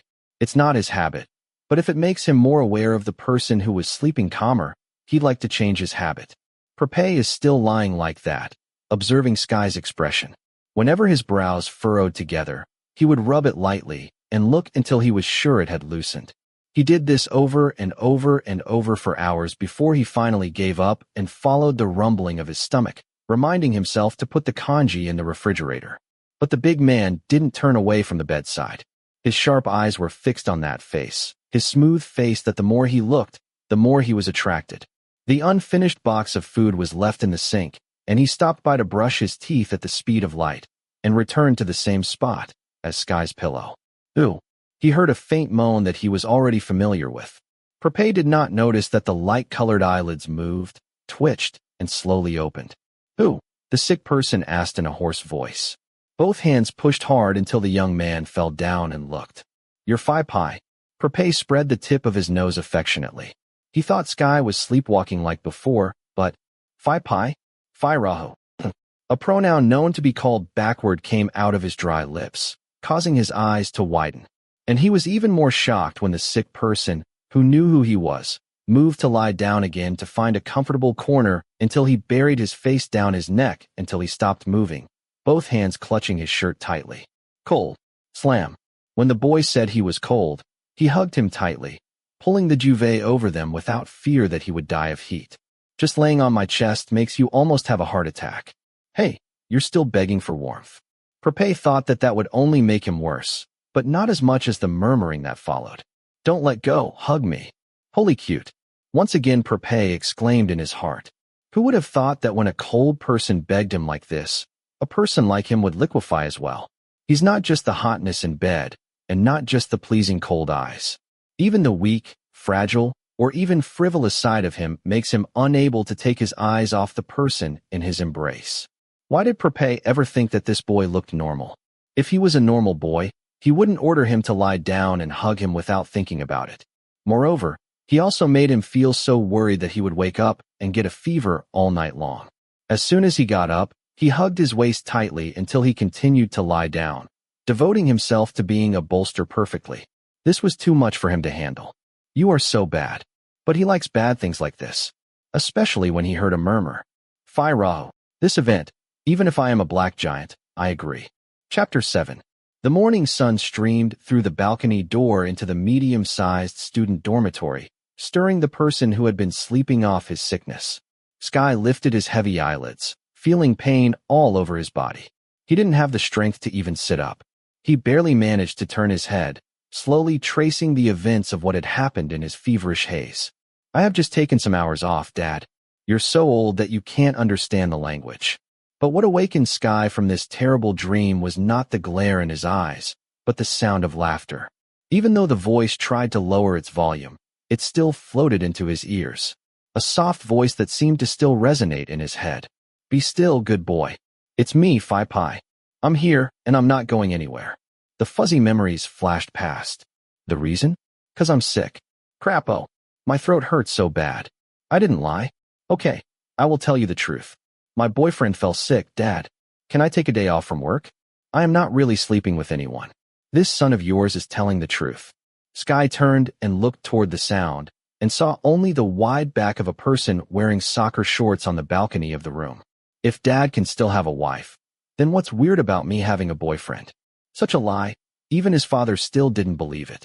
Amid the stunning fever attack, Sky told himself so. Oh, don't be upset. Father, you are a good person, love your family, never cheat, and don't play around like me. So, we can talk again later. Even Uncle Frost still has a wife. And let's just say I have a boyfriend. Okay, all the bad things of the father's son are thrown to the father's brother. Which one should be considered from the father? One glance, and Sky knew that Phi Rahu was a womanizer. So what level was this Uncle Frost? Sky was still puzzled as to what had happened to him, but he was sure who the man standing there was, before he turned around to see his face again. Prapai. The big man paused at the door frame, and a sharp smile adorned his face. Seems like my little devil woke up. The person listening frowned. What? Cough. Sky was also shocked by his hoarse voice and tried to stand up, but he had no strength. He only looked at the bigger person who had taken a swift step to the side of the bed, stretching out his hand to help him get up. But Sky fled as well, and used his eyes instead of the voice that was broken with fever to say, Don't come near. Prapai paused for a moment, but only had a pitiful look on his face briefly. My little devil is so mean. Last night, you hugged me all night. When the morning came, you pushed away. You're black-hearted. Phi, don't talk like I had sex with you and dumped you. Sky stared, and Prapai's sad face revealed a big smile. Don't believe it? I'm telling the truth. We really slept hugging each other all night, hey. No. Ugh. But at that moment, the person who still couldn't catch up, who had let the big giant enter his room, was stunned. The dream image that he had seen unknown many times flashed past, but amid all the badness that had received him, he heard the soft voice of the person comforting him, and when he opened his eyes, he saw that he was hugging him. Don't let go. Hug me. Amid the repeated brutal pain, he reached for someone to help him escape from the endless whirlpool. Seeing his face, he grabbed him all the way and hugged him to his chest like driftwood. Sky thought that was a dream, and didn't really think that he would accidentally ask for help from this man in the real world.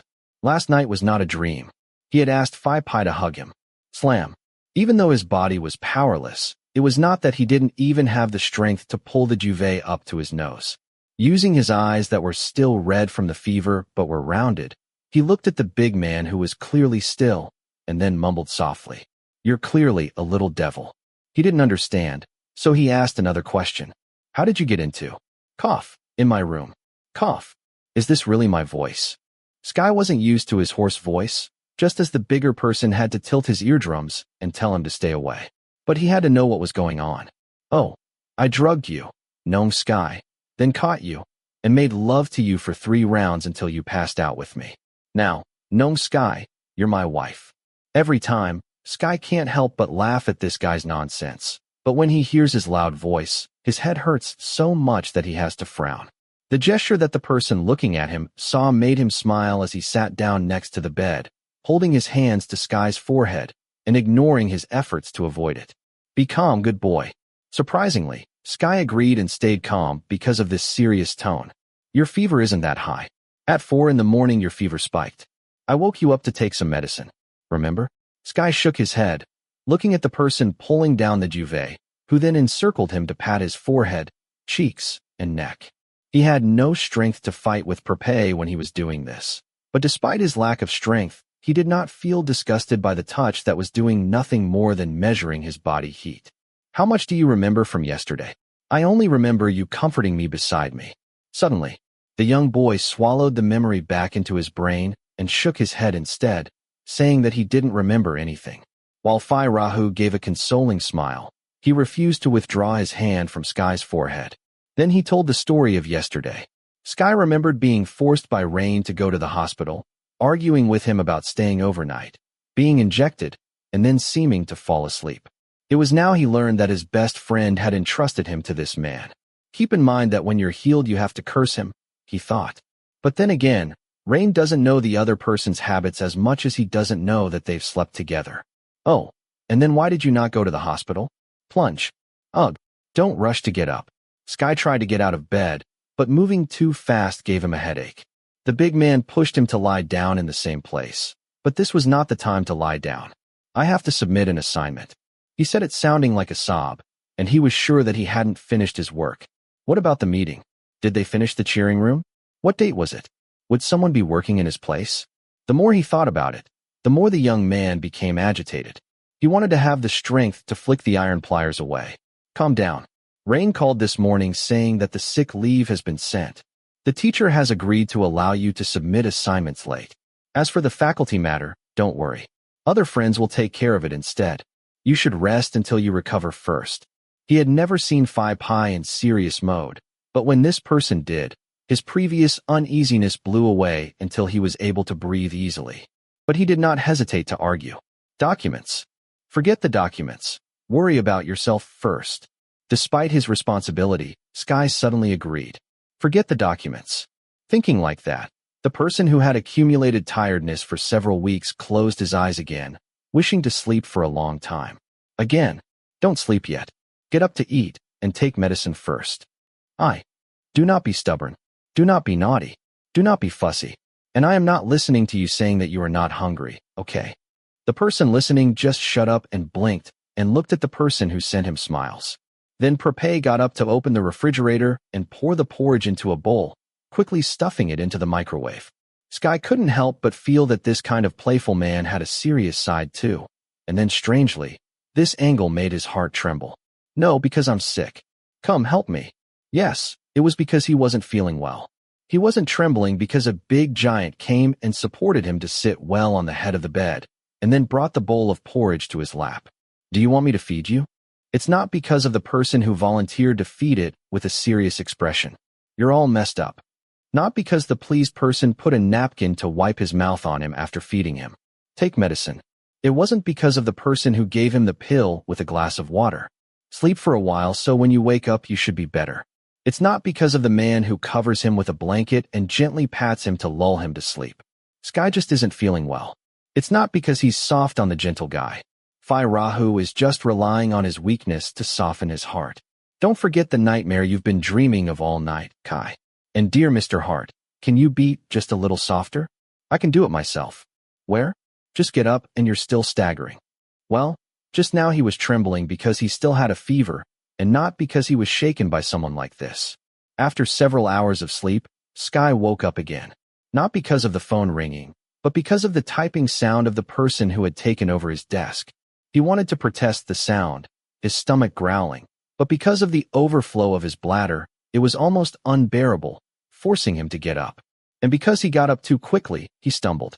When he stumbled, an uninvited roommate came up to support him and asked in a serious tone where he was going until he only replied bluntly that he needed to pee.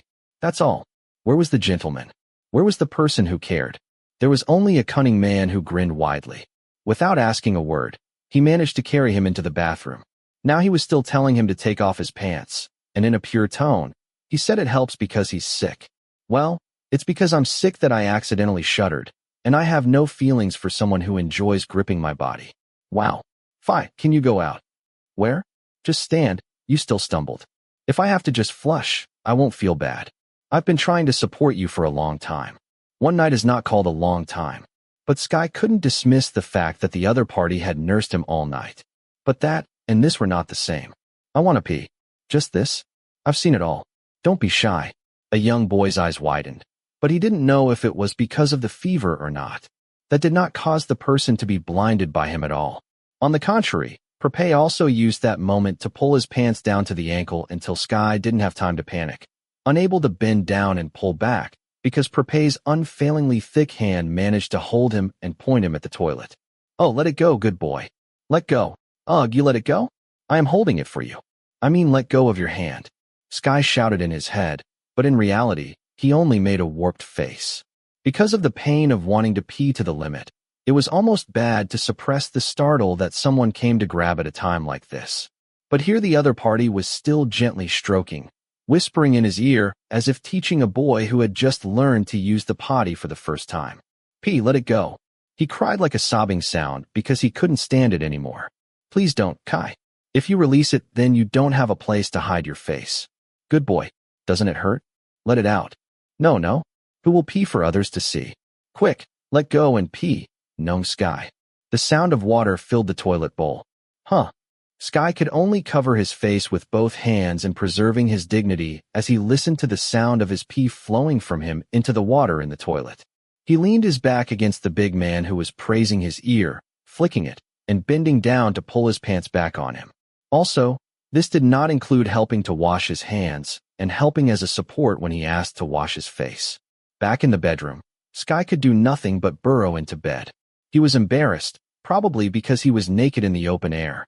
Knowing Sky's thing is so cute. If Phi Rahu could help put this away in his chest, it would be great for him. But the playful person would never stop teasing until he grabbed the pillow that supported his head and threw it in the direction of the bigger person. Are you embarrassed? Come on, Knowing Sky's thingy has not been worked out for long, and so this size is just being properly cute. As if saying it wasn't enough, Prapai came and sat on the edge of the bed and stroked his hair through the soft duvet. He looked gentle, very spoiled, and if there weren't any wicked words to accompany the laughter. In this life, he was sure that he wouldn't want to offend anyone. But was this something that needed to be talked about to tease the sick as well? Sky was convinced that the good feeling that he had when he woke up was just an illusion.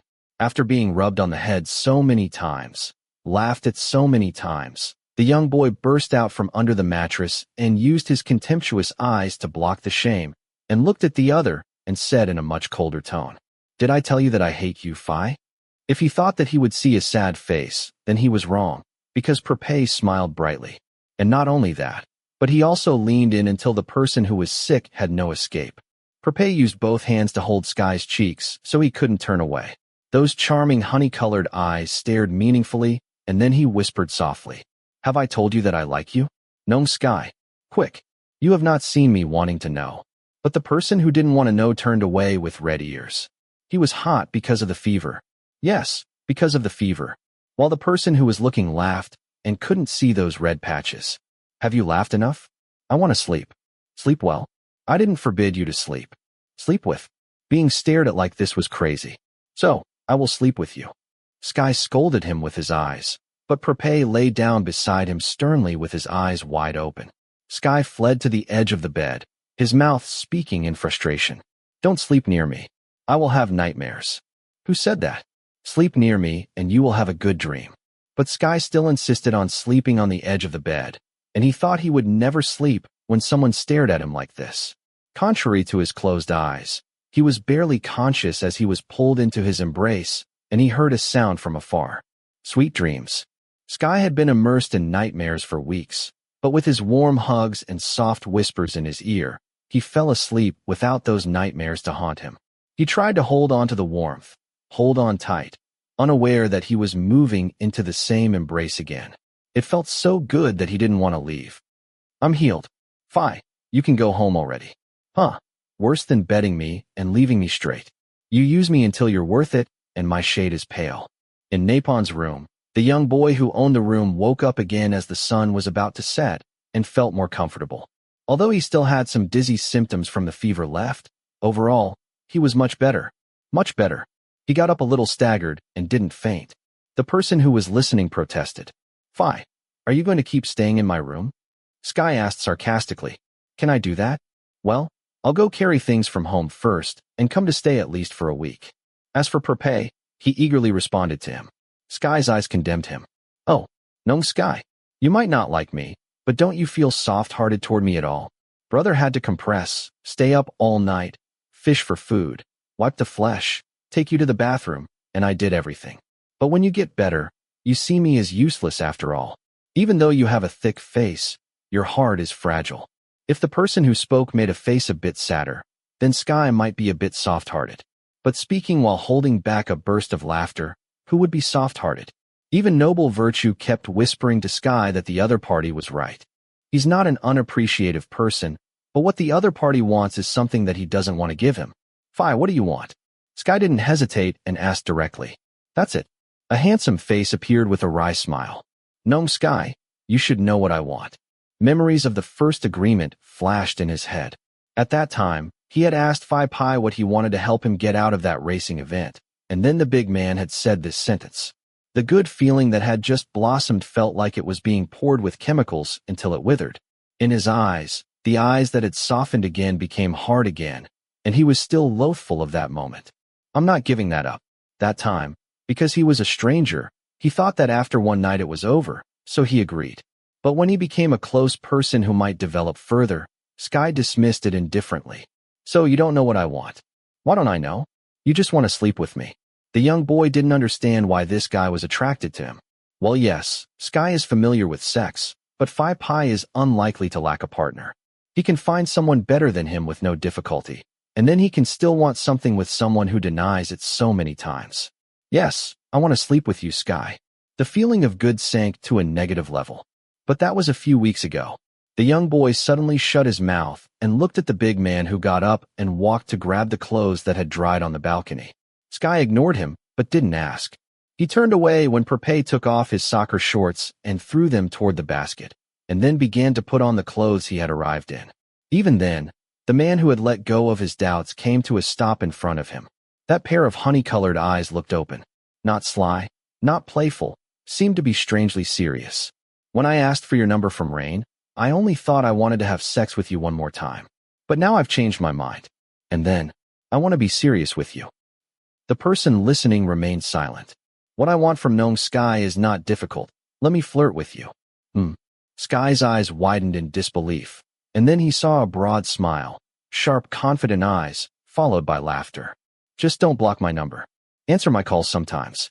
Reply to some messages. And then don't run away from me every time you see my face. Do you see? It's not that difficult.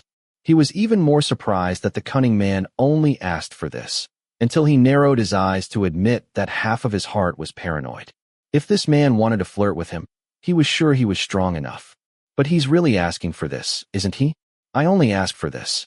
Prapai himself confirmed his doubts, and then went to grab the laptop bag that he had taken from work over the past few days, then turned around and smiled. A smile that could make someone's heart stiffen, but Sky was still hard in the face. In the setting sun, the last light of the day bathed around the sharp face of this man, highlighting his charm. His eyes sparkled, his smile so bright that Sky was dazzled, and all that Prapai was giving him, someone like him who had nothing to do with it. A man who spoke confidently. Just Gnome Sky doesn't run away from me. I'm sure I'm good enough to like me. Lad bud, lad bud, lad bud. At that moment, the sound of a lump in his chest was beating so fast that he had to turn away. It's nothing. Gnome Sky. Today, since I think you are sick, I'll just stop flirting here. But don't think that other days I will be less aggressive than this. Prapai smiled brightly, walked past the door of the room, and opened it until the patient took a deep breath. No matter how aggressive you are, I don't care. But the person listening grinned even more. So, you better wait to see the result. Bang. When the door to the room was closed, Sky dropped himself on the bed. Not because he was sick to the point of being unable to stand, but because his heart rate was still so fast that he had to keep his mouth shut. Suddenly, he thought that he must be soft-hearted until he had to shake his head, banishing this feeling from his head. A person who has experienced such things, how can you be soft-hearted with someone like this? But Sky didn't deny the fact that he really owed Prapai. He would definitely pay it back, but not by exchanging himself like that. The young boy shook his head vigorously, again blaming all the bad thoughts on the fever. If it were a normal time, he wouldn't even have this kind of hesitation. He stood up, gathering an idea of what had to be done to get away. The story of the man went out, making his head hurt when he thought about it.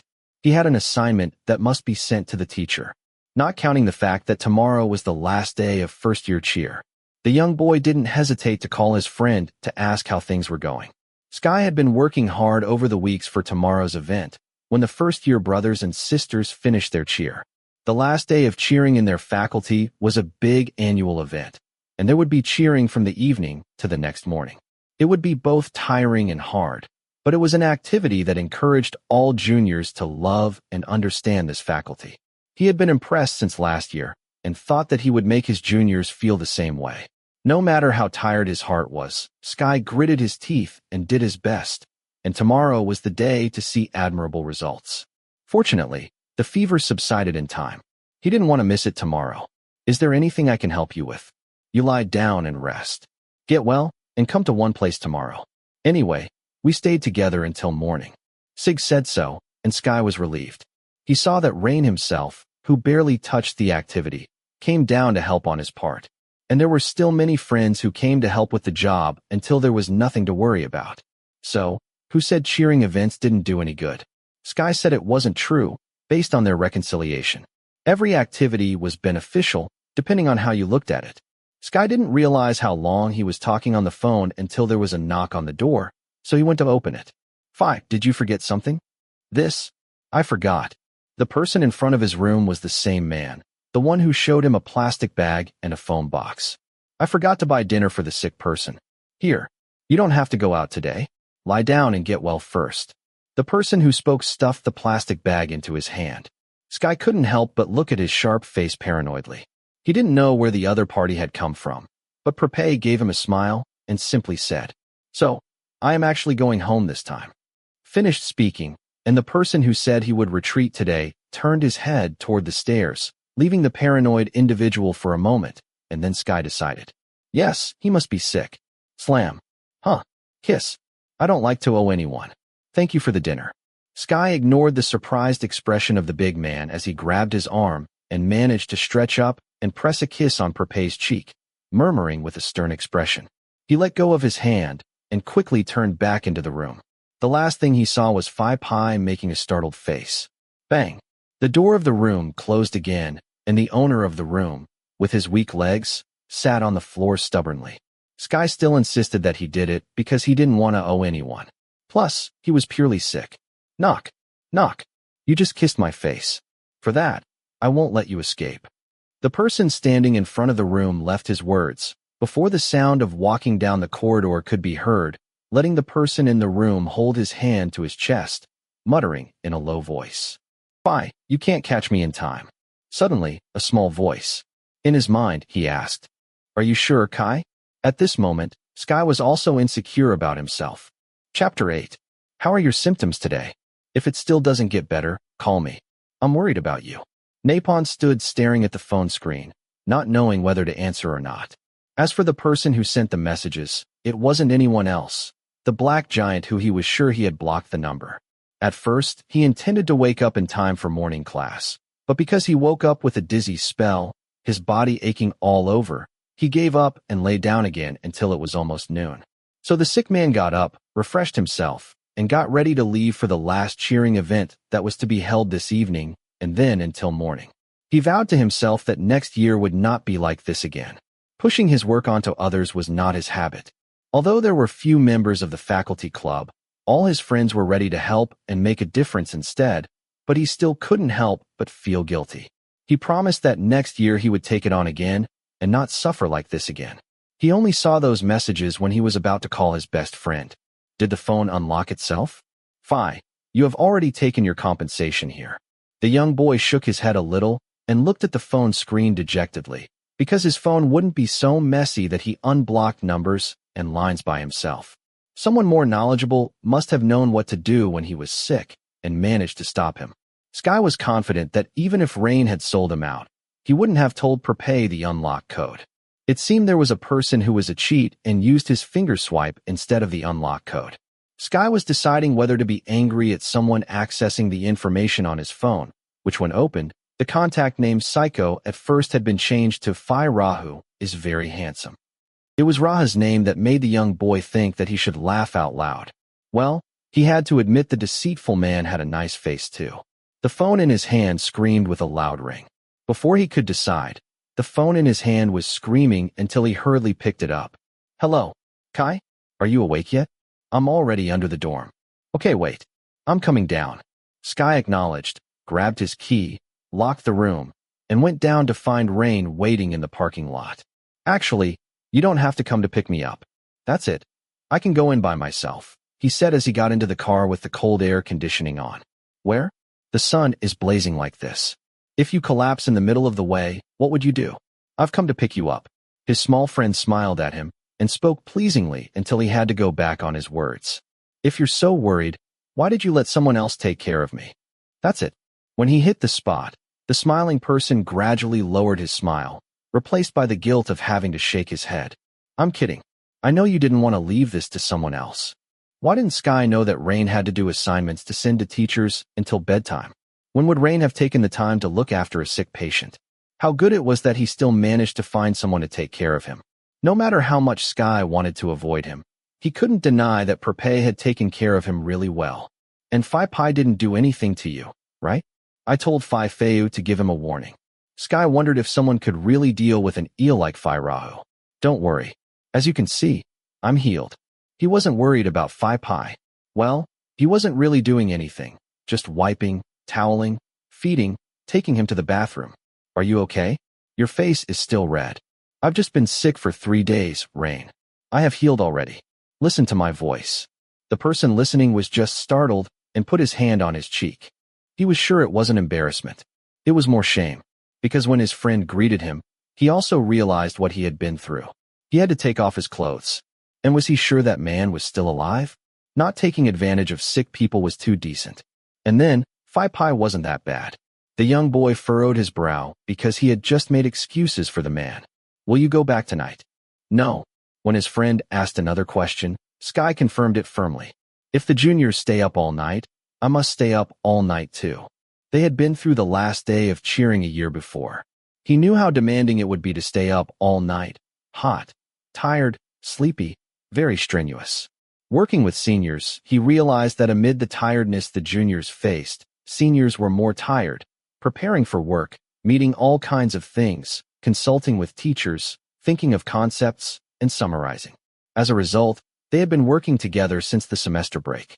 If other seniors could stay, then he, who was now one of those seniors, must be able to stay as well for the bond of their group. The juniors must be tired, and the seniors must be tired alongside them. He didn't think to use the excuse that he had just recovered from illness. Moreover, he was willing to follow the traditions that his elders had passed on and would like to pass them on to the next generation with the same impression. He couldn't do it alone, but because there were friends and seniors who thought alike here. I'd say you don't miss anything. Rain understood him well, so he didn't forbid him. It's good that you were sick the day before. If it had happened today, you would surely cry. You helped with this work from the beginning, but wouldn't see the result. He would be disappointed, yes, but not cry. Well, Sky was sure that he hadn't cried in a very long time. But then, tomorrow morning, it might be overwhelming if he saw the juniors singing. Probably so. Perhaps he recovered faster than he thought because he had a good nurse. Sky leaned his head against the windshield and let his friend tell him what had happened these days.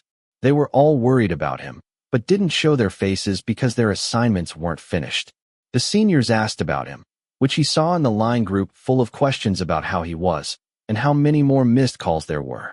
But Sig told him not to call anyone back. This little fellow had gone to report to everyone on his behalf. While letting his thoughts fly, Sky pulled out his cell phone, gave a brief glance, and then opened and read something that had never been read in 1 month. He read all the messages Prapai had sent before he was blocked, until now. Sky confirmed to himself that he was not soft-hearted for not responding to the other person's request. He simply reciprocated what Prapai wanted by reading all that to be aware of, but not accepting, because a response might lead to disappointment. What are you smiling at? Nothing. When his friend greeted him, Sky raised his hand to touch his lips, because, wow, no Sky, you read it. He didn't know if there was a person who was free to sit and watch the phone without work or not, because suddenly a new message popped in and his lips accidentally lifted up in a smile. Not answering means nothing. Just reading this makes me happy. Sky quickly locked the phone and put it in his pocket. He did not care that his phone trembled a few more times, because his heart suddenly trembled with fear. He suspected it was because of the drug's effect. Breakfast snacks for the juniors. Where are they? You go ask Kai? He's in charge of that. Someone prepare some water for the juniors. Hey, there is a junior fainting. Does anyone have any inhalers? You take the junior outside. As the dark blanket unfurled across the sky, the sound of joyful drumming continued from the cheering room. After the first-year juniors just got over the stress of singing the faculty's songs, the outside was equally chaotic. Because even if the event was well prepared, problems had to be solved right then. People were running out all the time, and Sky should have been one of them, but, is there anything I can help you with? Sir, sick person should just sit around. When he asked a friend, the friend replied while pointing to the chair they wanted him to sit in. The last time, before he fell in the middle of the room, they had worried about him, and today he still looked pale. Who would use a sick person? Sky had asked many friends, and they all said in unison they would not let him do anything. But even Rain himself had gone to help the seniors. He, who should be as busy as everyone else, sat and rested and felt guilty about it. Firan, is there anything I can help you with? When he couldn't ask his friend, he turned to ask the third-year senior who was one of the spearheads practicing cheering this year. The girl walked up to him and touched his forehead. You're still warm. I am healed, Fi. If you let me stay still, I would be sick and die. Haha.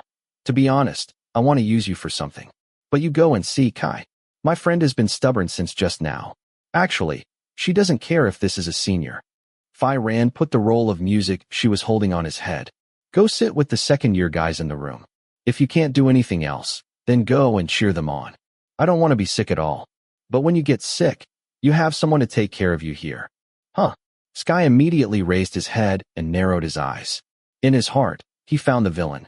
Had Rain sold him out again? When he looked into her big eyes, the girl laughed amusedly, and then leaned over and whispered in his ear. Didn't you know that my boyfriend lives in the same dorm as you, Kai? Okay, he had found a new villain. Fi Joy for sure. Just an acquaintance. I didn't say he was your boyfriend. I should go and sit with the guys in the room.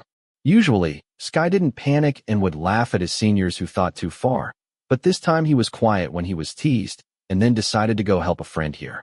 He walked over to his friends in the cheering room instead, not understanding why. With Prapai, he got hot. Maybe because the feeling of being taken care of for the past 2 days was still simmering in his heart. It's not good like this. He has to cut them off. Now it was 1 a.m. Inside the cheering room, it was still going on and on. Even though he could see that many juniors were nodding off in sleeping mode, none of the seniors had said anything. There was only the understanding that everyone was tired, and the more tired they were, the more the seniors pushed on. Who said some juniors had to leave first? Not staying until the end didn't mean not being a true architect. Everyone had their own reasons, and the seniors understood. They just did their best for the juniors who were still staying. But as it got later, the anxiety grew as well. What's going on tonight? The rain pouring down from the sky caused Sky, who had come to breathe the air outside, to murmur with an uneasy expression. He was uncomfortable, but he wasn't worried about himself. Fi, hello. Hello? Are you guys going back already? Sky turned to pay respects with an unfavorable expression, which caused the 4 female juniors to lose face and nod fearfully. Should you go back? The rain doesn't seem to be nearing an end at all. Going out like this will make you sick. He was worried about the juniors going through the rain, and it was already 1 in the morning. Plus, the whole group of women hadn't said anything about not staying together until the end. The whole group met his eyes. It's okay. We can leave. We have an umbrella. A single umbrella was unlikely to cover the rain for 4 women. So, wait here for a moment. I'll run to get you an umbrella. He had just seen his friend walking in another building with an umbrella. There were probably many more there. So he smiled at the juniors, told them to wait there, and then moved as if to run through the rain across the building to bring one to them. Damn cock. It was at that moment that Sky almost broke his head when his best friend called loudly and ran from the other direction. What the fuck are you doing? What the fuck are you yelling at? The juniors are shocked. I'm going to get an umbrella for the juniors. Sky replied, to which his best friend immediately barked. Are you crazy? You just went to the hospital for an 4 drip. If you run through the rain and come back to stay all night, you'll die in the building. You guys are going to go out, right? I'd better drive ahead. But it's late now. Isn't the way home dangerous? Rain finished scolding his friend and asked the juniors worriedly. Okay, so I'm going to bring an umbrella for them. Get on your leg. It's raining, so you send your face to them. It's not good when you get home. This time Rain nodded his head but pointed at Sky's face. So, I'll go get it myself. You stay. You're sick and you're still good at it. Then the little friend ran through the rain to the other building, causing the juniors to look at each other, and then turned to look at Sky. Fi, are you sick? A little bit. His voice was still hoarse, which made the first-year juniors, who looked a bit more daring than the others, ask. Then why didn't you go back to rest? The question made Sky smile, and he sincerely told them. The juniors are still staying. Why can't I stay? Hey Kai, Firan asked for you. She couldn't find the thread-tying ceremony things. Do you have them? Sky didn't notice how the juniors looked when he finished saying this sentence, because another friend called out. So he entrusted them to stay and wait for Warine to come back as his friend, and then rushed to the senior who asked for him. How will you guys get back together? Looking after Sky as he went to his friend, Rain asked the juniors with the same concern, causing the group to look at each other, and then one spoke up. I think I've changed my mind, Fi. If seniors could do this for them, then why couldn't they accept the good wishes that seniors had for them? I'm sick of it. I don't know where the rain came from. While Sky was worrying about the juniors who wanted to go home first, on the other side of Bangkok, the racing event held on Klang Krung Road was abruptly cancelled. The wind had brought the drizzle here until the ground was wet, and even if the rain stopped in a few minutes, it wouldn't have mattered. Who wanted to race on a road where accidents happened at any time? Prapai also complained very loudly. The weather forecast said today the weather would be fine all day. Not too far away, Feiyu, a handsome young master who had casually tied his hair at the back of his head, was directing his crew to lift the refurbished superbike back onto the container. This race wasn't just a regular kids event. Someone had the authority to shut down roads at night to open up a racetrack for members to challenge their speed. The common people had no access. Many luxury supercars were swarming out of the fair with extreme aggravation. Good. I'm in a hurry tonight. But Feiyu shrugged his shoulders and didn't care. Have an appointment with your wife? The person listening raised a smile at the corners of his mouth, eyes glistening like a hawk's. And looking at your face, I already know the answer. Prapai laughed at the thought of the other person's wife's friend again. Today he had sat watching his cell phone all day, making himself free as he had asked his father for leave. But there was no loud noise. There were old bed partners who he rejected, and the person he was waiting for just read the message but didn't answer, until he didn't know if he should be discouraged or embarrassed. Actually, he was probably more worried. Tonight, will he have nightmares or not? Prapai's unnatural, stern expression made Feiyu ask, Are you going with me? Where are you going? Pai turned and looked at his friend, before pretending to open his eyes wide. Thank you, but I don't like threesomes. Feiyu's ruthless eyes suddenly appeared until Prapai hurriedly raised his hand to his shoulder. I'm kidding, and I am going to ask if you want to come with me. Go. Fi Feiyu. Fi Pai. Hello. Feiyu hadn't finished, and they had to turn and look at the greeting, and then saw someone who had disappeared for a long time. Oh, Petch, Kansas. You haven't been here in a long while. The other two were members of this event too and had seen each other face to face several times. Prapai had an amicable rapport with them. No matter how many times I compete, I lose here. Unlike Prapai, how many times has he won? Petch said enthusiastically, and his eyes sparkled. Then he turned and looked at his friend's face. Phi, you made can lose his self-worth because he lost to you in every race. It's so bullshit, so we rarely show up. Hey, I am not. Prapai laughed and didn't care about the boy's furious expression more than his eyebrow piercing back at him. He was not angry even if these bastards used to curse him behind his back. He often saw them. He lost and won on the field, and when he left the field, they could be brothers. So, I'm going to wash my hands today. The person listening shook his head. No, Prapai. We just haven't been here in a long time, and we wanted to stop by. I don't dare to compete with you anymore. Ken replied. Unfortunately, it's raining today. So see you next time, Feiyu. Prapai, we're going. Petch added, saying goodbye to both of them as they boarded their European cars and drove off in the other direction. When they had only the two of them left as before, the talented racer turned and looked at the great mechanic who was a young architect during the day. But at night he got on a big bike instead. He asked what he had said just now. What's left? I'm going to college. Feiyu said that easily. Now. The person listening looked down and looked at the clock, saying it was 2 in the morning. Tonight, the faculty is having their last cheer until the end of the morning. Last year I didn't go. This year I have to tie the wrists of the juniors. Feiyu said nonchalantly, with eyes twinkling that made the person listening narrow his eyes. I think you'd rather tie your wrists to your wife. Prapai heard that Rain was Feiyu's direct code line junior. Only when Feiyu finished his studies, Rain had just entered first year. It meant that last year he had made a mistake, the mistake that made him fail to tie the white thread on his wife's wrist. Everything was played out through his sly eyes. Are you going? Go.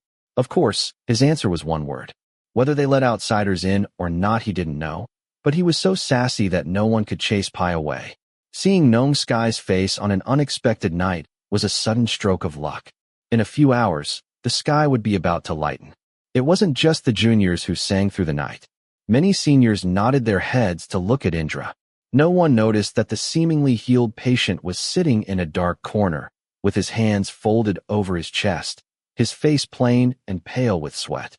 Sweat splashed around his hairline, his face shuddering because the fever had returned. You have to take medicine. His brain whispered warnings, but his body didn't want to move more than to turn around and scream that it needed rest.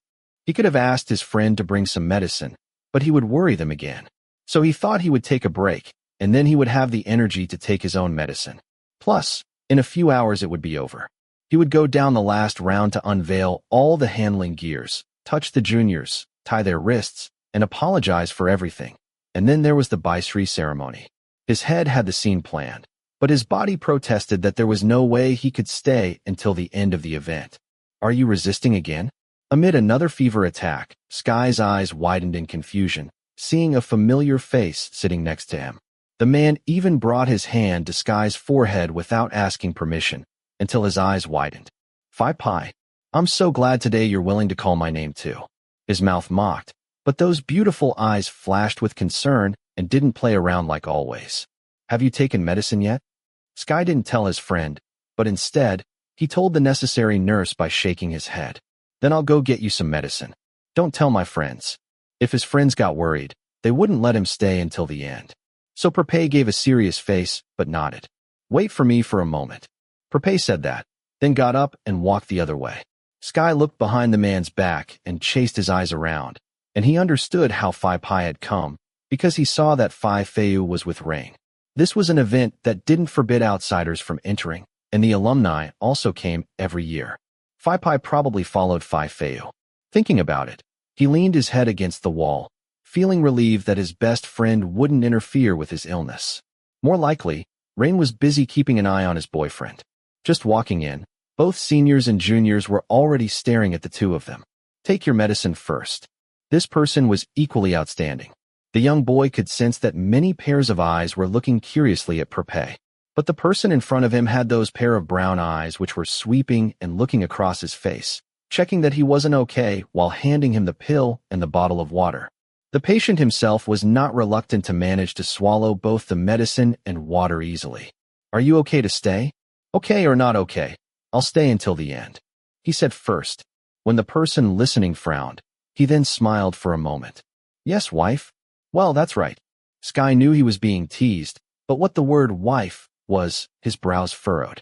Come on, I'm talking to you. Don't make that face, or you'll have a headache. Come on, the event will be over in a few hours, right? Lean on me. Prapai pulled his head back to his shoulder as Sky tried to refuse to the best of his ability. This was not Pai's condo, and not his dormitory. How could he lie on this guy's shoulder among so many people? Did he have the brain to think? If not, I'll take you home, forcibly if I have to. Sky almost questioned what right Prapai had, but when he was forced to hold his head against his shoulder, he felt relieved.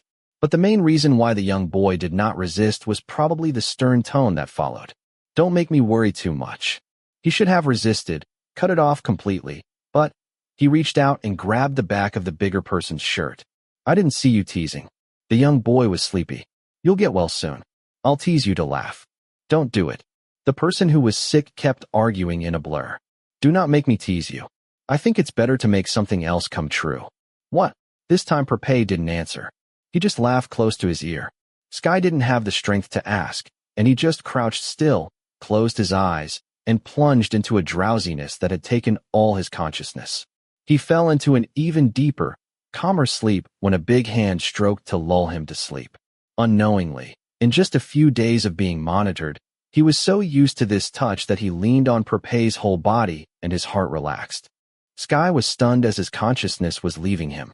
Thank you for coming to see me. Thank you for taking care of me. He didn't know how the words made the playful man look at him with tender eyes. The restlessness that flared up at the first moment he saw the weak, pale boy was replaced by the scorching heat in his chest, and then Prapai whispered to the person who slept against him. Should I make it a reality? Make Sky my wife for real. Prapai tightened his hold on the person who was sick. Chapter 9. How did you get here? Oh, we slept together for an hour. After recovering, you do not remember. If he says he cannot remember, that is not correct. Before he was sick, anything he accidentally did was blamed on the fever. When Sky took the pills, he fell asleep for an hour. The young boy woke up to the sense that many pairs of eyes were staring, hurriedly got up from his pillow, and asked with a puzzled voice, a calm expression hiding doubt, suppressing the strange feeling that pervaded his chest. When the body is weak, he was swayed easily. Prapai moaned with a pitiful look on his face, and his mouth showed disgust. Is it me? Or did you know you had to wake up in the morning? I was so worried that I followed Faye there. I went to find medicine for you to take, and I was also a pillow for you to lie on. But it seems like I am not good enough for someone around here to see my value. What I do is not good, and when doing good, it is considered evil. When I'm worried, it's fake. I'm probably nothing good. At first, Sky felt guilty, but now he's annoyed. Really, Sky? That senior sat for you to snuggle up with for a long time. A friend swooped in to tell him, and there was still a supportive voice nodding deeply until he wondered if he was asleep. Did the bastard run away to play a monkey drama? Have his friends in the group seen it? Why are so many people taking sides with him? Okay, I'm sorry. I'm unclear. But Sky was still Sky, who replied calmly. He walked the other way out of the sight of his friends, with the big man following behind. Why are you following me? I'm going to the bathroom. Followed step by step, Sky turned to look at him and asked with a more serious expression. But he wasn't sure if he did it because he concealed his feelings or not. He was really annoyed with Prapai. Pap. The bigger person raised his hand to his forehead, pressing against his own, until Sky had to turn his face away. It's still bad. The fever has reduced. It's so soft. Right now, not only were brown eyes swept across his face seriously, a hand that wasn't as thick as his face gently touched his cheek, touching to be sure that he was not feverish again. The figure's lips lifted into a relieved smile that Sky didn't know was a real expression or just a mock-up for him. He tried to think of the latter, but his heart was shouting that Prapai wasn't pretending. Prapai didn't pretend to be nice like the others he had met. Are you sure? If your heart is too strong, you'll be weak when you meet him? You don't have to worry about me. And you better use the time to do something else. The young boy cut the conversation and turned to his destination. But Gnome Sky doesn't have the right to order me. Well, he shouldn't feel anything, right? Then why is Prapai saying that he has no right? To the point of not being able to walk, and his lips pressed together tightly. Even though his brain accepted what this guy said, he didn't have the right to make Prapai do or not do anything. But why did he feel numb all over his body? He didn't even dare to turn around and see what the other party was doing. Sky stood still even when a wide chest padded behind him. He remained motionless even though two hands were wrapped around his waist, and a sharp face leaned down to place his chin at his shoulder. Who am I worried about? And who do I like? That is my right. I know, so let me go. He tried to take off Pai's hand, but he couldn't. He stood still, and his torso trembled slightly as the warmth wrapped around his waist. The bigger person also tightened his embrace and pushed himself in until almost touching every part of his body in front of him. He pushed away. But I can give that right to you, Nong Sky, if you want it. Kook. From a solid stance, Sky turned around, and he saw a gentle smile. As Prapai placed a hand on his neck and used his fingertips to caress his soft skin, it gave Sky goosebumps, but not to the extreme. He just felt his whole body and blood flash from head to toe and from foot to head. But he couldn't take his eyes off those beautiful eyes. Then Prapai spoke in a pleasant tone. Let me worry about you, Sky, alone. And like Sky alone, only me. Those eyes stopped at his lips until the young boy trembled. The sharp face came in, approaching, so close that the tip of his nose brushed through his lips softly. The cheering sound came from a different world. Sky. His little heart trembled even more, and Prapai whispered, Believe I'm serious with you. Quick. Before their lips clung together, Sky turned his head and tried to flick himself out of his grip. His voice may have remained completely still, unlike the flaming lips. We are at the university. Napon also realized that what he said was stupid. He should have told him to let go. He acted as if this was a joke as before, but instead, Prapai claimed the place. As if saying they would talk about this later, Prapai didn't continue more than that, because both hands let loose from his waist sluggishly. When he had freed both legs, he hurried to the bathroom as he had said at first, not because of his stomachache, but because he wanted to get away from this guy. He was too dangerous, more than he had initially expected. But before taking the third step, his arm was already held back. Okay, but tonight, I want to stay until the end of the event to make sure you don't fall. So I pray that I won't hear Nong Sky chasing me again. At least until I'm sure you are safe. He could argue. He could argue that it wasn't necessary because he had a lot of friends. But the sick person nodded slowly. He looked at the hand holding his forearm still until Prapai let go. But you have to promise that you won't take me anywhere until the event is over, he asked. If you want to be with me, stay with me, but don't force him to go back to the dorm either. The person who spoke stared blankly while the listening person slowly shook his head. I will not do that. Sky was still waiting because he knew that the person hadn't finished speaking. His beautiful eyes sparkled with affection. If this matter is important to Sky, I will not stop you. Suddenly, the listening person flashed his hand hurriedly toward the bathroom. He didn't even glance back because he didn't want the cunning man to see his hot face, with his heart beating fast. He seemed to hear Prapai say what was important to him, and Prapai would also consider him. Sometimes Sky hated his own thoughts. The more time he spent thinking, the harder it made his heart work. Although Napon's condition deteriorated throughout the night, it had no effect on the activities they intended to share with the juniors, because the last cheering of this year was finally going to end. Amidst the smiles and tears, the atmosphere of the whole faculty became warmer and more joyful, mingling with laughter. There was an apology for everything that the seniors had done over the past few weeks. Alumni who had graduated, whether a year ago or 10 years ago, still came. A night that outsiders found pointless, but it made sense for everyone who had gone through this activity together. Love and the bond became stronger. It could be felt that they were the same family, the same architecture family, the same university. No matter how many years passed, the institutional bond would remain the same. The smiles and tears of the juniors made the seniors proud of the results. If they could make everyone feel the faculty bond even more, it was just a little tiring. It couldn't compare to the brutal work that teachers did almost every day. Sky was smiling broadly at this moment. Fine.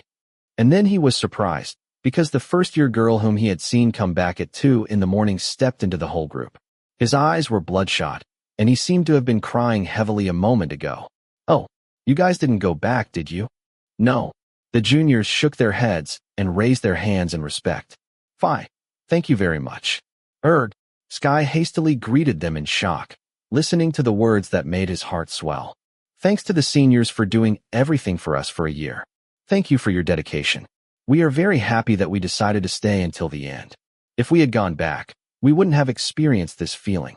The listening person smiled and listened to the trembling voices of those watching and knew how glad they were that they had changed their minds at the last second. Because once it's over, it's tiring, but it's worth the effort. This kind of feeling, warmth, and impression, only those at that moment can understand. No, we seniors want to thank you guys for fighting until the end. The whole group of juniors raised their hands to pay homage to each other again and walked back together with their friends, with a smile that made the tiredness of months of preparation blow out of their hearts. He saw the same smile he had seen last year. Knowing Sky. Sky turned to look at the person he had completely forgotten he was with until the last moment. Because when his condition improved, he had to go help prepare for the Bisri event. Before Prapai had returned, Prapai was still there. He gave this man a happy smile. Prapai looked stunned, but smiled after a moment. Why is it when he sees this man's face, his heart grows even bigger? A junior came to thank me. Sky didn't know why, but he wanted to tell someone. The listening person, Prapai, was just right there. I saw it. Are you happy? Absolutely, Prapai. I didn't think I'd be this happy. These were the few times Sky called his name with his mouth full. There was no compulsory condition at first. He called his name willingly and called him with joy. He wanted to share this joy with someone who had spent the night sleeping, and he forgot to even turn his head away when the bigger person reached out to caress him affectionately. He didn't care. He would gently grab his cheek and rub it affectionately. So, it's good to see Gnome Sky happy. I'm happy too. Oh, I'm so glad. I never thought I'd be this happy, and I didn't think the juniors would understand how hard we tried. I feel terribly good. No matter how much he tried to act older than his age, Sky was still a kid who hadn't reached his 20s yet. Now he was more like a child who told someone about his happiness. The listening person, the other, listened intently with his sincere words. I'm happy too. Ugh. Sky smiled, and he didn't look like a cold person. At that moment, Prapai, who had never been serious with anyone, imprinted this smile into his heart until he couldn't help but pull the smaller man to hug him tightly and let go. The young boy couldn't keep up, but he stood puzzled at the touch that flashed through but brought more warmth than anyone else. See, it's so bad. What are you doing? Sky raised his eyebrows again, but Prapai still insisted on the same words and raised his hand to rub his face. See, it's so really bad. If he thought he wanted to keep this smile, then his road of being a fun-loving, no-strings-attached man had reached a dead end. Sleep with someone without being careful like this, it's so bad. Prapai didn't even think that there would be a day when he would sit looking after someone all night, knowing that he could never get anything in return. But today he did. He followed Feu to the faculty and sat watching the juniors all night. The kind where the guarded person he was looking after did not even glance at him. As soon as he got sick, he still sat down. But when he got better, he disappeared into the clouds. He also surprised himself when he had such great patience. The first-year juniors of Sky, Feu, or Rain still had activities to do, but Pai just sat and slapped mosquitoes and made friends with many of Gnome Sky's friends. But the person whose face he wanted to see didn't come to see him. He wanted to give up many times, thinking about whether it would be better to go home and sleep. But those thoughts vanished when he saw a single smile from Gnome Sky. Pai felt he was done for. At first, he was going to be patient to make the boy feel soft-hearted, but he turned into an arrow that attacked his own heart. If Sky felt relief from his tiredness after seeing the first year's smile, then Prapai felt relief from his annoyance just by seeing Sky's mouth and eyes widening. The thought of sitting all night watching in exchange for this single smile, it was worth it. Nothing else should come into his mind. If his father heard this, he would curse him. You studied management, so how did you come to accept this loss so willingly? Only it wasn't enough. After everyone dispersed to go home, he offered to bring Gnome Sky to his dorm. The other party should probably give up easily, but not because he saw Prapai's goodness, but because just opening the door to enter the room, his young boy lay on his bed and slept soundly until now. For hours later, Sky still hadn't woken up, and he seemed likely to sleep for a few more hours. Prapai could interpret this as saying that the other person could trust him, but he knew that it wasn't that Sky had started to trust him. A person who trusted should have opened his eyes, closed them, and wanted to sleep in one more position. It was more cautious, because it meant that knowing Sky was always aware that he had come with a purpose, and it was not just to be a support pillow. Don't tell him that before he starts flirting with Sky, he has to convince him that he was not playing around with him. He was serious. He wanted to really flirt, really wanted to be his boyfriend. And the truth was, he just became sure a few hours ago. I have a huge fight already, before I even decided. He hadn't slept all night, but now he couldn't sleep. It's not that he wasn't sleepy, but when he looked at Sky's face, he was so happy that he forgot to sleep. It's a lot of wants. The young man sighed, but did not use his hand to poke the boy's cheek. Maybe because it was a bit discolored because of Sky being sick, but it was soft and pleasant to the touch. He used the back of his hand to rub his cheeks, squeeze his nose, and slide his fingertips to play around his kissable lips. When he drew a lot, he thought he wanted to touch the gum instead. If you want it, go get it. This opportunity had already been opened. Sky had been lying on his back since an hour ago, and his shirt was up over his stomach until the person looking wanted to knead hard and suck until his skin was scratched. But he remained patiently waiting, as if they all had their limits, and a man who hadn't waited this long before was drooling. In the past, because he saw that the fever was high, he stayed still. But now the fever was gone. Swipe. Finishing his thought process, Prapai lifted the hem of Sky's t-shirt high, his eyes glistening, his tongue licking his lips impatiently, and staring at the softness that appeared to him. His eyes even touched the hem of the shirt above his chest. The thing that had attracted him months ago was in front of him, until the light-colored nipples, extremely sensitive, came into view. The person looking felt it hard to swallow saliva down his throat. He's not a reluctant person. This was small punishment for having to sit and wait all night, plus these 4 hours. When he could find a reason, let's arrange for some payment for services rendered. Really sexy. Prapai had thought many years ago that men's nipples were just as sexy as women's, but he had never met one that was so sensitive. Sky's previous touch was so impressive that he tasted it even more and liked it. What he liked most was the reaction of the other party, who moaned loudly as he squeezed and moved his hips at the same time. Oh, swipe. As soon as the tip of his finger touched, the deep sleeper let out a protest-like noise, but didn't turn around. The person who touched was startled by Sky's moan. He glanced over and found that Sky was not awake. He came back to focus on the cute part that his fingers spread back and forth on both sides. Prapai felt his body was just starting to heat up, his eyes staring at him like a dog seeing a huge bone. In this job, he agreed to be a dog. Swipe. At first, Prapai was just playing, but the stiffness of his fingering made him take a few breaths. The irresistible need reached forward. He blew his breath, and then, ugh. Swipe. As soon as the tip of the tongue was sent to lick the light-colored nipple, a giddy moan came out of Sky's mouth. Prapai exclaimed in his mind and his body that wouldn't stop there. Instead of stopping at just one lick, he covered his lips and sucked, alternating with light biting. He didn't care if his body was hot. He just wanted to taste the taste of this boy more than before, when everything had been rushing.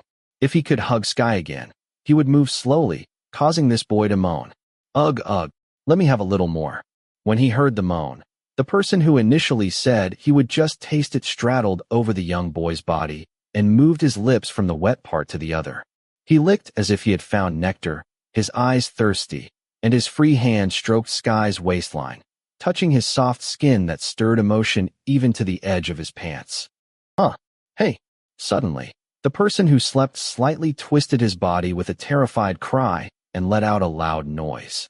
Prapai glanced over until he found that the sleeping person had woken up and was staring at him with both cheeks flushing. Fi, were you going to do me? Sky may have regained consciousness quickly, but his voice trembled so visibly that the burning man took a deep breath but could smell a more sensual body. A pair of sharp eyes shone on the hunter. The two hands stroking Sky's soft body turned into fists. He could persuade Sky to do more, but, may I borrow the bathroom? Bang. The panicked look in Sky's eyes gleamed with fear, hitting him like a sledgehammer smashing into the middle of his head until Prapai regained consciousness. He quickly stepped into the bathroom and closed his eyes. He used to be able to easily suppress his demands. But here he had just sucked a few licks at him to replay it, and he himself felt that he couldn't stand it. He did not just want to hug Sky again. He wanted to hug and hold him more, without ever thinking of stopping.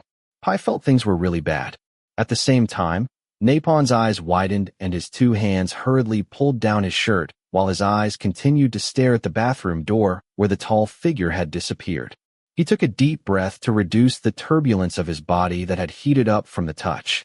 But what shocked him the most wasn't waking up to see a man lying above him. It was that he felt relief to see that that person was Prapai. In an instant, Sky thought he should not think like this, and shouldn't have felt like this. But it happened. Damn, Kai. You can't think like this with someone you can't trust. Yes, he was soft-hearted. He didn't know when it started. Maybe when Prapai came to watch over him.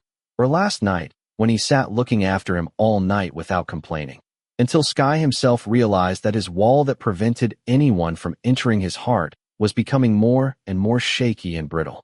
As soon as Prapai chose to go to the bathroom to relieve himself, instead of continuing with everything like the first time they had sex, Prapai actually touched him, but he didn't do anything more than that. Sky knew that he was crazy to think like this. Being touched meant being touched, no matter how small. It was called sexual harassment. But he wasn't angry. Instead, he thought that a man who looked like he had been starved of sex for months had to be called smart. No, Kai. Prapai came to fool around with you. Not that he won't fool around with other people. But why was his voice so soft? 20 minutes later, the uninvited guest walked out of the bathroom with a refreshed look. His stern face and hot eyes returned to the same playful man, and he was not at all embarrassed to show his bare chest until the owner of the room himself turned around to sit and correct his pattern, even though his concentration was not on his work. Thank you for lending me the bathroom. I am much fresher. I haven't told you to use it. Come on. Don't be stingy. I just borrowed your bathroom. My bathroom doesn't mind, but I don't forget what I woke up to. Sky glanced contemptuously, and Prapai laughed softly and went to sit at the end of the bed, a little far from his desk. Come on, don't be stingy. I've been holding on for months. Prapai said the same thing, just changed at the end. But that made the person who was sitting and correcting the pattern in an assignment he was meant to send the teacher in time for Monday look in disbelief and turn around to look at the tall figure, as the person who spoke grinned wider. Wanna know? No. The young boy stared at those sly eyes and turned his chair back, not thinking of falling into a trap. But I want to tell you this. Okay, it's okay. I'll tell you. I think it's funny. Since I hugged Gnome Sky months ago. Oh my. Hey, it's been over 3 months now. How did I endure it for so long? I haven't messed with anyone. So why can I be such a good and honest man? Whoever believes is stupid. He's not that stupid, but he was willing to turn around and talk to him again. I'm telling the truth. Sky didn't respond. He just used his eyes fixedly, which caused the tall figure to slightly lower his smile. I slept with another person once. Sigh. Okay, twice. The owner of the room shook his head and went back to sit and correct the same pattern as Prapai spoke in a loud voice. I am telling the truth. 3 times. Okay. This isn't bullshit.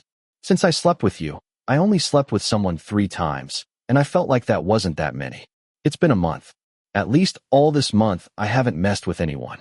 Before, Prapai was still addicted to playing, but this time he was more serious and lay down on the bed like that. Swipe. Fi. Why did you come to confess to me? That's it. I didn't even want to touch them. The person lying on the bed pressed his eyes to look at the back and laughed. Okay, I am being shameless. Let's say I managed to make Gnome Sky laugh. The young boy didn't turn around and pretended he was busy with his work while his brain was thinking. Prapai didn't mess with anyone during his turmoil, until he had to raise one hand to his chin to prevent the other person from seeing his smile. Then listen to me. I must be a psychopath now. Aren't you already that? He backed up softly. This time the bigger person smiled slyly. This one I just became. I just realized that I like nipples. Oh, they must be nipples that have been pierced. Sky got a flushed face and threw the pencil draft in his hand toward the bigger person, biting his lip tightly. He looked at the person who pretended to cry while smiling so wide that he saw every tooth, where a soft voice hit his heart. Did you see that? I can make you, Gnome Sky, become frustrated like me too. Crazy. Who is? I'm going to take a shower. Finally, he walked slowly to the bathroom, ignoring the noise that suggested he probably had a fever again because his face was bright red. It's not the fever that made it so hot, but because a psycho liked nipples. Damn. Even as he saw his reflection in the mirror, he cursed and raised the back of his hand to cover his mouth because, in addition to his flushed cheeks, His black eyes were still flickering. It wasn't because of fear, but because he was afraid that he was unknowingly opening up to another person. If he didn't feel anything, why couldn't he keep his emotions in check? Chapter 10. Nong Sky Nong Kai? Prapai is hungry now. You go home. Your stomach is not attached to my stomach. After going to the bathroom for half an hour to wash the sweat that had accumulated since yesterday, Sky stabilized his mood. Combined with the freshness of having slept for several hours, he began to look forward to a new day. He stubbornly took the lead and tried to ignore the other guy who was still rolling around in bed. I don't understand why he didn't go back home. The first hour was quiet, but the next hour he began to feel like an annoyance. Nong Sky, you haven't eaten anything since this morning. Hey, it's getting dark already. I'm not hungry. I want to finish this assignment first. Wait, I'm sleepy. Oh, you are so sleepy. Then you don't have to be upset. Sleep for a long time. If you disappear and go to sleep far away, that's better. When he realized that he was soft-hearted toward Prapai, he got back up and put his guard up again.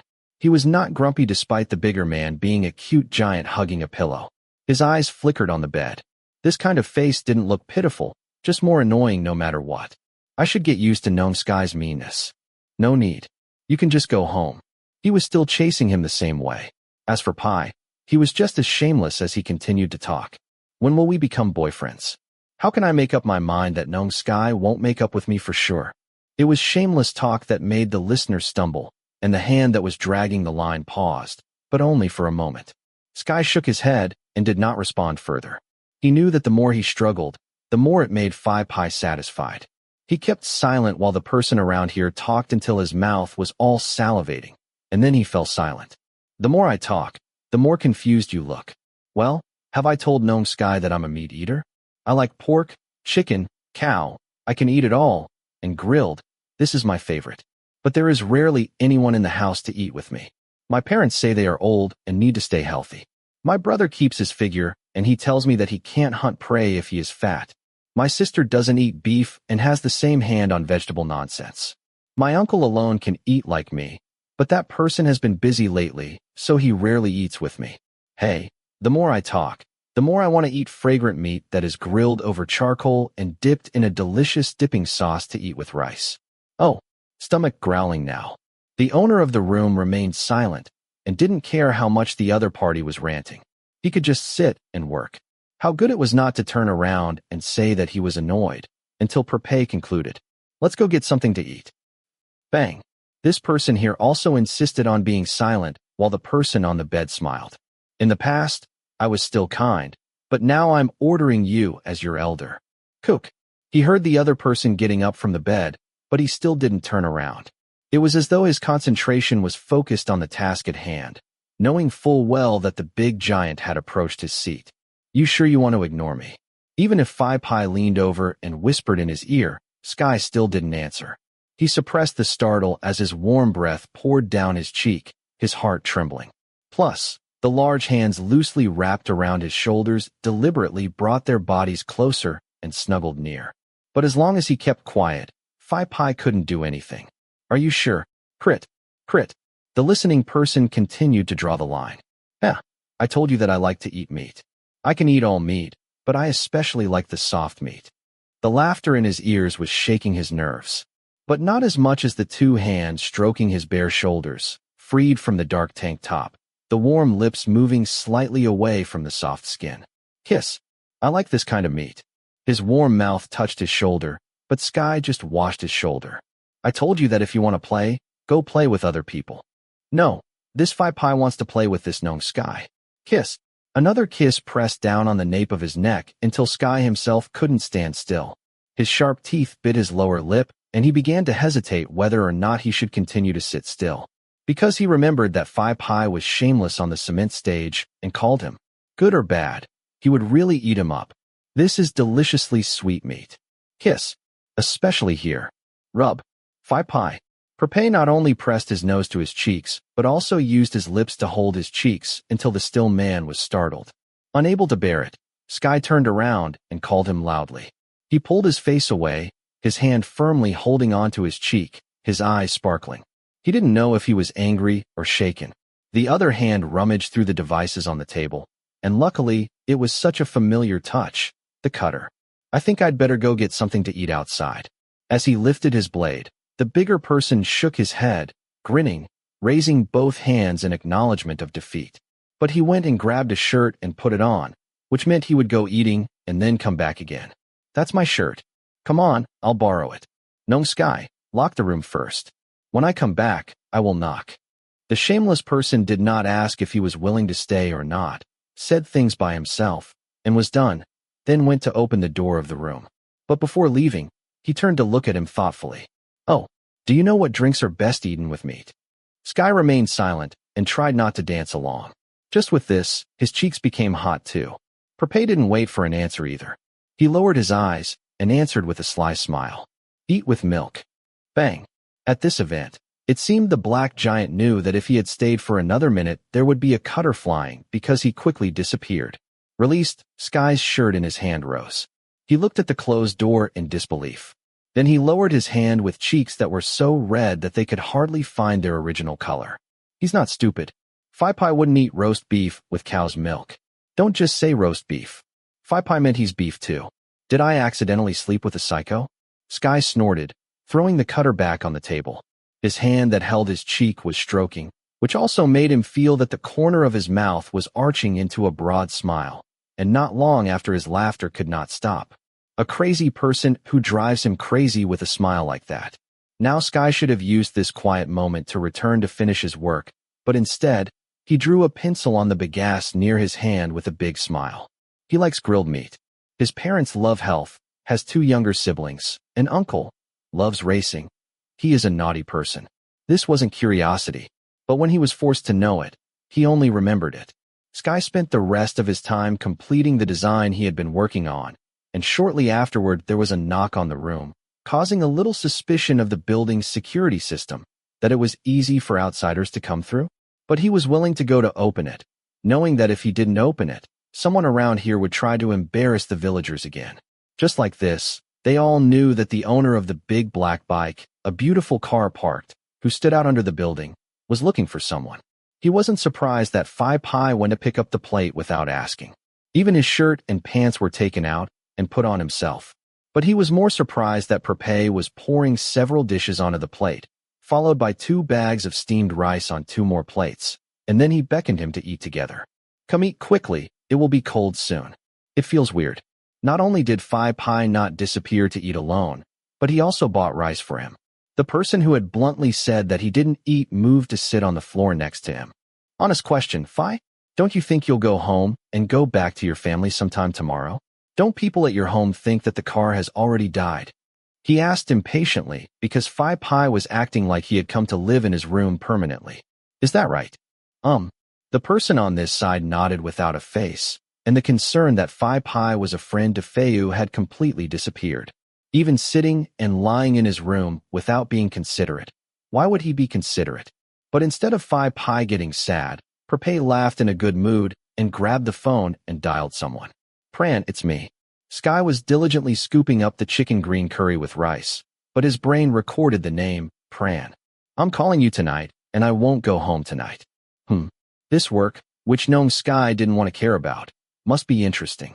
Well, if he didn't go home, where would he sleep if it wasn't his room? But the person talking on the phone still spoke with an innocent look on his face. I didn't take the wrong pills and am not cuckoo. I called to report because the person on this side was worried that you guys at home would wonder where I've gone. So, I called to say don't worry, I'm safe. Sky swore that his words were meant to chase him out, but Prapai interpreted annoyedly that he was speaking out of concern. He raised an eyebrow at him. And what was the person talking on the phone doing? I called for just that. After talking and hanging up, he had to report to the one who was listening again. I already called my sister, but that person said I must have gone insane. I didn't tell you to call your home, and I didn't say I was going to let you stay here either. Sky played the ball straight, but the listening person's eyes widened and moved as if hesitant. Oh, is this true? I already told my sister that tonight she will tell the people at home to close the house and not wait for me. So where am I going to sleep? I brought a big bike and I don't have a roof over my head. Once again, you saw that I had to stay here for a night. Kai was responsible for making me call home. Prapai had finished all the conclusions until the listening person asked for a sentence. Are you being funny? Are you laughing? Sky wanted to make his eyes cold, but he knew his mouth was twitching. The more he looked at the man who pretended to be innocent but flicked his invisible tail and also had 9 sly tails like this, whoever believed in it would be mad. In the end, he bowed his head down and ate his food. Okay, not forbidding means allowing. Even if I forbade you, would you listen? Sky knew that he was at risk of letting someone who wanted to have sex with him stay in his room. But if Prapai wanted to force him into having sex, he had wasted his sick night. He had nothing to lose. If Prapai forced him, from now on, he would not let him get close, and it would be over. Besides, he still hadn't repaid the matter of Prapai taking care of him when he was sick. How weak was this, Kai? Prapai, are you close with your siblings? Are you guys close? When the room became quiet, Sky asked. He could feel how close Prapai was to his siblings. While Prapai didn't even bother to say anything, he nodded his head and told him, We are very close. I am the eldest. The middle one is in his 3rd year, and the youngest just entered her 1st year. The age difference is not much. The 2 of them are exactly the same, stubborn. They go after what they want, stubborn too. 100 carts of etiquette are all used up, and they will lure their crush or one-night stands into the mix, as long as they achieve their goals regardless of the method. Sometimes they give me a headache often. When he says this, it's familiar. I think you are wrong. It's not just those 2 who have the same personality. And the person with a headache is probably me. Hey, you are replicating the entire clan. Prapai didn't argue. He laughed acceptably and asked some questions. Knowing Sky. MH. Do you have siblings? Sky rarely tells anyone about his home. He may be close and know a lot of people, but in the whole university, only Rain knows about his home. And since it's not something to hide, the young boy agreed to answer questions. I'm an only child, so I don't understand how people with siblings feel. And I rarely live with my parents. They are divorced. My mother is in another place and my father is in another place. I have not seen my mother in many years, but we still have calls to talk about once in a while. Sky was not sad that his parents were divorced, but he did not say that he was not lonely. It was clear enough for Prapai to put down the spoon, then move in and sit so close that their shoulders collided. He almost said it was hot, but, on any given day, I introduce my siblings to you. I am sure Sky will like them.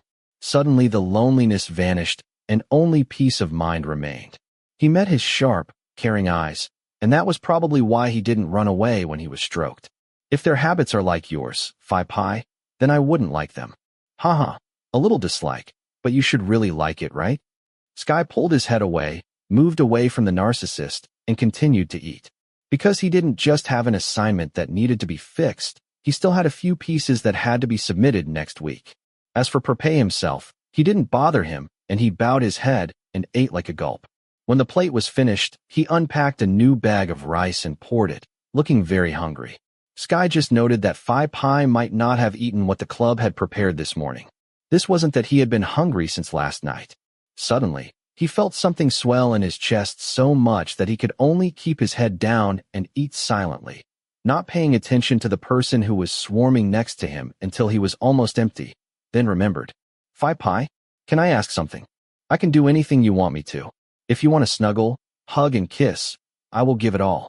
He waited until the person in a good mood offered everything and then asked for something the other person didn't expect. Can you stop calling me Gnome Sky?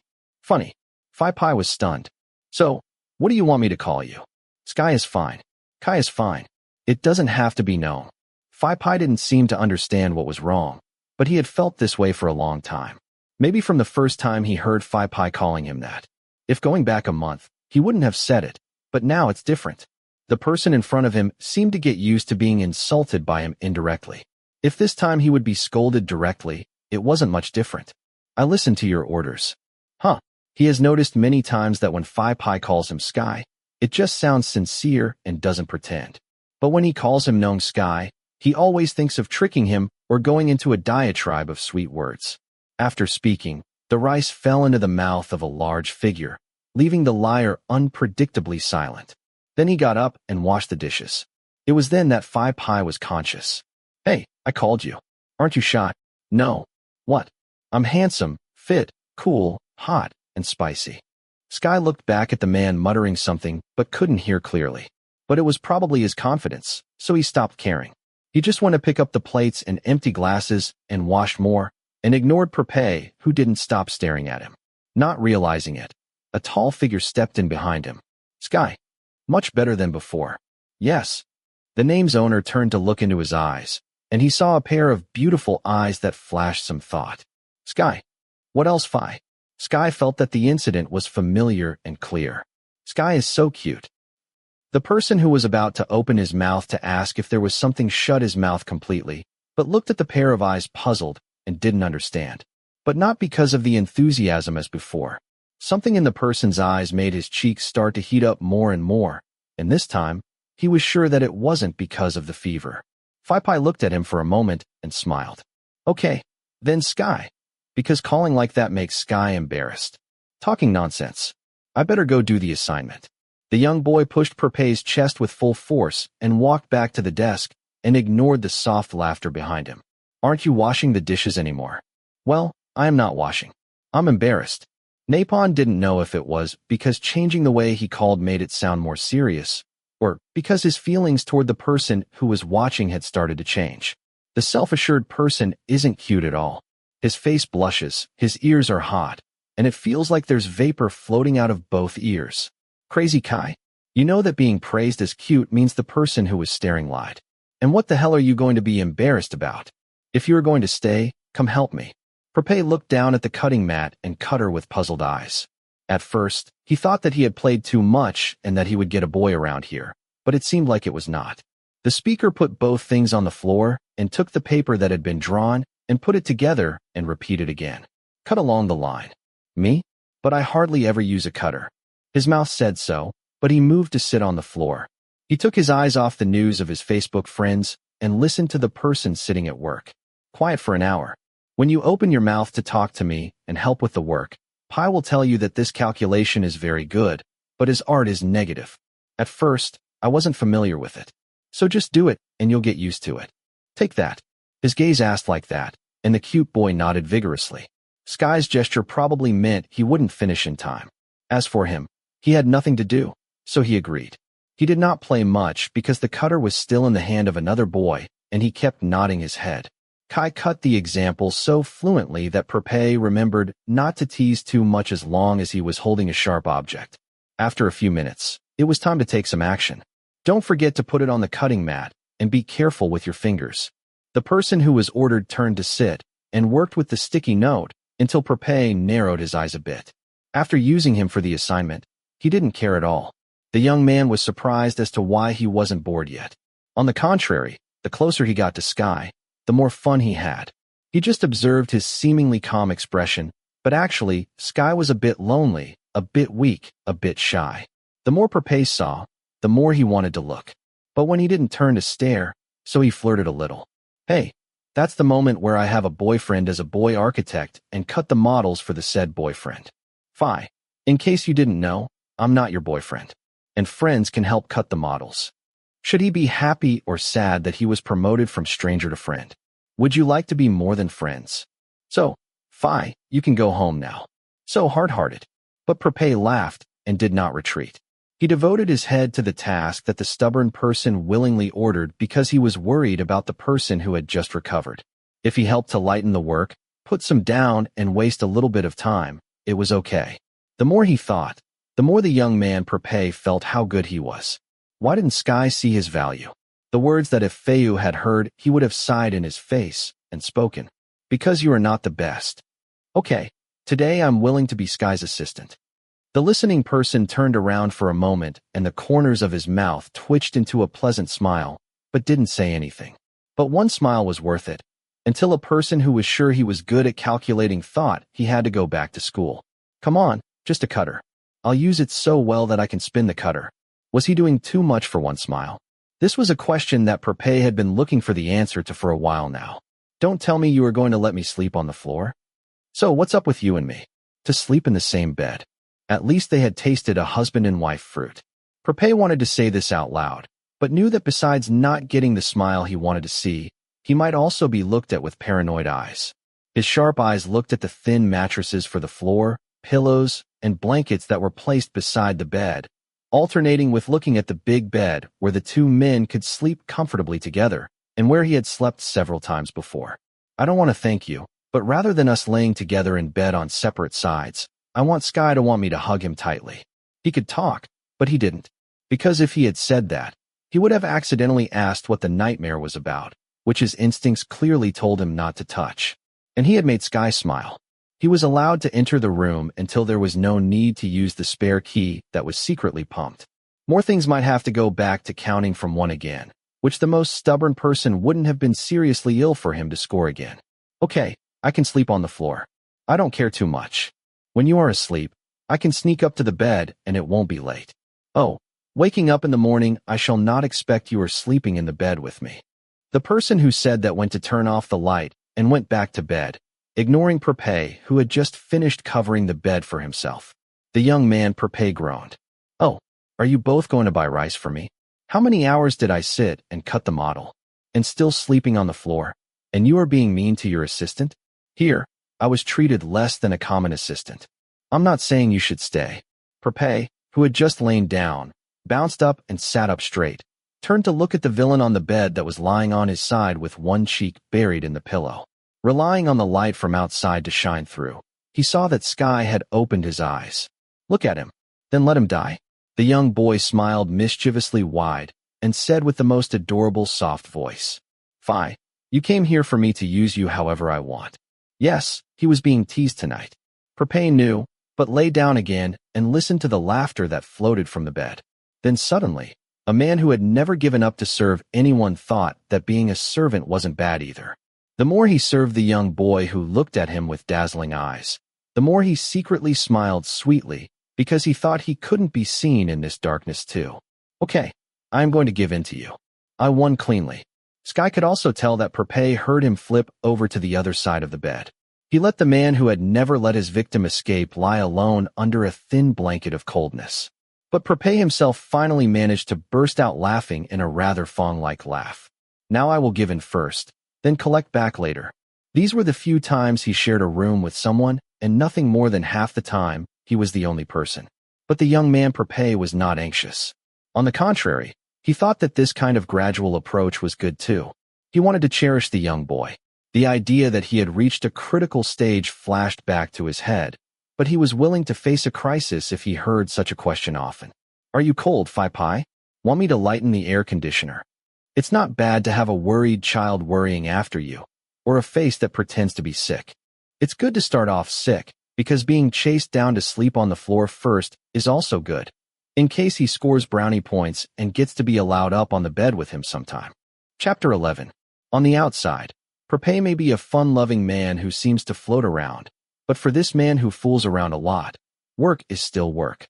On a working day, the young man Prapai is also a company employee who works diligently and never thought to use the privilege of being a child of the company's owner to act like he was above others. On the contrary, he worked even harder so that no one could say that he was using his birth connections. But in recent days, this outstanding employee has also been somewhat distracted due to a mobile phone that is never far away. Today, in just one day, he glanced at it for the millionth time, then picked it up and opened the chat app and found that the message he sent, "Good morning, are you awake yet? What did you eat for breakfast?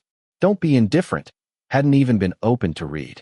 Prapai could only sit there and sigh. He swears that in this life he has only flirted after someone this long for the first time. Every time he knew that there was no way he would get the person he wanted to sleep with, he could retreat and find a new target. But he didn't know why he was attracted to this extremely stubborn young boy. Smashing the record that has ever been, even being ignored, he raised the corner of his mouth and sent a further message. I miss you so much. Sky gave him a new experience.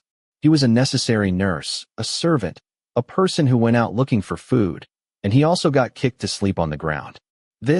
Just thinking about the morning he woke up with a backache that didn't go away, and instead of Sky looking like someone worrying, the first sentence Sky told him was, "It's morning, Fi, you can go now.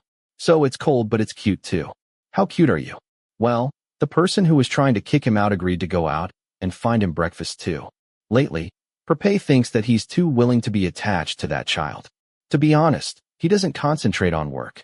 On days when work is dwindling small and on a deadline, he still secretly runs to deliver supplies, goes to buy food, and hangs the food parcels in front of the room. He didn't want to show that he had the room key, because that is his secret trump card. When he saw Sky, his eyes widened and his smile was suppressed. The tall figure's tiredness completely disappeared. Even his sister said that he was strange lately. How could he not be strange? He goes home every day, which before, he would go home a few times and spend most of his time at the condo, bringing this or that person to sleep with. But lately, he's been going home. He went back to show his parents the pitiful face, and his mother concluded that the person made her son come home often. I want that person to become my daughter-in-law. His mother then probably thinks that in this life, she would find someone to control her child. I am not under anyone's control, not even a bit. His mouth said so, but his heart knows better than that. Ding! Suddenly, the hard-working man jumped from his seat and took a long step into the kitchen. But he didn't go looking for coffee on a sleepy afternoon because his cell phone lit up with a short, concise message that meant, Fi, are you not working? When he called, the other end of the line looked like he was tired, but it made the listening person grin. I always have time for you, Sky. I would die before I believe that. One day you will believe me with all your heart. Prapai thought that the young boy had said that he did not believe him too often. Hey, he also secretly wondered if the boy had been betrayed before. Why is it so hard to trust other people? But that's okay. Just accepting the call without cutting it off is good enough. This evening, I'll go see you later. You don't have to come. What time is good? The tall figure held back his laughter until his shoulders shook because the end of the line let out a long sigh. But he would go here. No one could chain him. So, do you want to eat something special? I'll buy it for you and bring something. Thai, Western, Chinese, and Vietnamese. Wait, this Prapai will serve it to your room. He offered, calmly waiting for an answer. And the end of the line did not disappoint. If you can go buy it in Beijing for me this evening, I will tell you what I want to eat. That's all. I have to continue my studies. Then he cuts the line without a trace and lets the person on his side laugh out loud. His beautiful eyes twinkled with delight, and he stopped being surprised at why he liked to bother the other person so much. Today, he kicked me to fly to China. Much better than kicking to death. He's been flirting with Sky for over a month and still hasn't kissed the boy. But today he has evolved from using his eyes to kick him away. This time it's only going abroad. Prapai concluded that this evening he should bring Chinese food. After he thought about it, he picked up the phone to see if there was a restaurant that could deliver it to him at the company so that when he finishes work, he will be able to race there. Oh, Prapai came for a break. No, he came here for a few minutes to annoy the boy. Prapai only answered in his mind. He turned to look at the beautiful girl who was smiling sweetly. Cole, are you here for a break? Yes, I'm here to make coffee. Do you want me to make coffee just in case? The girl looked at his hand that only had a mobile phone and volunteered enthusiastically. Tropical, a beautiful girl so named, whom Prapai was interested in at first. But with his work and personal matters separated, he pretended not to pay attention to her eyes, which clearly showed interest in him. But it wasn't that he wouldn't tease her as a manly man. This time was the same as well.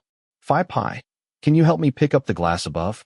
He didn't see that the glass was too high to reach, but the young man Prapai willingly accepted the invitation and walked over and picked up the glass for the young lady. He looked down at the girl's troubled eyes that didn't move too close. Ding. Prapai. Suddenly the phone rang so softly that Prapai stepped back and grabbed it so quickly that Tropical was shocked, and even more shocked when the handsome man smiled wider. Those eyes couldn't hide the joy as he put the glass down on the table nonchalantly. I don't want coffee anymore. I'll go first. Then Prapai turned around as if Tropical was an insignificant thing, because I want to eat stewed eggs. A short message from someone who drove him to buy Chinese food in Beijing. The young man also knows that he's very picky.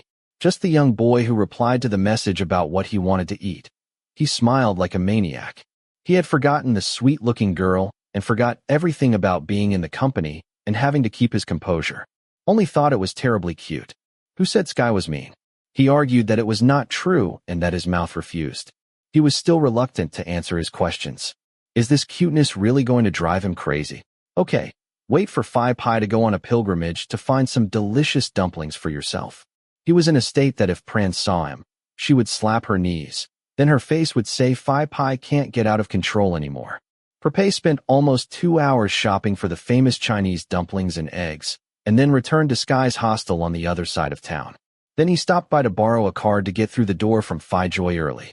He said to make a copy of a copy, and walked up to the 3rd floor, to the end of the path where the destination was located. Knock. Knock. Aunt. It's worth the long run to buy. Just seeing the young boy opening the door for him, his tiredness vanished. A tall figure in shorts and a light tank top revealed his slender arms and legs. His hair was messy but not cluttered, rather charming. His face looked drowsy, but he gave him a faint smile and said to him, "You are here, Prapai." It gave him the feeling of being waited for. "I am here, and I come with the famous pork leg stewed egg. Plus, the chili crab too." Prapai held up a food bag with the restaurant's logo attached to it. Sky looked, and Prapai didn't know if there was something delicious or if he was accustomed to him invading his personal space. The young boy turned around and picked up the bowl and let him enter the room and closed the door for him. "With this trust, I will fight." "Wow. Have you slept yet?" But the thought of wanting to wrestle flew out of his head when he saw Sky's mouth open in a yawn, and he rubbed his eyes. Now Sky has recovered. His fever has not risen and his voice has returned to normal. But the bigger person couldn't help but worry the more the other person took food from him without a word and went to sit on the bed. He tried to unpack the food box with his short fingernails for a few minutes and still couldn't open it. Prapai couldn't bear it and went to unpack it himself. He poured the rice onto the plate, put the cutlery, and stuffed it into Sky's hand, his eyes still bright. "Last night I didn't sleep." "So what did you do?" Prapai asked, even though he had already guessed the answer. "I finished the assignment to send to the teacher and finished in the morning. I was afraid not to wake up. So I went to study and slept in the lectures for a bit," Sky said while shaking his head to chase away the sleepiness, almost causing him to drop himself to sleep. His hand scooped stewed eggs over rice, and Prapai saw that he wasn't in the mood to sit in the elaboration of delicious food as he had initially hoped for. But the young man Prapai was not disappointed. From the beginning he intended to eat and tease the boy. Now he had to keep an eye on the boy from dipping his head into a plate of rice. "Eat the meat too." Prapai scooped the tender pork knuckle onto the plate and looked at the owner of the room who didn't react, scooped the rice into his mouth, and chewed it. So delicious. The listening person knew that Sky wasn't in the mood to sit and admire the spiced pork belly eggs, rich broth, and rich flavors, or delicious with fresh and plump crab meat fried with spices until fragrant. But he was still trying not to let him be sad, until Prapai smiled affectionately. "I bought a lot, so when you wake up you can eat again." Sky simply nodded in agreement. When the meal was finished, drinking water, Prapai grabbed the plate and held it. "Go brush your teeth and go to bed. I'll wash it myself." Prapai put Sky's empty plate on top of his plate and got up and put the rest of the dishes in the fridge for him. But when he turned around to get an empty glass, the person who he had driven to brush his teeth leaned back on the floor and moved as if he could fall asleep at any time. "Go to bed, Sky." The other party shook his head in response and turned his head toward the bed until the person who was looking laughed. "Well, I love it. Come here." Prapai went straight to support the sleeping person who was trying to wriggle back to sleep on the floor, and he exerted himself to lift the sleepy person up to sleep on the nice bed. Once he felt the softness of the mattress, the person who cried out grabbed the blanket and hugged it tightly, burying his face in a soft pillow with his eyes closed happily. Sky was so sleepy that he didn't brush the hand that was stroking his head. If you ask Prapai if he is disappointed, of course, he ran the car and bought it for him and came to him. But the other person didn't just drink in what he brought. He still fell asleep before he could talk. But looking at the very tired-looking boy, he couldn't get angry, only to feel that the hair was soft like that. "You can sleep like this, and you still try to get up and open the door for me." Now Prapai felt guilty for pushing to come and ignoring the convenience of this child. "Oh, I haven't slept yet." The person who Prapai thought was asleep sounded drowsy, and his eyes widened. "Prapai, you said you would come, so I tried not to fall asleep, so I can open the door for you." "Oh." Prapai's eyes widened and looked at the man who closed his eyes again. He was not sure if he heard wrong. In addition, the speaker's voice became so low that he had to tilt his head to listen closely. "If you fall asleep and wait for a long time, I tell you to open the door for me first and then go to sleep." The end of the sentence was silent along with the sound of breathing indicating that the sleepy person had gone to sleep. The listening person sat motionless. Sky was telling him that instead of quitting school and coming back to sleep, he resisted sleepiness and waited for him because he called and said he would come, and he was afraid he wouldn't be able to enter the room. Even if the person who urges would come himself, forced to buy something, this kid would fall asleep ignoring him. But Sky still waited. When he arrived, he fell asleep. I can't take it anymore. Prapai let out a low growl. Normally, he can keep his emotions in check, but every time Sky does something so endearing it slips out. This man's heart almost breaks. Swipe. Now the body goes before the brain, because by the time he realizes what he had done, he hugged the young boy tightly and buried his face in the crook of his neck. He couldn't help but press his cheeks to soft cheeks and feel the warmth of the skin texture, but it wasn't enough. He wanted to hold this cute boy to his heart's content. MMH. But the sleeping person tilted his cheek away and buried his face against the pillow even more until Prapai pressed his nose against his soft cheek hard. Now whoever said emotional kidnapping was acceptable must have seen the boy who's sleeping like this. He was teetering to the point of breaking out. Sweet dreams. I will not bother you anymore. Prapai was still not satisfied. He still wanted to pounce on the person in the bed. Not in the sense that he spread two legs apart and inserted himself into him. He just wanted to hug, kiss, and make Sky wiggle while looking at him wide-eyed.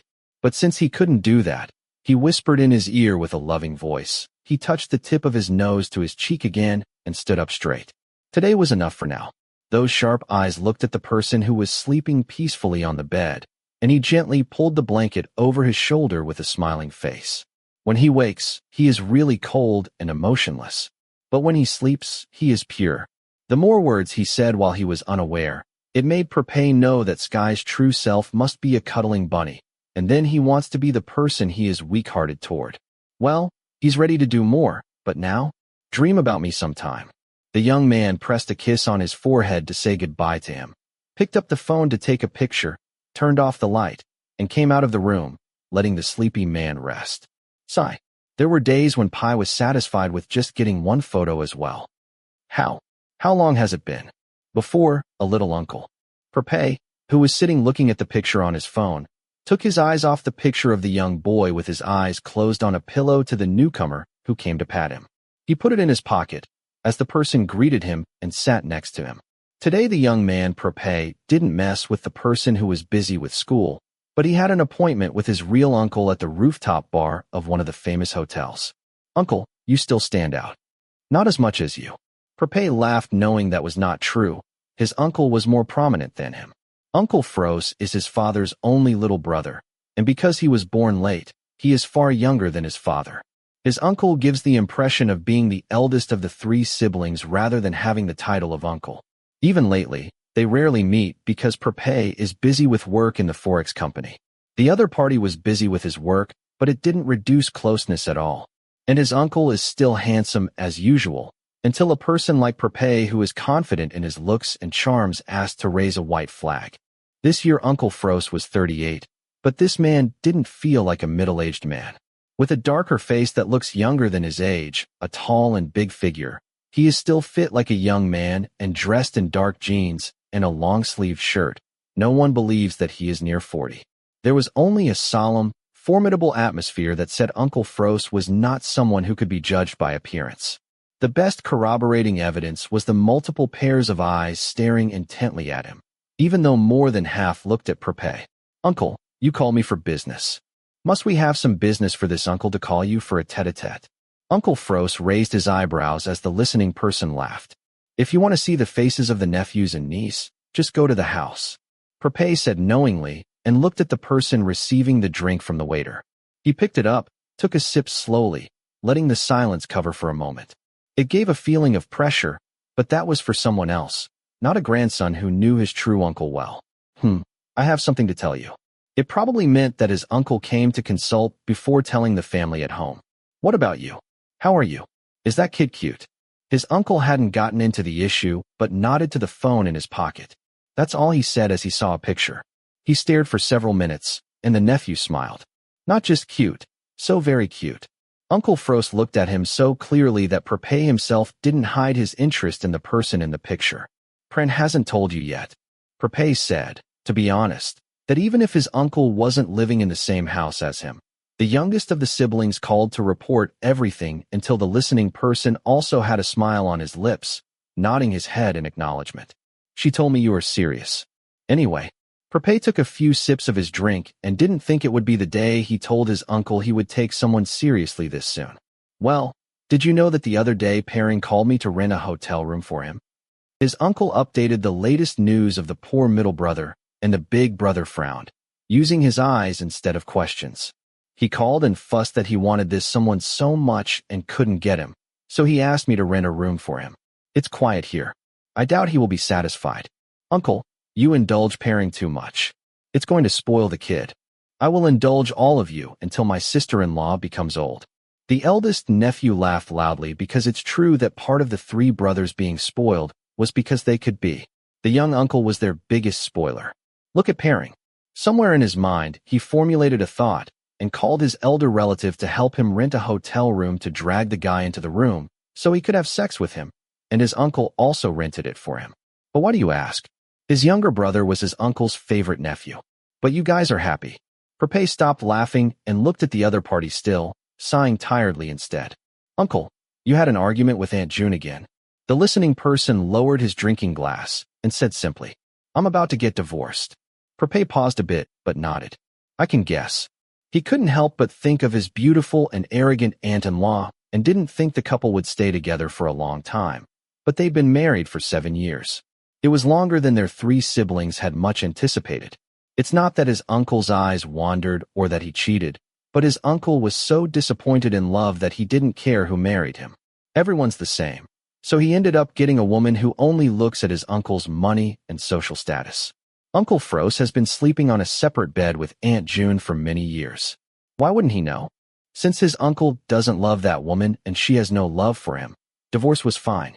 He suspected that this time he could offer enough money, and that person there would agree to divorce.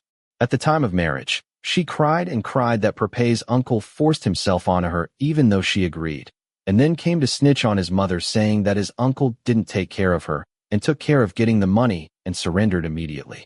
Is this something you told me before telling the grown-ups at home? I'm thinking about how to tell Pairing. Prapai gets stressed out and laughs a lot. At first, he thought his uncle was worried about getting a divorce, but he didn't agree to discuss how to tell the middle child. Of the three siblings, Pairing was closest to uncle, and believe me, when my uncle tells me he's getting divorced, I will go back to being alone. His brother will cry instead. I'm worried and won't do anything else. That's why I said, Uncle, you indulged Pairing too much. He's my beloved nephew. Uncle Fros stroked the tip of his chin and laughed softly. That's what I'm telling you. After this, you'll probably go to the house a few more times and somehow, I'll take a look. Going to the house probably meant going to his uncle raging. Oh, just tell Pran to fight her. Uncle Fros couldn't argue that with someone who is going to be an ex-wife, you have to use the word war to fight. Arrarring. Wait a minute, Uncle. Prapai nodded. The nephew pulled out the phone to look at it, but as soon as he saw that everyone's eyes fluttered. His cute boy. Do you miss me, Sky? Prapai asked with a tease, but the other person over there only said in desperation. Prapai, can you come to me? The dark-skinned youth immediately rose and was even more shocked when the end of the line had already hung up. Plus, when he called back, he didn't answer and clearly felt the caller's voice vibrating as if he was about to cry. Sorry, Uncle. Urgent matter. I'll leave first. As it was over, the person who spoke hastily stepped out of the bar impatiently and didn't care if his uncle nodded in agreement or not. He was worried about the person who called him and what was going on. Not that he was sick and slipped into the bathroom like that. The more he thought, the faster his heart beat. His sharp face became even more serious and his two legs leaped onto the bike and quickly accelerated away. Please don't let anything happen. Bang. Bang. Sky, open the door for me. Prapai ignored basic etiquette and as soon as he came to a stop in front of the room, pounded his fist on the heavy door, shouting loudly at the person in the room. And he was even more shocked when the owner of the room opened it with a pale face. The heart that throbbed with fear had subsided a bit. At least the person who called him could still open the door. What happened? Are you okay? Both hands grabbed the young boy's cheeks, turned left and right, sweeping across the face. What's wrong with you? You came so quickly. The shock turned even more shocking when Sky grabbed both of his arms from his face and dragged him into the room like a helpless man. He swept his intense gaze around the room and looked for the reason why this child was acting strangely. But the cluttered room everywhere made his eyebrows converge. Okay, what happened? Prapai didn't believe Sky would just call him. If it were someone else, probably not, but not with a child who could avoid it. The owner of the room didn't answer but dragged him to a pile of cluttered equipment, pushing his shoulders to sit down. Although the shocked person sat down nicely, he could only look at Sky running around the room, who picked up something next to him near some structure that had just begun to be built, and then said in a serious tone, "Do you see it? Just stick the paper along this line. Don't get it wrong. Hurry up, Prapai. There's not enough time." "Oh, hey, why are you looking at me? Look at my hand, look. Are you watching here?" When he exclaimed to Sky, Sky scolded his upper arm just loudly and pointed his finger at the hand that was making an example until Prapai had to look down at the person who had a fierce face to be satisfied.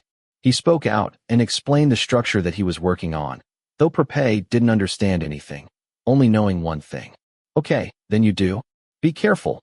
The assignment will be delivered tomorrow." He was called to be used for an assignment. Plus, the person who ordered the finished work jumped back and sat in front of the computer with a serious look. He solved the three-dimensional structure on the screen and left him with an unpredictable model frame and what it would look like. "Wait.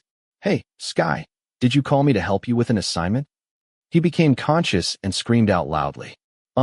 Help me, I can't make it in time." At noon, the teacher ordered a new assignment to be delivered tomorrow, and there are other subjects delivered tomorrow as well. "I don't have time." "Oh, it's already 5 o'clock. Huh, am I going to sleep?" Sky looked at the clock and groaned in a tantrum. But Prapai was more stressed than this job, he couldn't remember. All the way from the hotel to this dormitory, he had been madly worried about the other party, but apart from the trembling voice telling him to come over, there was no other explanation. Now the young man Prapai admitted that even though he was a thoughtless person, he was so angry that his often playful nature became frustrated. "Hey, Sky, you called me from far away to do the assignment for you. Okay, I know you don't look at me as more than just a psycho who can't stop following you. But do you think how worried I was that maybe something had happened to you? All this just because you have an assignment to send the teacher tomorrow." Prapai didn't get angry. But when he was angry, it was scary. The twinkling eyes were staring at the young boy who turned his chair back, looking shocked as well. As Sky gritted his teeth in guilt, those eyes flickered in silence for a huge moment until the bigger person closed his eyes to calm himself. "Don't worry, I'm already going crazy. Is this going to be delivered tomorrow? Let him die?" He was angry, almost crazy angry, but he would be helping Sky do it anyway. He didn't know how much it would help because his hands were still trembling with anger right now. "Prapai, gotta hurry, don't we?" Sky moved to sit on the bed beside him, leaning back, but the young man Prapai just asked in a deep voice. His eyes did not leave the paper in his hand, so he almost cut the paper. When someone pulled his cheek, and Prapai felt a soft kiss placed on his lips. Prapai's eyes widened and he looked at the face that was just a few inches away, seeing the details clearly, even the thick lashes that were placed on his white cheeks. He could feel Sky's fingertips holding his cheek and held his jaw firmly, and where the juicy lips pressed down so tightly. He pulled away a bit and came back in, sucking hard on the lower lip. The soft tip of the tongue snuggled into the crevice and inserted it in. Soft and lovely, sweet and forgettable. Where was the faint moan of someone trying to beg him with their tongue? But before Prapai could respond, the person who kissed him till his face turned red turned away.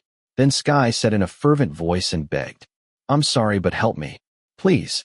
Yes, Prapai was angry, but he could only hear himself reply saying, "MMH." Then he paid attention to the task that had been assigned. The anger was gone with this child's relieved smile. How much did he give in to Sky? A question the person asked himself still didn't dare to answer. Chapter 12. Sky realized that he didn't want Prapai to get angry.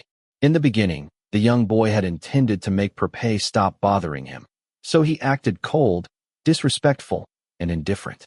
But lately, Sky had started to care more and more, trusting more and more.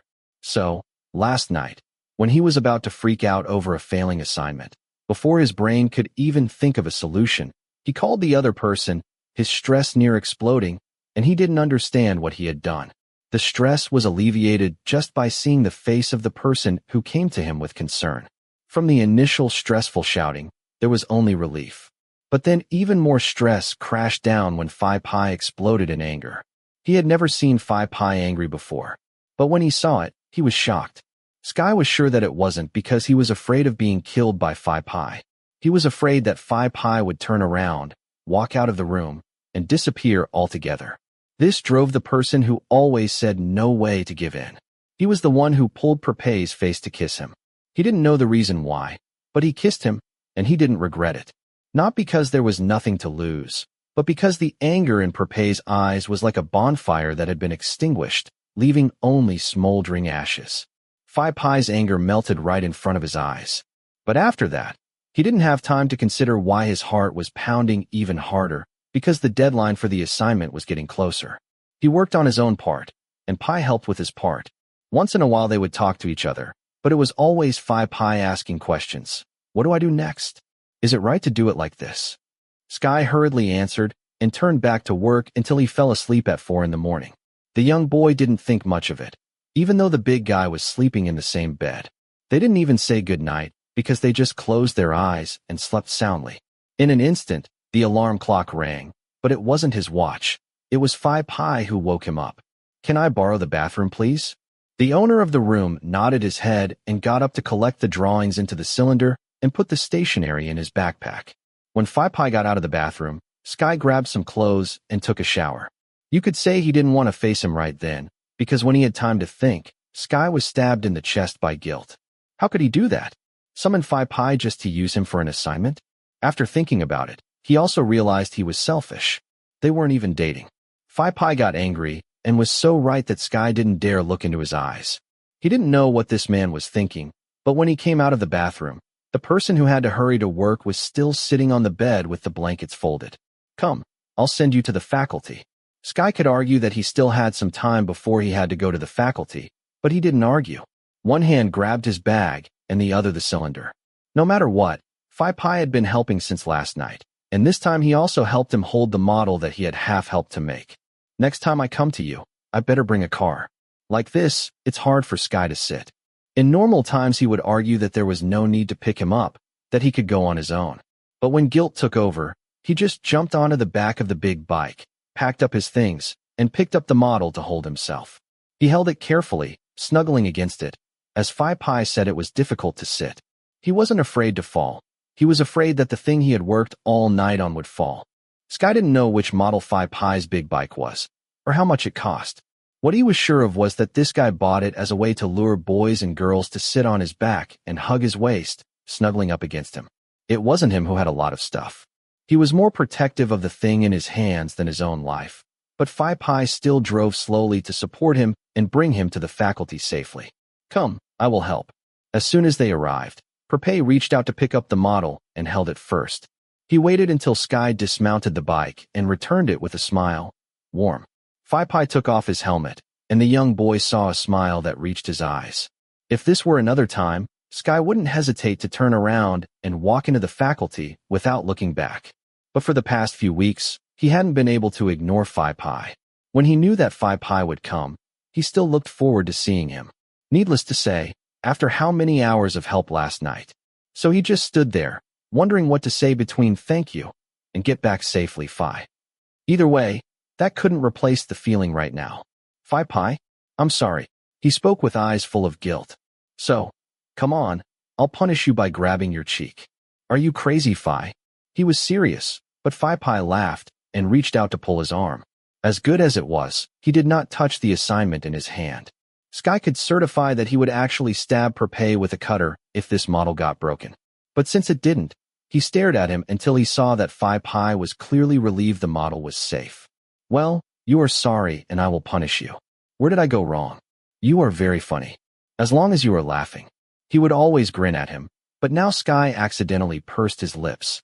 Sky wasn't stupid. He knew that Prapai had made a joke to keep him from getting uncomfortable in the weird atmosphere, but with his guilt, he spoke again. I'm really sorry. The person in front of him lowered his smile and let go of the hand that held his forearm to touch his cheek instead.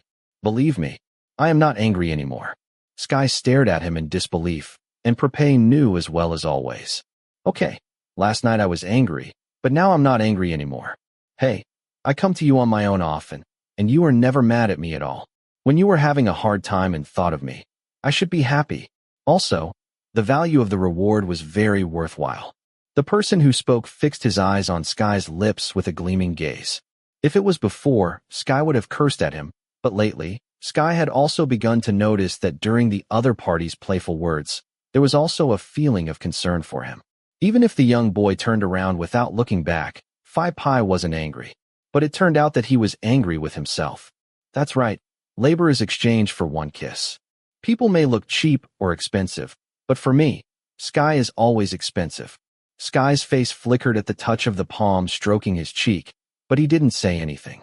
Or let's call it, no words came out. So he could only look at Prapai, who withdrew his hand slowly and also looked at his mouth with longing eyes. I'd better go. If I stay too long, I can't stand it. Study hard. Sky stood still and looked at Prapai, who was putting on his helmet. Oh, but before leaving, Prapai pushed the helmet mask up, and even though Sky couldn't see his lips, he knew from his eyes that he was smiling. If you face hard stuff, you can call me again. But please tell me, please help with the assignment, because I don't want to experience a heart attack like last night. Okay, my good boy.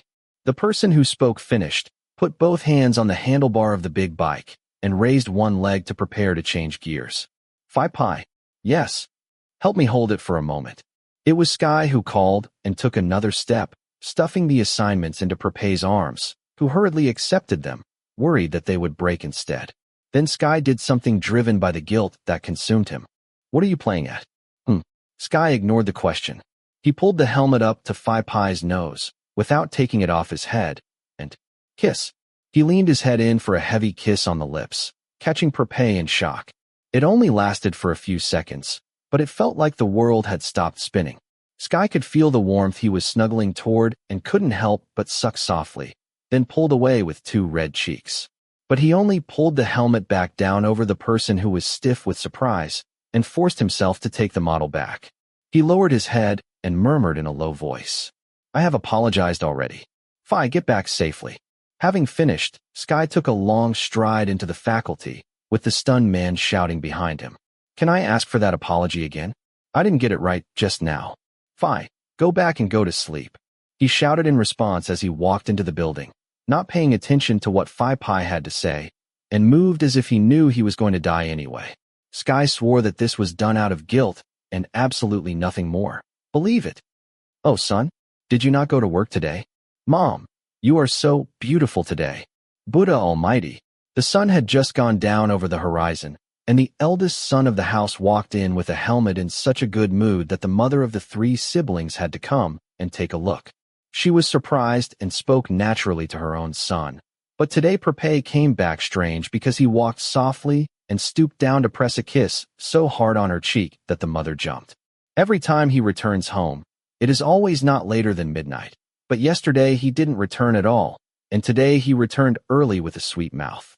Hey, did you fall off your bike? Prapai's mother asked suspiciously. Oh, Mom, how can you talk to your son like this? I feel sad as well. Someone like you? I feel sorry for the person who loses themselves to you. Can you look at me in a positive light? Why are people looking at me so pessimistically these days? That's okay. You are cute. I forgive you. The listening person was confused as to where he had seen this side of her, and her eyes drifted further. Oh, I am cute. Don't make any girl pregnant. Have you eaten dinner yet? Not yet. Today I was a good boy. I had to go home from work and sleep. Oh, is that Prapai? Go straight home to sleep and come straight back home to sleep? Who is more reliable than this? Don't make that face. Someone told me to hurry home and sleep, Mom. I'd better go take a shower and sleep. Then the handsome son, who looked like he had been traveling overnight, walked past the living room. He also stopped by to say hi to the little sister who was peeling apples. Pan, you are unusually pretty today. Jesus, the younger sister cried out in disbelief. Prapai had never complimented his siblings, no matter how cute they were. How beautiful was his sister. His mouth always said that they were so below normal. But today was so unusual that Prapai quickly countered. Fie, your brain is abnormal. I am happy. Don't be jealous, sissy. Then he hummed down the stairs, and again he told the workers in the house that they were so cute. As he walked up the stairs, they heard that the fish in the large tank that was stuck in the glass in the middle of the stairs was also given a compliment, being called so beautiful that the two, mother and daughter, turned to look at each other. "What's wrong with your brother? Love sucked him in, maybe."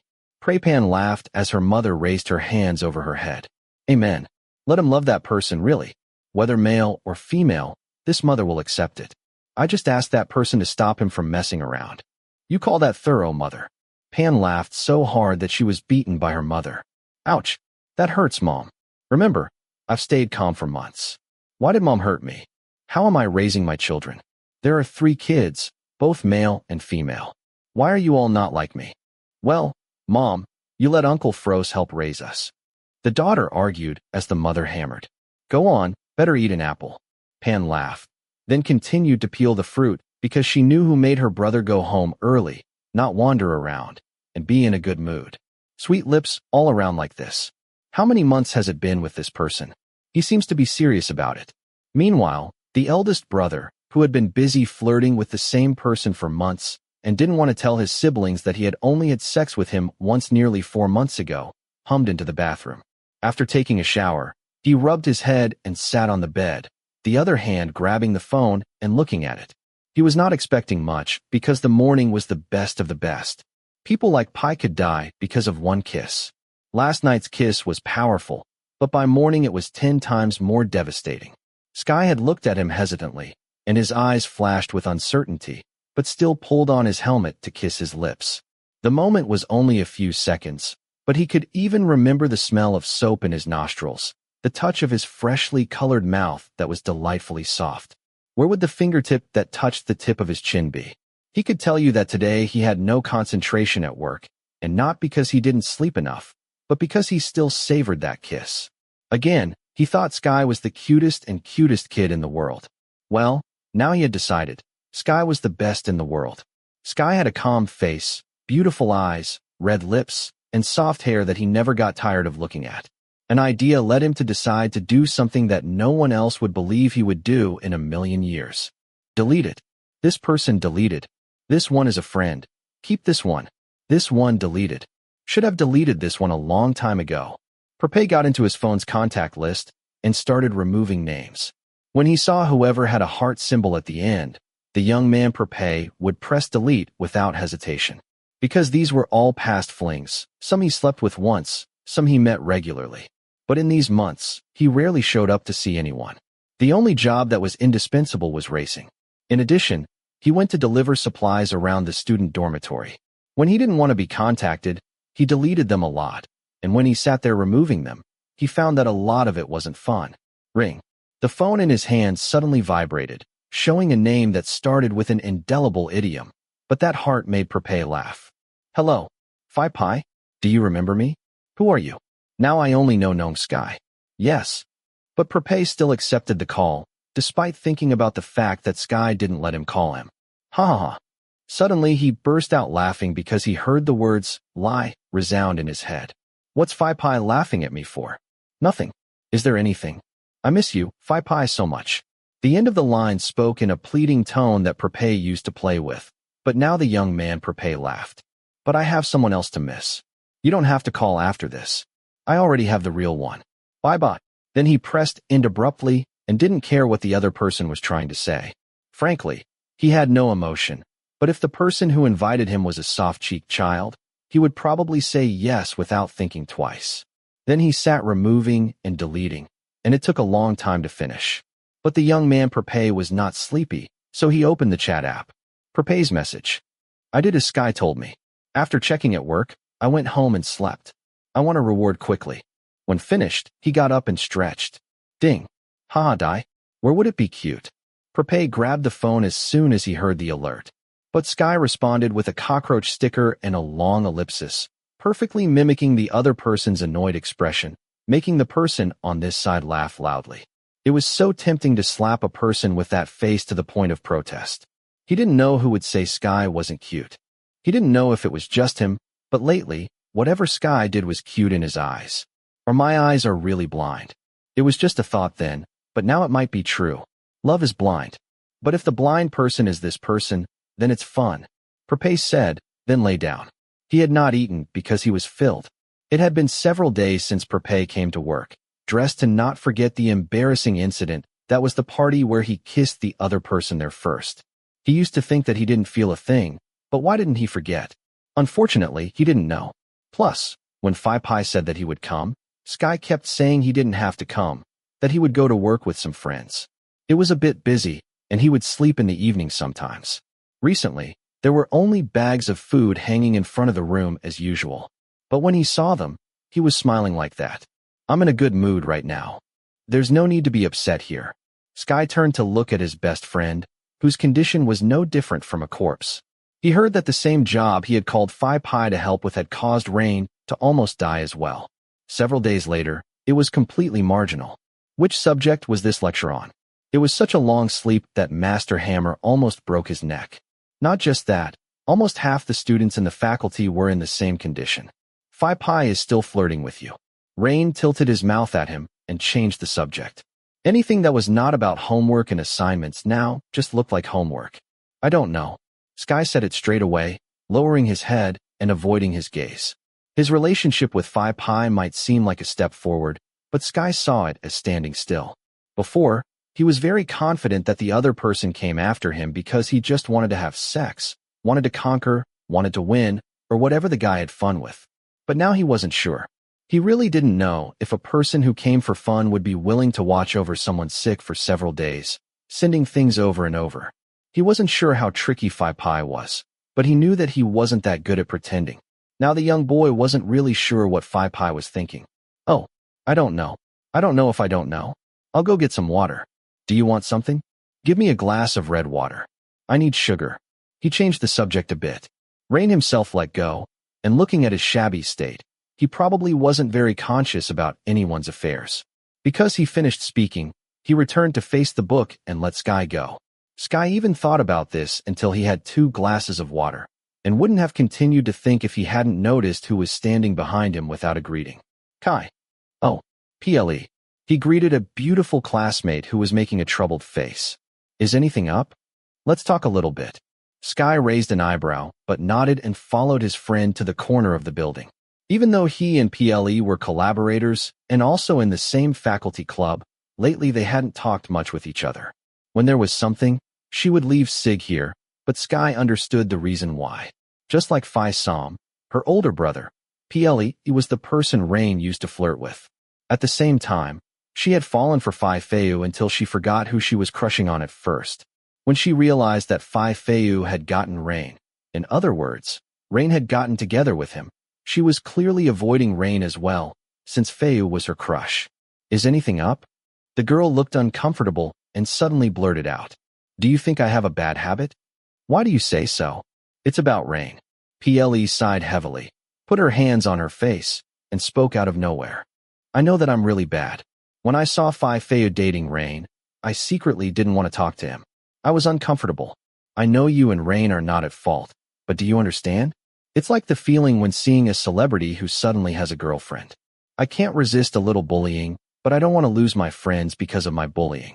I don't know if Rain is very angry with me for acting like this. So, I will tell you, understand that it's not that I can't accept that Phi Feu is a fan of Rain. I'm jealous, but I'm not jealous. Do you understand, right? The person who spoke looked up with red eyes. I understand. Then why didn't you tell Rain yourself? PLE had an awkward look on her face, and then lightly snorted. It's losing face, don't be so arrogant. Sky laughed, enough to understand why his friend had been making more and more scowling faces since the beginning of the semester. Think about it. I've been raving about Phi Feu. The person I was raving about suddenly became a fan of Phi Feu, and they loved each other very much. I heard that with Apachai's work, Phi Feu also helped Rain do it. Just think that Phi Feu is always giving him food and water, helping him with work, sitting, and cutting models. Who wouldn't be embarrassed? PLE said in a row before concluding why she told him. Please help me reconcile with Rain. Rain wasn't angry with you, PLE. Can you go in and talk with him for me, so I'm not embarrassed? Help me to be soft and act normal. I don't want to lose a friend because I'm jealous. He has gotten someone I'm happy for. Sky laughed and nodded. As he nodded, PLE was clearly relieved. Oh, I'm going to turn from Phi Feu's fan club to come and support you. Me? Sky repeated her words. That made the girl's eyes twinkle. She moved closer and whispered, "The day before, the kiss I saw." The listening person remained silent, but Pieli didn't notice. "I'm so jealous, having someone to deliver food and water, help with work and deliver. First it was Rain, he got 5 Feu, and now there is another you. I saw that and I wanted to have someone, but I didn't have time to find one." The person who spoke seemed so comfortable that they secretly laughed and joked that their group only had time to sleep and work and not much time to find a girlfriend. "That's not my boyfriend." The young boy shook his head, but the girl interpreted it very differently because her face instantly lost its edge. "Kai? Well, I might have accidentally behaved badly to Rain, but it's not because I can't accept that men can be in a relationship. Believe me, I can accept this. You don't have to hide from me, Kai." The person who spoke quieted down while Sky could argue that he was dating a man, but he didn't hide it. He was telling the truth. Pieli quickly continued, "I told you I was just jealous, but not envious." Sky nodded, continuing as the listening person grinned, nodding slightly. "Okay, I'll take care of Rain, don't worry." He's not mad at Pieli, but he must be angry with me because the ice has melted. As he looked down at the water in the glass, the ice started to melt, and Pieli laughed. "So, I won't bother you anymore. Don't forget to help me." The person who came for help walked away, but the person who had to help kept smiling, not because Pieli couldn't help it. It was Rain's story, but it was what Pieli had to say. Was he Pai's boyfriend? I'm not like Feu and Rain. When Pieli spoke, he also thought that what Pai had done was more than just flirting. Some real boyfriends didn't even do this much, and he didn't want that. That kind of feeling was too heavy to be terrified. He was afraid to move forward, and there was only one way to stop it. Making things for him become only a matter of profit. "I'll give you what you want." He didn't want to go into deep thought. The faster he gave him, the faster Pai would get bored, and then Pai would leave him. Chapter 13. Is there anything I can help you with today? I can cut wood, cut paper, attach tape. I can do it all. Then, Pai, please help me by covering your own mouth. No, I want Sky to use his mouth to cover mine instead. Prapai didn't care if anyone said he was being a tease. He knew exactly what he was doing, showing off every one of his 9 tails. Today was the weekend, and after not seeing each other for several days, plus the fact that Sky had been refusing to see him, Prapai simply couldn't bear the distance anymore. Shamelessly, he came anyway. He had coordinated the timing with Phi Joy to catch the boy off guard in the afternoon, slipping his way in before Sky even had a chance to object. Then he knocked on the door, and when they met face to face, he didn't ask whether Sky had eaten or slept enough. He asked, as willingly as a hired hand, whether there was anything he could help with. The reward he expected wasn't much. A kiss, like before, would already be a pleasure. As for Sky, he knew exactly what Prapai wanted.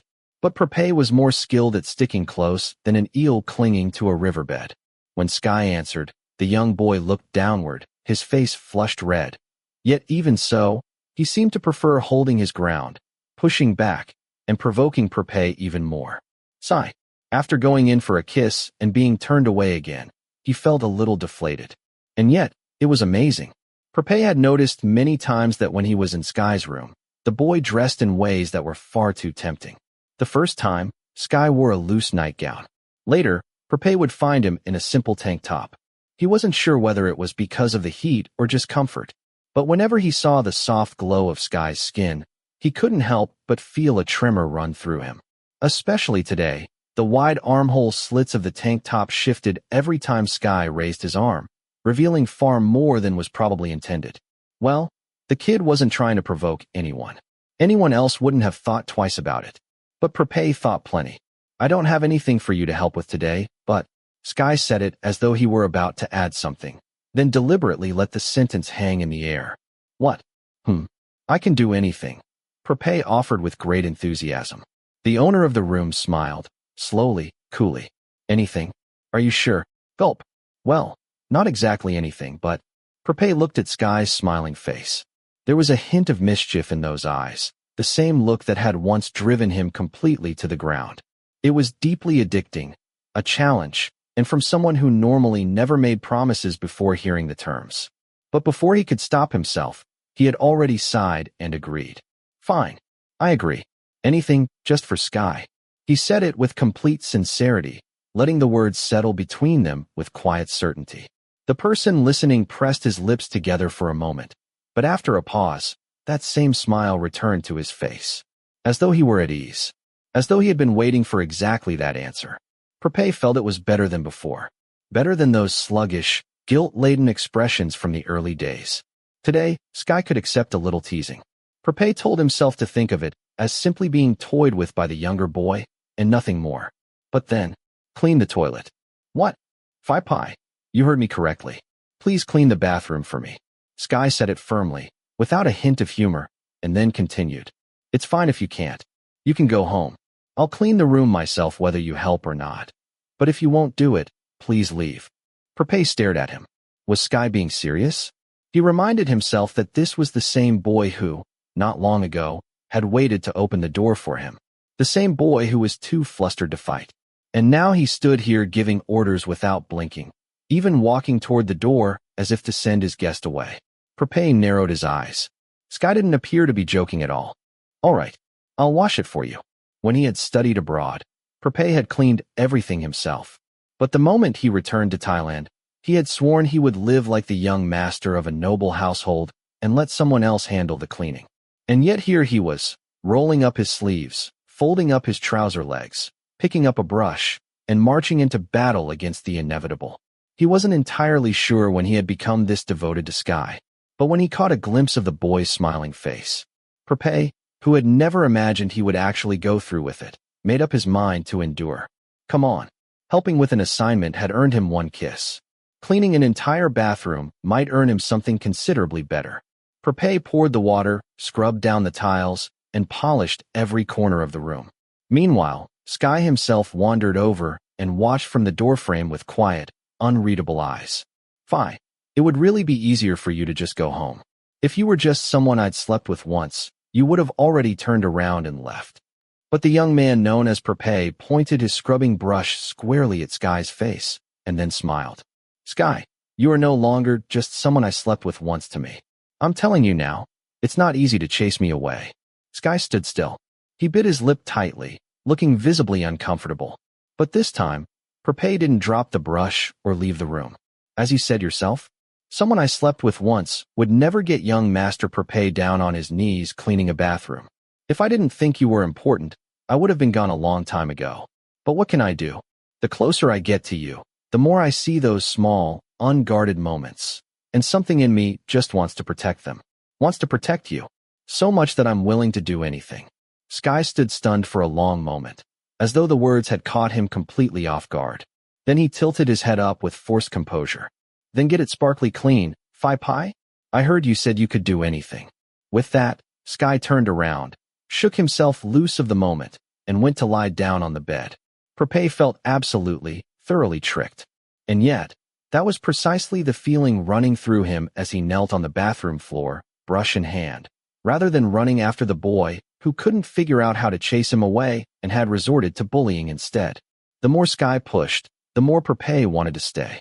The more he sensed Sky pulling away, the more certain he felt that he was getting close. So close, in fact, that the boy was frightened. But now Sky should be the one who was afraid of what today would bring. Several hours later, Prapai understood exactly how well-founded that fear was.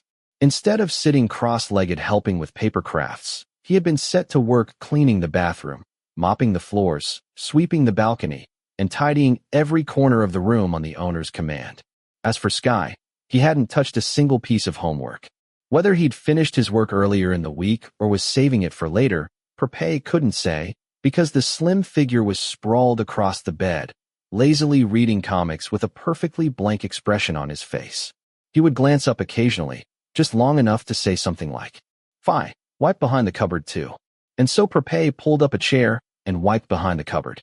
It was a strange kind of enjoyment, not because he'd suddenly discovered a love of cleaning, but because Sky was swinging his legs back and forth in a loose, dreamy rhythm on the bed, and his shorts were so short that when he lifted one leg, the hem rode up to reveal the soft, pale skin of his thigh and the faint edge of light-colored briefs underneath. Swipe. Sky noticed he was being watched. He immediately dropped his legs and turned to face the other direction, his ears going red and his mouth drawing into a tight, stubborn line. Don't forget to sort my books by number 2. Yes, wife. I am not your wife. When you're done, put them under the table for me. They've been in a mess for ages. Prapai turned toward the desk. It did look strangely cluttered, far more so than during their last study session, when there had at least been some organization to the chaos. Now the surface was covered in scraps of paper, scattered carelessly, and the comic books had been tossed in completely random order. It looked, very much, as though someone had made a special effort to make it look especially disorganized. Prapai's thoughts kept drifting back to pale legs and the almost glimpsed edge of briefs, until a small, quiet sound from behind him pulled him back. Fine. If you can't do it, you can just go home. And every time Sky said it, he would tilt his head up just slightly and meet Prapai's eyes with a flicker of guilt in his own. Prapai thought it was all entirely wasted, because if he had come here simply for a good time, he would have left long ago. He wouldn't still be here, watching over Sky when he was sick, worrying about him, buying him food, helping him cut paper, and now cleaning his entire room on command. If this was a test of sincerity, then he was passing it without question. And besides, there was something deeply satisfying about imagining what kind of reward a person who hated to owe anyone might feel compelled to give in return. He felt both exhausted and strangely eager to find out. By the time the sun dipped below the horizon, Sky's room was spotless, as pristine as if someone had just moved in for the first time. The owner of the room, however, looked increasingly unsettled. He sat cross-legged on the bed, watching the person he had been ordering around all day with an expression caught somewhere between frustration, confusion, and something deeper that looked very much like dread. At last, the person who had been using a perfectly handsome man as a housekeeper all afternoon burst out impatiently. I'm not worth all of this, Fi. You should give up. No, and Sky is worth far more than you think. I told you before that you were expensive, and to me, that only means you're worth even more. The young boy bit his lip as though poorly concealing something, then asked directly, when are you going to get tired of me? Prapai turned and looked at him properly. He saw a boy who had spent a long time keeping his feelings locked away, now looking at him with confused, uncertain eyes. He crossed the room and raised his hand to touch Sky's cheek gently, feeling the softness beneath his palm, wanting to press his cheek against it and stay there. He noticed, with quiet relief, that today Sky didn't flinch away from his touch. Maybe he was getting used to it. Do you want the truth, or sweet words? Have I ever asked you for sweet words? Prapai laughed out loud. Sky's directness, he loved it. All right, honestly, I don't know, Sky. He paused, because if he were truly asked, he didn't have a complete answer. But he was being fair, and he wanted to be honest. But right now, in this moment, I'm not bored. I'm having fun. When I'm with you, I've done so many things I've never done before. I mean, when my own brother was sick, I never once took care of him. Think about what that tells you, about how much I value you, Sky. But Fi, one day you will get bored. Sky said it plainly, as though it were simply a fact. The person listening let his smile fall a little, eyes narrowing as he searched for something beneath the words. Sky, what are you afraid of? Silence. Sky closed his mouth and turned his head away. Prapai gently guided his cheek back with a steady hand. He felt with increasing certainty that he had been right about this. Something had happened to this boy, something that had taught him not to let people in, not to trust that anyone would stay. And in a situation like that, normally it would be very difficult to make any real progress. But instead of retreating, Prapai found himself willing to go against every habit he had, simply to reach him. The more confused the look in Sky's eyes became, the more Prapai wanted to be the one to ease it. The more he saw the fear, the more he wanted to gather it in his arms and simply make it smaller. It's all right, my good boy. I will never leave you, Sky. The sentence rose in his mind so suddenly and with such force that Prapai actually frowned. It hit him like something physical, nearly knocking him off balance. Pi, how much do you actually like this kid? But he had no time to sit with that thought, because the young man on the bed pulled his hand away and then did something that stopped Prapai completely in his tracks. Sky reached down and pulled off his tank top. The shorter boy spoke with the calm certainty of someone who had made a firm decision. All right, I'll give in, Fi. He then reached for the waistband of his shorts, already sitting low enough to show a strip of his briefs, and shifted as though he intended to remove those as well, until Prapai moved quickly and caught both of his wrists in his hands. Hey, wait a moment. What do you think you're doing? Prapai's voice was sharper than usual. He held Sky's wrists firmly. Sky raised his head and met his eyes with a gaze that gave nothing away, and spoke in a quiet, resolved voice. I'm giving you what you want. I won't stop you. Wait, Sky. I didn't do any of this just because I wanted to sleep with you. Okay, don't look at me like that. You're right that originally I came because I really did want that, but that's not where I am now. Now I came to see your face because I miss you, if you want the honest answer. And yes, instead of just a quick kiss as a reward, I was maybe hoping to kiss a little more than that. All right, the more I talk, the worse it sounds. But I'm not just here for your body anymore. What I want is... Thud. MMPH.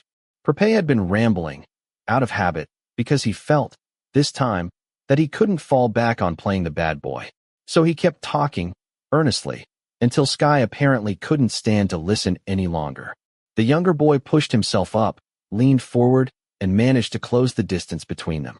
He kissed him, swiftly and decisively, stopping Prapai's words at the source, and it wasn't the kind of kiss that merely pressed and pulled away.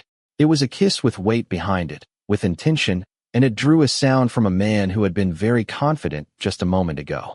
Prapai's hands found Sky's soft waist instantly and pulled him close, and the warmth of that touch against smooth, bare skin was something he was entirely unprepared for. Because warm lips pressed back against his with equal heat, and a soft tongue traced the edge of his mouth with something unbearably gentle. He kissed back, deeply, pulling at the fullness of those lips, drawing the kiss into something slow and thorough and entirely consuming. Sky groaned quietly in his throat, his hand tightening around the back of Prapai's shirt. When Prapai finally eased back, just enough to breathe and look at him, he heard words that set everything in him alight. Fi, please stop talking and be with me. What followed needed no words. Afterward, Sky lay still, breathing softly, murmuring the same words into the quiet air between them. Please. Please what?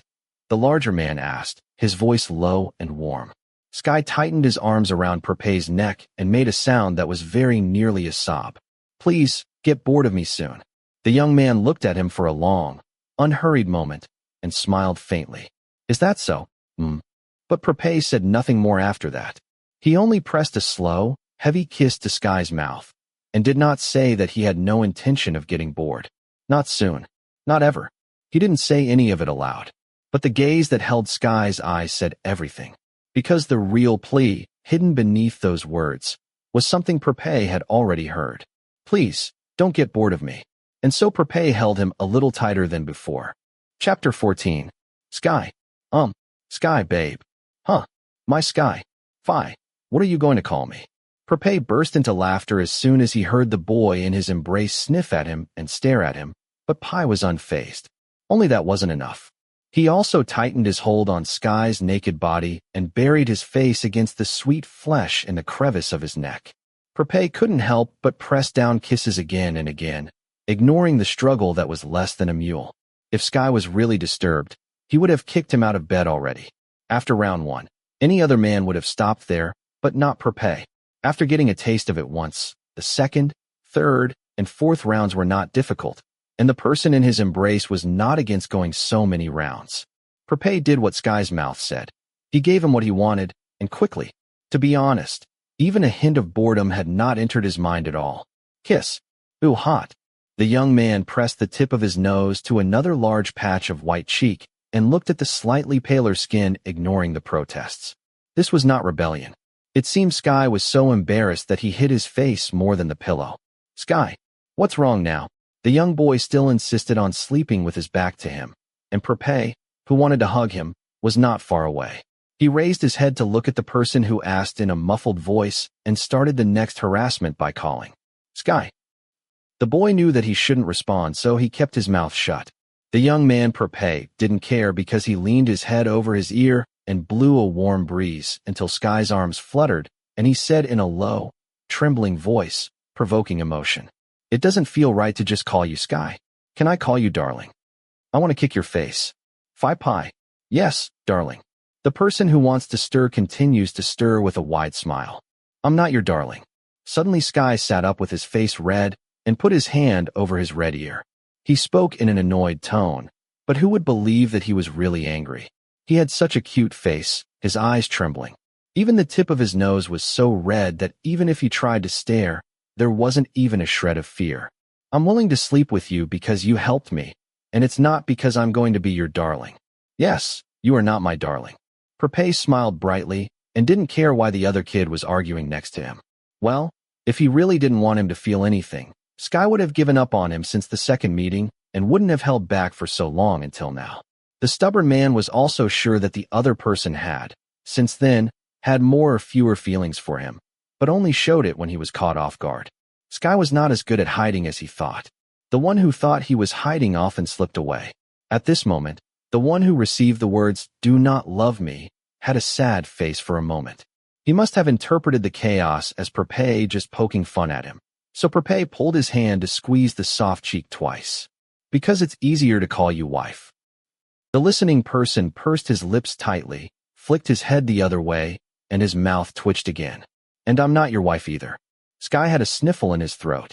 This time Prapai didn't say anything and just laughed instead of arguing. Then, did Sky not know that he didn't accept the argument? The young boy changed the subject indifferently. You can get out of my bed. You smell sweaty. It's not just the smell of sweat. There are other smells too, like the smell of...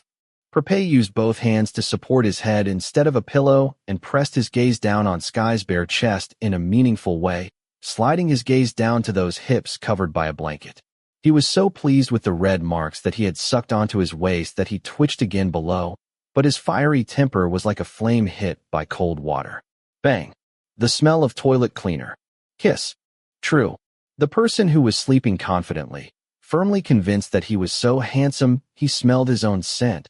But inside the room that was still filled with the smell of sensuality, it was difficult to judge whether it smelled like Sky really said or not. It wasn't time to prove it. The owner of the room, who turned to grab a t-shirt and put it on, spoke to his death. Not just the smell of bathroom cleaner. The smell of dishwashing liquid, floor scrubber, and the smell of sweat.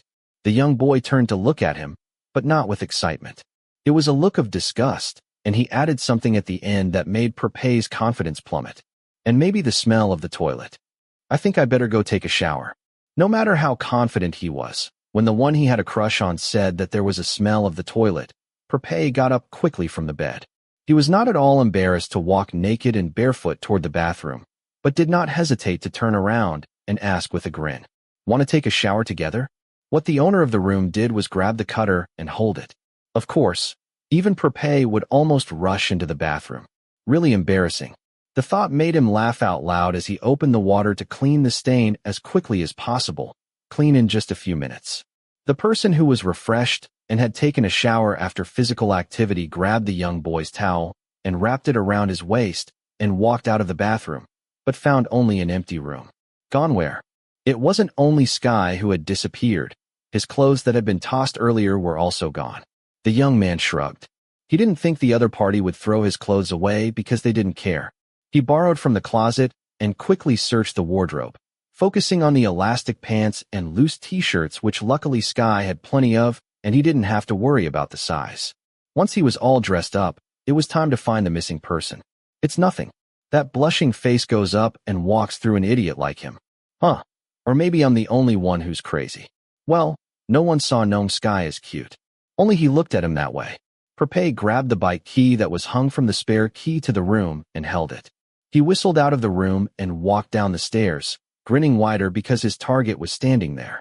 He turned around, but the man who was about to say hi fell silent and looked at the person standing in front of the coin-operated washing machine.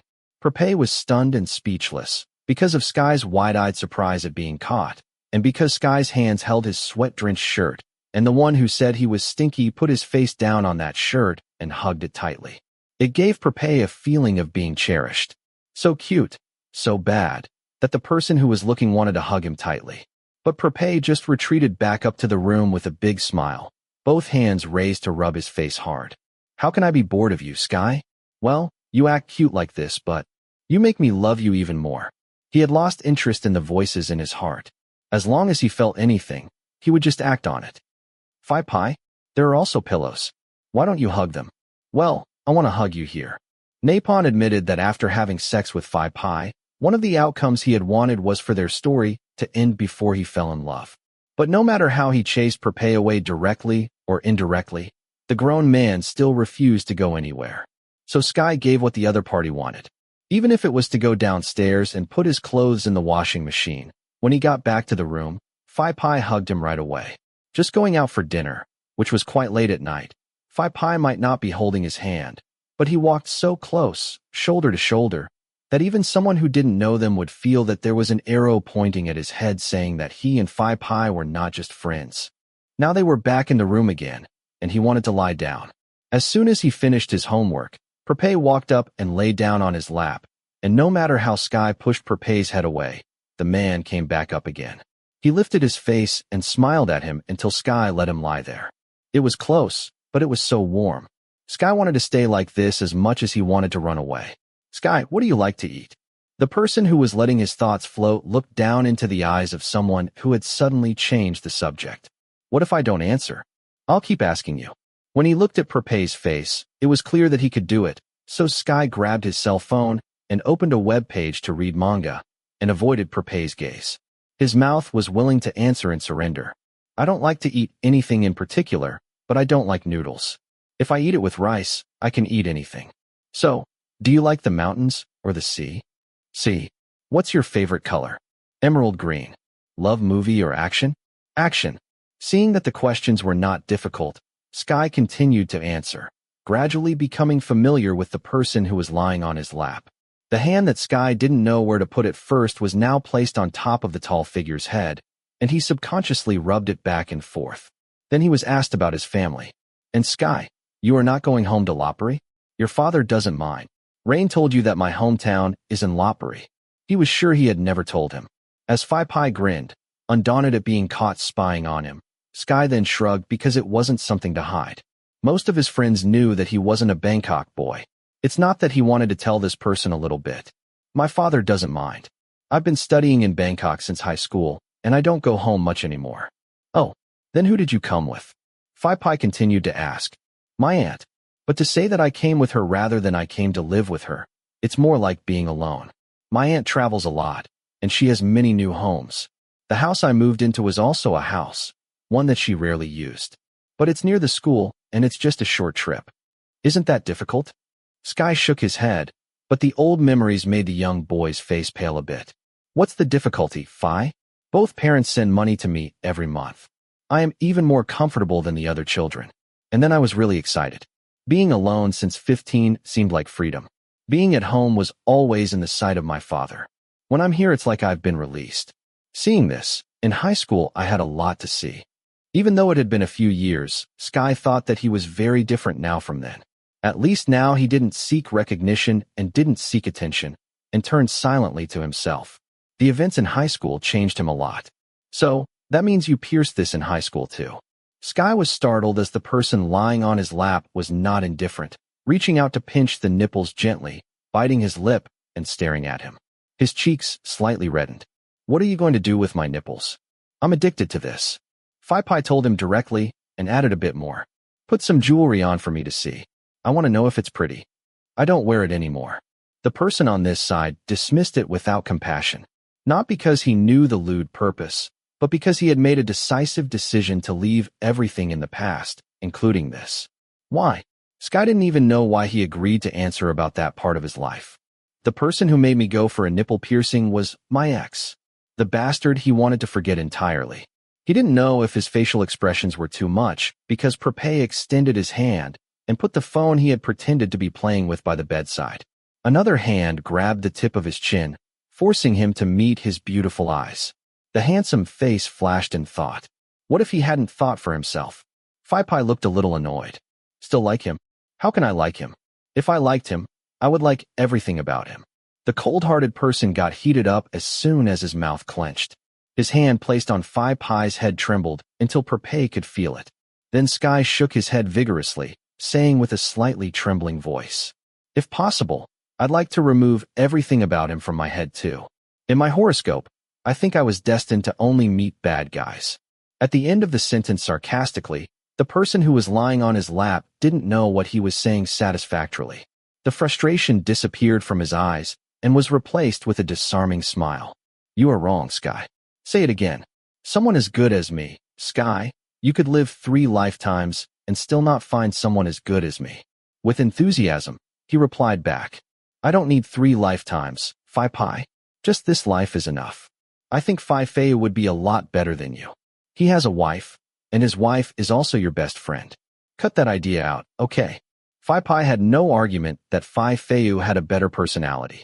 He admitted to being shameless and ordered Sky to forget that idea again, not wanting to say if Sky liked Prapai. He probably wouldn't encourage Rain to declare ownership like that. What if I didn't cut it? With a lot of enthusiasm, he turned away. So, wait for me to cut him off from your mind. Whether it's your ex or anyone else, I will cut them all from your mind. Sky never liked to talk about his ex, but he didn't know why when he saw the big guy making a fierce face and a dark voice. The fears of the past faded away, leaving only laughter. Phi, do you even have the right? He retorted. This time Pai's eyes lit up then. Sorry, I'm not kidding. The big man retaliated by digging his finger hard into his waist. Sky suppressed his laugh and kept his face still. After a few seconds he smiled and looked at Prapai, who was a bit stunned, but then the handsome face lifted a sly smile and moved both hands from the waist to nipples. Oh no. This time, the stagnant Sky couldn't stand still when his nipples were squeezed hard. Not because they were particularly sensitive, but because someone had previously sucked on them until they became numb and swollen, and when they were touched and squeezed hard, he twisted himself away. But the man lying on his lap was able to get up, though not to a good bed or go home to a brothel. On the contrary, Prapai followed and pushed him until his back was pressed against the soft bed and his large hands were batted away, but he struggled to escape. Prapai, no, I said it's morning. The more he struggled, the more Prapai came to caress him, from the first nipple playing and now big hands caressing all over him. Plus, it was very strong, and no matter how much the bigger man swiped at him, the laughter erupted. His sharp face tucked into the crook of his neck, sucking the flesh there. Sky himself began to pant in exhaustion, and he tried to scold, but Prapai shamelessly fought until he was panting. Ha ha ha, you are out of shape. Phi, because of you. The young boy whined. Yes, because of me. Scott, what else? Today alone, he heard his name many times, and he didn't know how many, but he raised his face, so red that he saw a kind smile. With Prapai leaning his forehead closer, whispering in a murmuring sound. Sky, you should forget all the exes you have. He did not correct Prapai that he had only one boyfriend. Not as much as Prapai thought, but he kept his mouth shut because the tall figure continued to whisper. Please, forget them all. Have only me alone.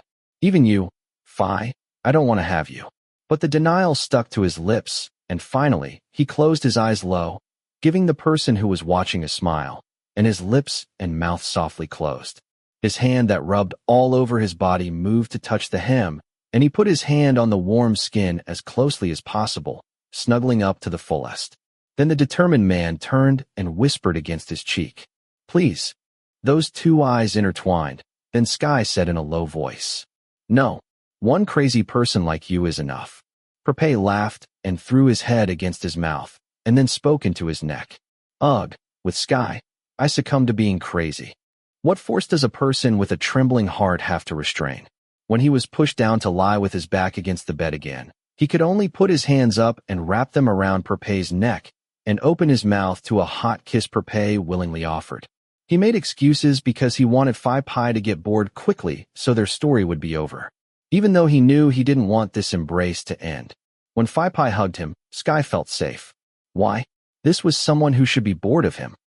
Hello, Prapai? Did you come to see Kai? I don't dare to come to you, Rain. Faye will cut off the brake cable of my bike. After school in the evening, Sky was able to walk Pi to a cylinder that had to be brought back and fixed with Rain, but his eyes widened. Just walking down from the building, a big man in a shirt, tie, and slacks was standing talking to his third-year seniors.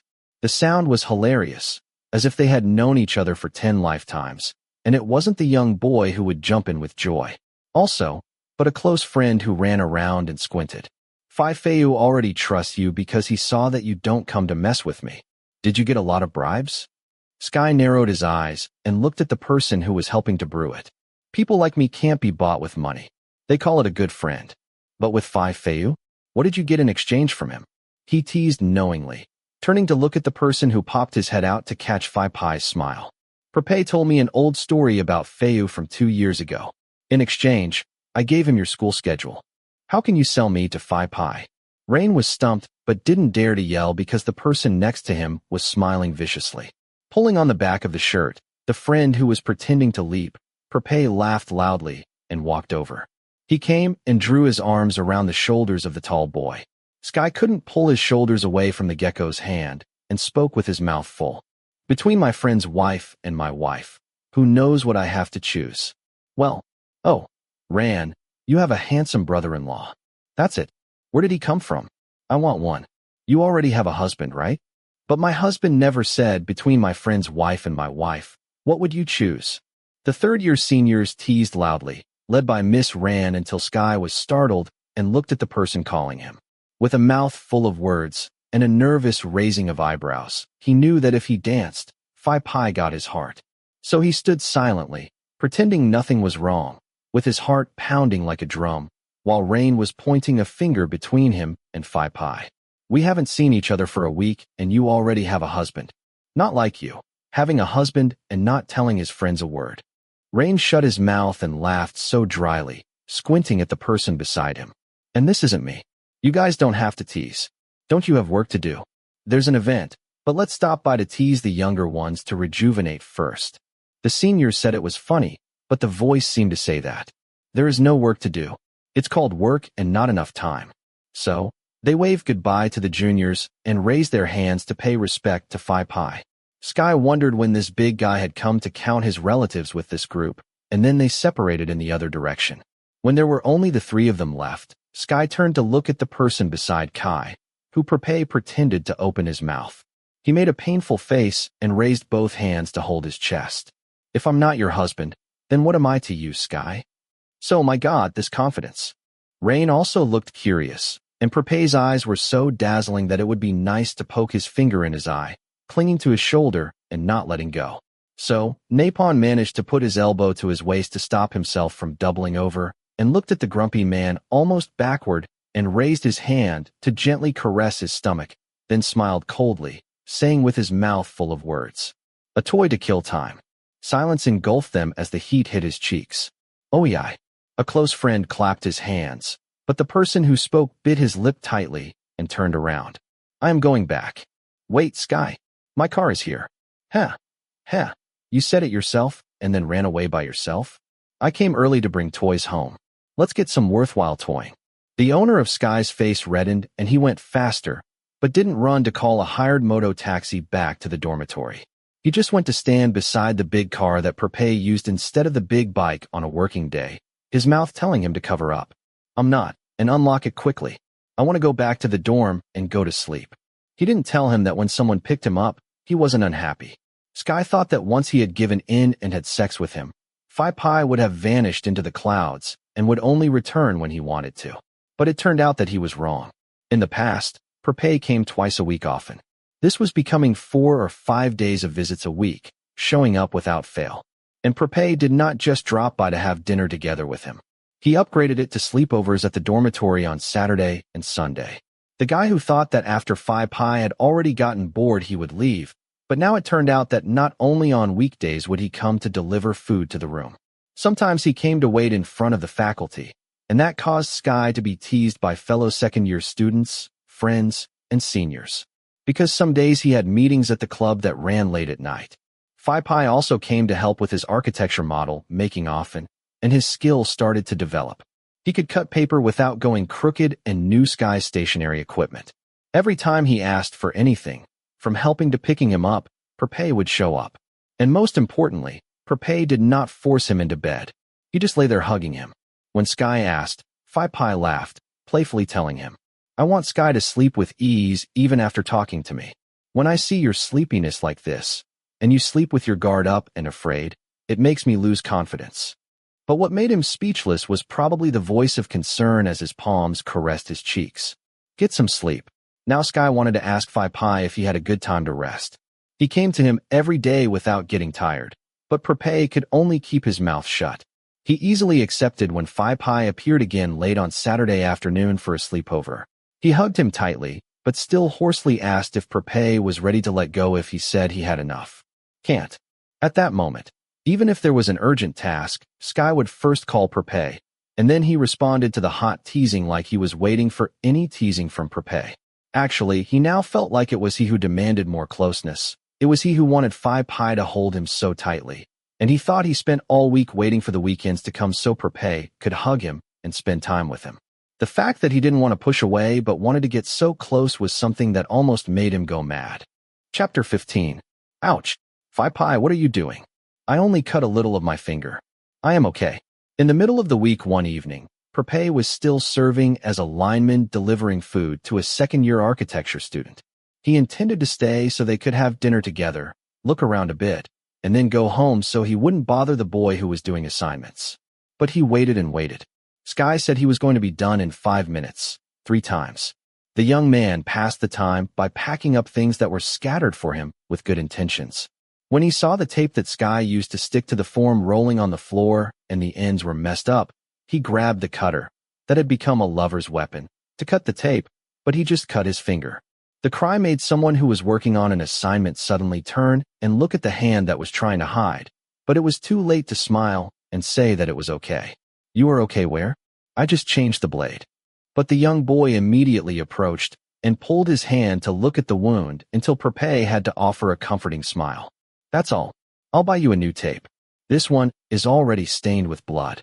Prapai realized that it cut deeper than he thought because it was starting to burn. The wound pressed out a drop of fresh blood that dripped onto the tape. But the other party didn't seem to care.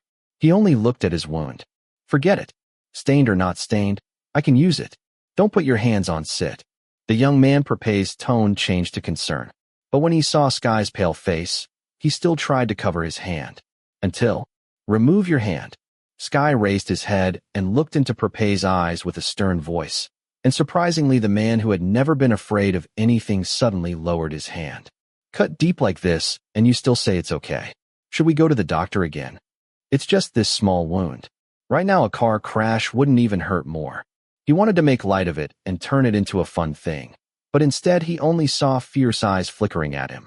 Also, the man who barely took his eyes off the assignment got up and dragged him into the bathroom. He turned on the water to wash the wound and lowered his head to stare at it. His eyes stiff, even more stressed than when he was working. Fine, don't think it's just a cutter cut. There was a friend of mine who made a mistake with a cutter and he had to have the doctor sew his wound. And I just changed the blade this evening. It is so sharp it can kill a man. Isn't that deep? With this blood flowing so much. Sky said this and squeezed his finger tightly, and his face was much paler than before, with eyes only fixed on the wound. Prapai didn't notice that the wound had been patched with a plaster a long time ago. He only smiled wider and wider. Oh, I'm in so much pain. But he still cried out. See? I said deep down. I think we should go to the doctor. Prapai, what are you smiling about? No. I doubt it hurts until I'm crazy. Sky raised his head to look at his handsome face, and Prapai couldn't help but smile. He just excused himself from the cloudy water, looked at the person whose eyes were even brighter than before, and his mouth was tightly closed. And then, fizzy. Shit, that hurts. I'm in pain, so I'll wet you, see. Sky shook the water in his face and let go of his hand so suddenly that Prapai had to moan softly, wanting pity, but that seemed to increase his level of anger even more. Sky walked out of the bathroom, but would he not have heard? Wasn't that worried? If it wasn't for the blood that was still flowing, Prapai would have been limp and kissed the worried person's cheek for a few minutes. But now he had to put pressure on the wound. All he could do was laugh softly. When he looked in the mirror, he saw a man smiling with his mouth and eyes in the face of a person who had just lost a bit of blood. So, more handsome than before. Does it hurt like crazy? The big man laughed loudly, but this wasn't deliberately bothering Sky, and he actually thought that the man in the mirror was more handsome because he was so happy. There is no need to tell. He knows who he is happy for. When he was convinced that the bleeding had stopped, leaving only a small spot, Prapai turned off the water and stepped out. It wouldn't be surprising if some of the kids turned back to work and became cold again, but it turned out that Sky was sitting at the foot of the bed. In his hand were bandages, betadine, and cotton buds. In addition, the expression of resentment from just a moment ago was gone, leaving only concern when he walked out to see the young boy tilting his head, unable to hold his neck back. "Fine. Come and sit here." Then the person who wanted him to get bored quickly beckoned him to sit next to Prapai, which he followed without having to repeat the call twice. "Hand over your hand." "Hey, Sky, do you see me as a dog?" Instead of glaring, those eyes stared only at his hands until he surrendered. "Crazy." I couldn't help but smile. Prapai covered his mouth with the other hand. He was afraid that the child would see it and brush his hand away. Again, while looking at Sky delicately smearing betadine, a serious look on his face, he pulled his wounded hand up until it was almost close to his eyes. How could this not cause a flock of affection to flash up in his chest? "It hurts a bit." He accepted the word calmly. No, a more open mouth would probably just say, "Whose wife is so cute. Now, let's look at the necessary nurse and have a good time." This was the thought of the person who was willing to sit and hope the cleaning of the wound would be a little longer. He would look at it for a long time, but only for a moment. Sky put the plaster on the wound and gently rubbed it like a lullaby. His expression still didn't improve one bit. "Anyway, don't get it in the water and take the pills every day." "Are you worried?" Prapai felt really unbearable. He wanted to kiss Sky now. Sky looked up hesitantly, and Prapai knew that Sky wouldn't say things like that directly. He was the type of guy who asked for nothing, but Prapai felt Sky was silent. So, he made a joke and spoke in a humorous tone. "If I get hurt and you, Sky, are my nurse, I assure you I can be cured the day after." Sky squinted his eyes and looked at him for sure. "Kiss." Prapai was smiling to the point of smirking as a soft touch touched the plaster. It was quick, gentle, and caring. Then the young boy, who had made him want to go home every time he saw his face, raised his eyes uncertainly, lowered his head again, and murmured softly, "Get well soon, Prapai." Fi. If you are hungry, eat first. I will be done in a little while." As soon as it was over, Sky got out of bed, but Prapai grabbed him first. "Are you worried about me?" His sharp eyes stared at the man who tried to avoid his gaze, and then the fun-loving boy's heart swelled because, not only were Sky's ears ruddy red, but the redness spread to his cheeks and neck until the person who was looking wanted to pull him in and hug him tightly and show that the boy was very cute. However, he could only squeeze his hand hard once, and then let go and look at the person who quickly dashed back to the desk, his smile even bigger than before. "I'm not hungry yet, Sky. I'd better wait for you to eat with me." Even without sweet words, no pleading voices, nothing to show that Sky was glad he came to see him. But having the other party finish the job in a matter of minutes, then sit back to eat with him with a red face, made Prapai feel that it was worth coming here after work hours to rest. Who said this wound was far from the heart? Prapai said it's not true if the nurse is cute like this. If your heart doesn't tremble, you are already mad. It's so cute. Pi, I'm always scared of you. The next day, Prapai didn't stop by to see Sky as he had done as usual. Not because he was kicked out by the boy, but because the other person told him that he was going to do a group assignment with a friend. He also saw that it was the right time to bring his beloved bike for a checkup, to change the oil, and for those who had seen the bike before. So he brought it to the twin brothers' garage, Feu and Saifa. Even though Feu is a master mechanic at city racing, in the daytime he is just an ordinary architect. It is a bit special that the family has a large custom car garage that is now run by Saifa, the younger twin. The reason why Prapai came to know these two brothers was because the insiders suggested that if he could trust anyone to fix his bike, he would only need this garage. Now, Prapai is sitting in the glass room inside the garage waiting for his favorite bike, but his gaze at the plaster-applied fingertip and giggles surprised Saifa. Pai was good-looking, but he laughed so hysterically that no one dared to pass through here. Saifa shook his head lightly. "I'm not as scary as you. Go shave some." While Feu is a handsome young man, Saifa is a good-natured guy. He has a mustache that is just bushy. It's called stylish. Saifa retorted and laughed. "To be considerate, I trim it. My babe tells me every day to shave some hair. And call this style the tentacles shiny hair. Well, what are you in a good mood for? During this time, you disappeared. I think I must have forgotten. I go to the stadium every time. When you forget that Feu went there, but during this time I didn't go." Prapai turned to look at him, and asked with his eyes. You and I haven't seen each other in a long time. Since you and Feiyu are twins, I must be confused. If you confuse me with Feiyu, it's like saying you can't separate a Siberian husky and a bulldog. One is dark and handsome, and the other has a mustache. Whoever cannot separate them is crazy. So, you admit it's a bulldog with a pretty face. Prapai laughed, which Saifa didn't think much of. He just sat down next to him, tossing the pickup papers onto his friend's lap, and his mouth asked too. So what are you laughing at? Well, my boy is cute. Your boy? Which other boy? The boy who has won the race and is hungry to go home, or the boy that you picked up from the side of the road? This person is the real one. Hoi! Prapai frowned and looked at his friend who looked like the world was about to collapse. What's your shock? It's your face. Saifa said without a face. Why? Feiyu still has the real one. My brother. I saw him like a cunning tiger lurking around like that. But he loves only one person for real like me. But you? I saw you like playing around with whomever. The listening person shrugged because it was true, as his friend said. He had actually played around with someone before, but he could tell that this time he looked at the same plaster and still remembered the feeling of his lips touching it. This person is not like the others. He is someone who somehow likes to keep a calm face, but in bed, he is like a mother tiger. At first, I just thought that I was attracted to him. But when I was around him, I realized that he wasn't a strong boy at all. He is weak, affectionate, lonely, and likes to think of himself as the person who spoke directly and asks me when I will get bored of him. But when he really wants something, he won't say it.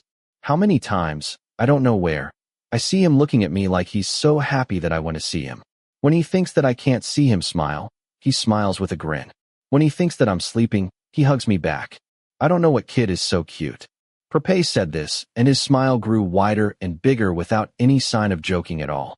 He wanted to keep Sky's smile. The young man did not speak this aloud, but told this to himself. Saifa narrowed his eyes. You just want to show off your boy to me, right? Ha ha ha. Prapai laughed instead of answering, as he took the pen to sign for the car. I pity Rain, who was liked by Feiyu. Do I have to pity another child who fell into your devil's snare again? What is the snare of the devil? Your friend is going to act right with his boy. Saifa shrugged and took the papers back. He stood up, waved his hand as a sign that he was following, and led him to a clean Kanto big bike. He checked the engine and replaced some things after checking the engine oil was fine. Then he spoke about another matter. So, will you go this week? Go where? His hand rubbed his sweetheart with satisfaction, but his heart fluttered toward the man who worked with his friend. Fayof's birthday party. You're close to him. Prapai thought of a racing member. He had completely forgotten that he was invited a long time ago. And like he's a good-natured type that others see him and think he is close to everyone. But Prapai never paid special attention to anyone. Some people like Feiyu and Saifa, they are nice to be friends with, and everyone else is the same. However, the members of this event were not to be taken as friends at all. All in all businesses and wealthy people do not go to these events to find friends. I can drop by for a bit. On a Sunday, he wants to sleep hugging the cute boy. He wants to do that starting Saturday evening. Prapai picked up the phone, looked at it, and grinned. I'm not going this week. Oh, you suddenly changed your mind. What's wrong with you? Yes, I have an important business too. A business that comes in the form of a short message. Can you go shopping with me this week?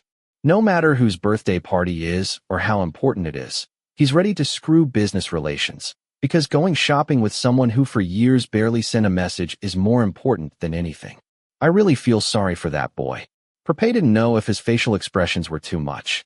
Saifa shook his head, but he just picked up the bike, straddled his favorite bike, put on his helmet, and said with a gleaming smile, Oh, I forgot to tell you that my boy is a friend of Rain. I am leaving. And when it was over, he revved the engine and didn't care about the garage owner who was gawking at him. If Rain said that he was lucky to have a boyfriend like Feiyu, then Sky must be extremely lucky to have a boyfriend as devoted as him. Whoever said narcissism, he has good things for Sky to fall in love with. Prapai, are you coming home today? The enemy invaded. You can handle it yourself. I'm busy. Here was a short conversation between him and Prapai. He guessed his aunt's daughter-in-law would go and cry for their mother's sympathy. It looked like she wanted more money for the divorce, and anywhere Prapai would help. But today he was busy. He went straight to the student dormitory where he now comes more often than back home, and a smile filled his handsome face when he saw who was already standing there waiting. The most handsome breeze has arrived. I thought you were Praro. But this Rahu doesn't have the moon. Can I have the sky instead? As soon as Sky stepped into the car, Prapai poked and looked at the man whose eyes grew slightly. His cheeks flushed slightly, but he looked back with cold eyes. Lewd. Sky, you think naughty. Should I be superficial? Yes, you should be a deep person, and my brain is excellent. You've got a good boyfriend. Prapai could just keep flowing without denying that he was a lewd person. Was that true? Then I want to give up. I think I'd better go by myself. Swipe. Before Sky stepped out of the car, Prapai grabbed his arm and pulled him into the seat. Then he reached over his shoulder and grabbed his seatbelt. Today he brought a car instead of his sweetheart bike because he saw that the car could carry more things and Sky could sit comfortably. But before he stretched back and sat properly, he noticed Sky's eyes flickering until he couldn't help but press a kiss to his soft lips quickly. You really don't want to go with me? He asked, closing his mouth, looking at the person who closed his eyes. Fine. I will use you to carry heavy things until you can barely escape from me. Prapai said that, and only those eyes were dazzling. He pressed his nose on the soft cheeks again, then came back to hold his body straight. He said, let's see if Sky can't bear to see him carry things alone. Have a good drive. The young boy muttered softly until Prapai smiled widely. Prapai was sure that it wasn't just him who was in a good mood to go out on a weekend, and trust him, he wasn't narcissistic. On weekends like this, the shopping malls were crowded with people taking a vacation, which was the atmosphere that Prapai liked. But today he felt a strange indignation, perhaps because he noticed that a certain pair of eyes were watching the young boy beside him curiously. Every time in the dorm, Sky liked to wear comfortable clothes like shorts and tank tops, or a loose shirt. But when he came out, Prapai noticed that he was more dressed than usual. Both the skinny jeans showed off the slender legs, which made him look taller, and the brightly colored t-shirts without the messiness, but with neatly combed hair to the shine, framed the attractive face, which was enough. That, combined with Sky being a young boy, attracted people's looks and made many girls look interested. Prapai was already sensitive to gazes, but today was even more sensitive to Sky's gaze. Sky, have you ever dated a girl? Fi, I'm not you, who sleeps with both men and women. He was actually hit back, but he grinned widely. So, if he doesn't care, okay, then let it go. Well, I'm too handsome to keep it for just one gender. The gesture was played on the wrong point. Sky, who was pulling stationery from the shelf, looked at him with illegible eyes and walked the other way. He did not speak until Prapai hurriedly followed. I'm joking. Oh, now I let Sky look at me alone, and Sky has to let me look at him alone. Not yet. Sky has not yet turned to talk. He just pulled out the ruler and held it, and continued to look for things. I don't like people looking at Sky. Is that good? Wait, next time, I'll make a pair of shirts for you to wear. How do you get them? You wear "Will you marry me?" while Sky wears "Yes." Or what about, the person next to you already has an owner? As for Sky, the person next to me, well, this one I like. What's up? Let's finish shopping and find a couple shirt shop. Fi, your brain has a problem. But this person with brain problems can make Sky smile. Prapai raised his eyebrows because the angry mouth had been twitching since "Will you marry me?" then, and now slipped out, handing over all the belongings selected to hold instead. Smile where? Your mouth. The young boy turned abruptly and continued walking. His ears turned red again, so he agreed to change the subject. And what I said I would come to buy are these things. I see you have a full room. In his hands were pens of different shapes, small and large, a ruler, a pencil, and an electric eraser, which he could see filling the room. That caused the walkers to slow down and let out a heavy sigh. The other day I placed it at the faculty as I went to talk to the teacher. When I came back again, it was gone. I can't hold anyone's hand and smell it to check who took it, but that's it. In my faculty, I haven't lost my wallet, but pencils and pens can be lost every day. I can't even find who took them. Next time I'm going to write my name on them. Also, this spilled green juice on wax paper, not a roll of work. Sky said and went to pay the money, but Prapai didn't follow. What's wrong, Prapai? The young boy turned to look at him, and the man with a thoughtful face asked a question. Are these things not sold around the university? Sky looked into his eyes. Prapai looked back. Sizzle. Then suddenly Sky's face turned red, and he covered his mouth with one hand. It's cheaper in the mall. After that, he walked to the checkout counter, Wrong with the big guy who laughed out loud. Is it cheaper in the mall than in college? I'm not born yesterday. Prapai followed without haste with a smile that everyone who saw it knew how happy and amused he was. Well, if it wasn't a department store, he would have dragged Sky into the room, locked tightly, still preventing the moon from seeing the sun. Well, if the young boy is cute and finds an excuse to walk in the mall with him to be so messy. Well, it slipped out as well.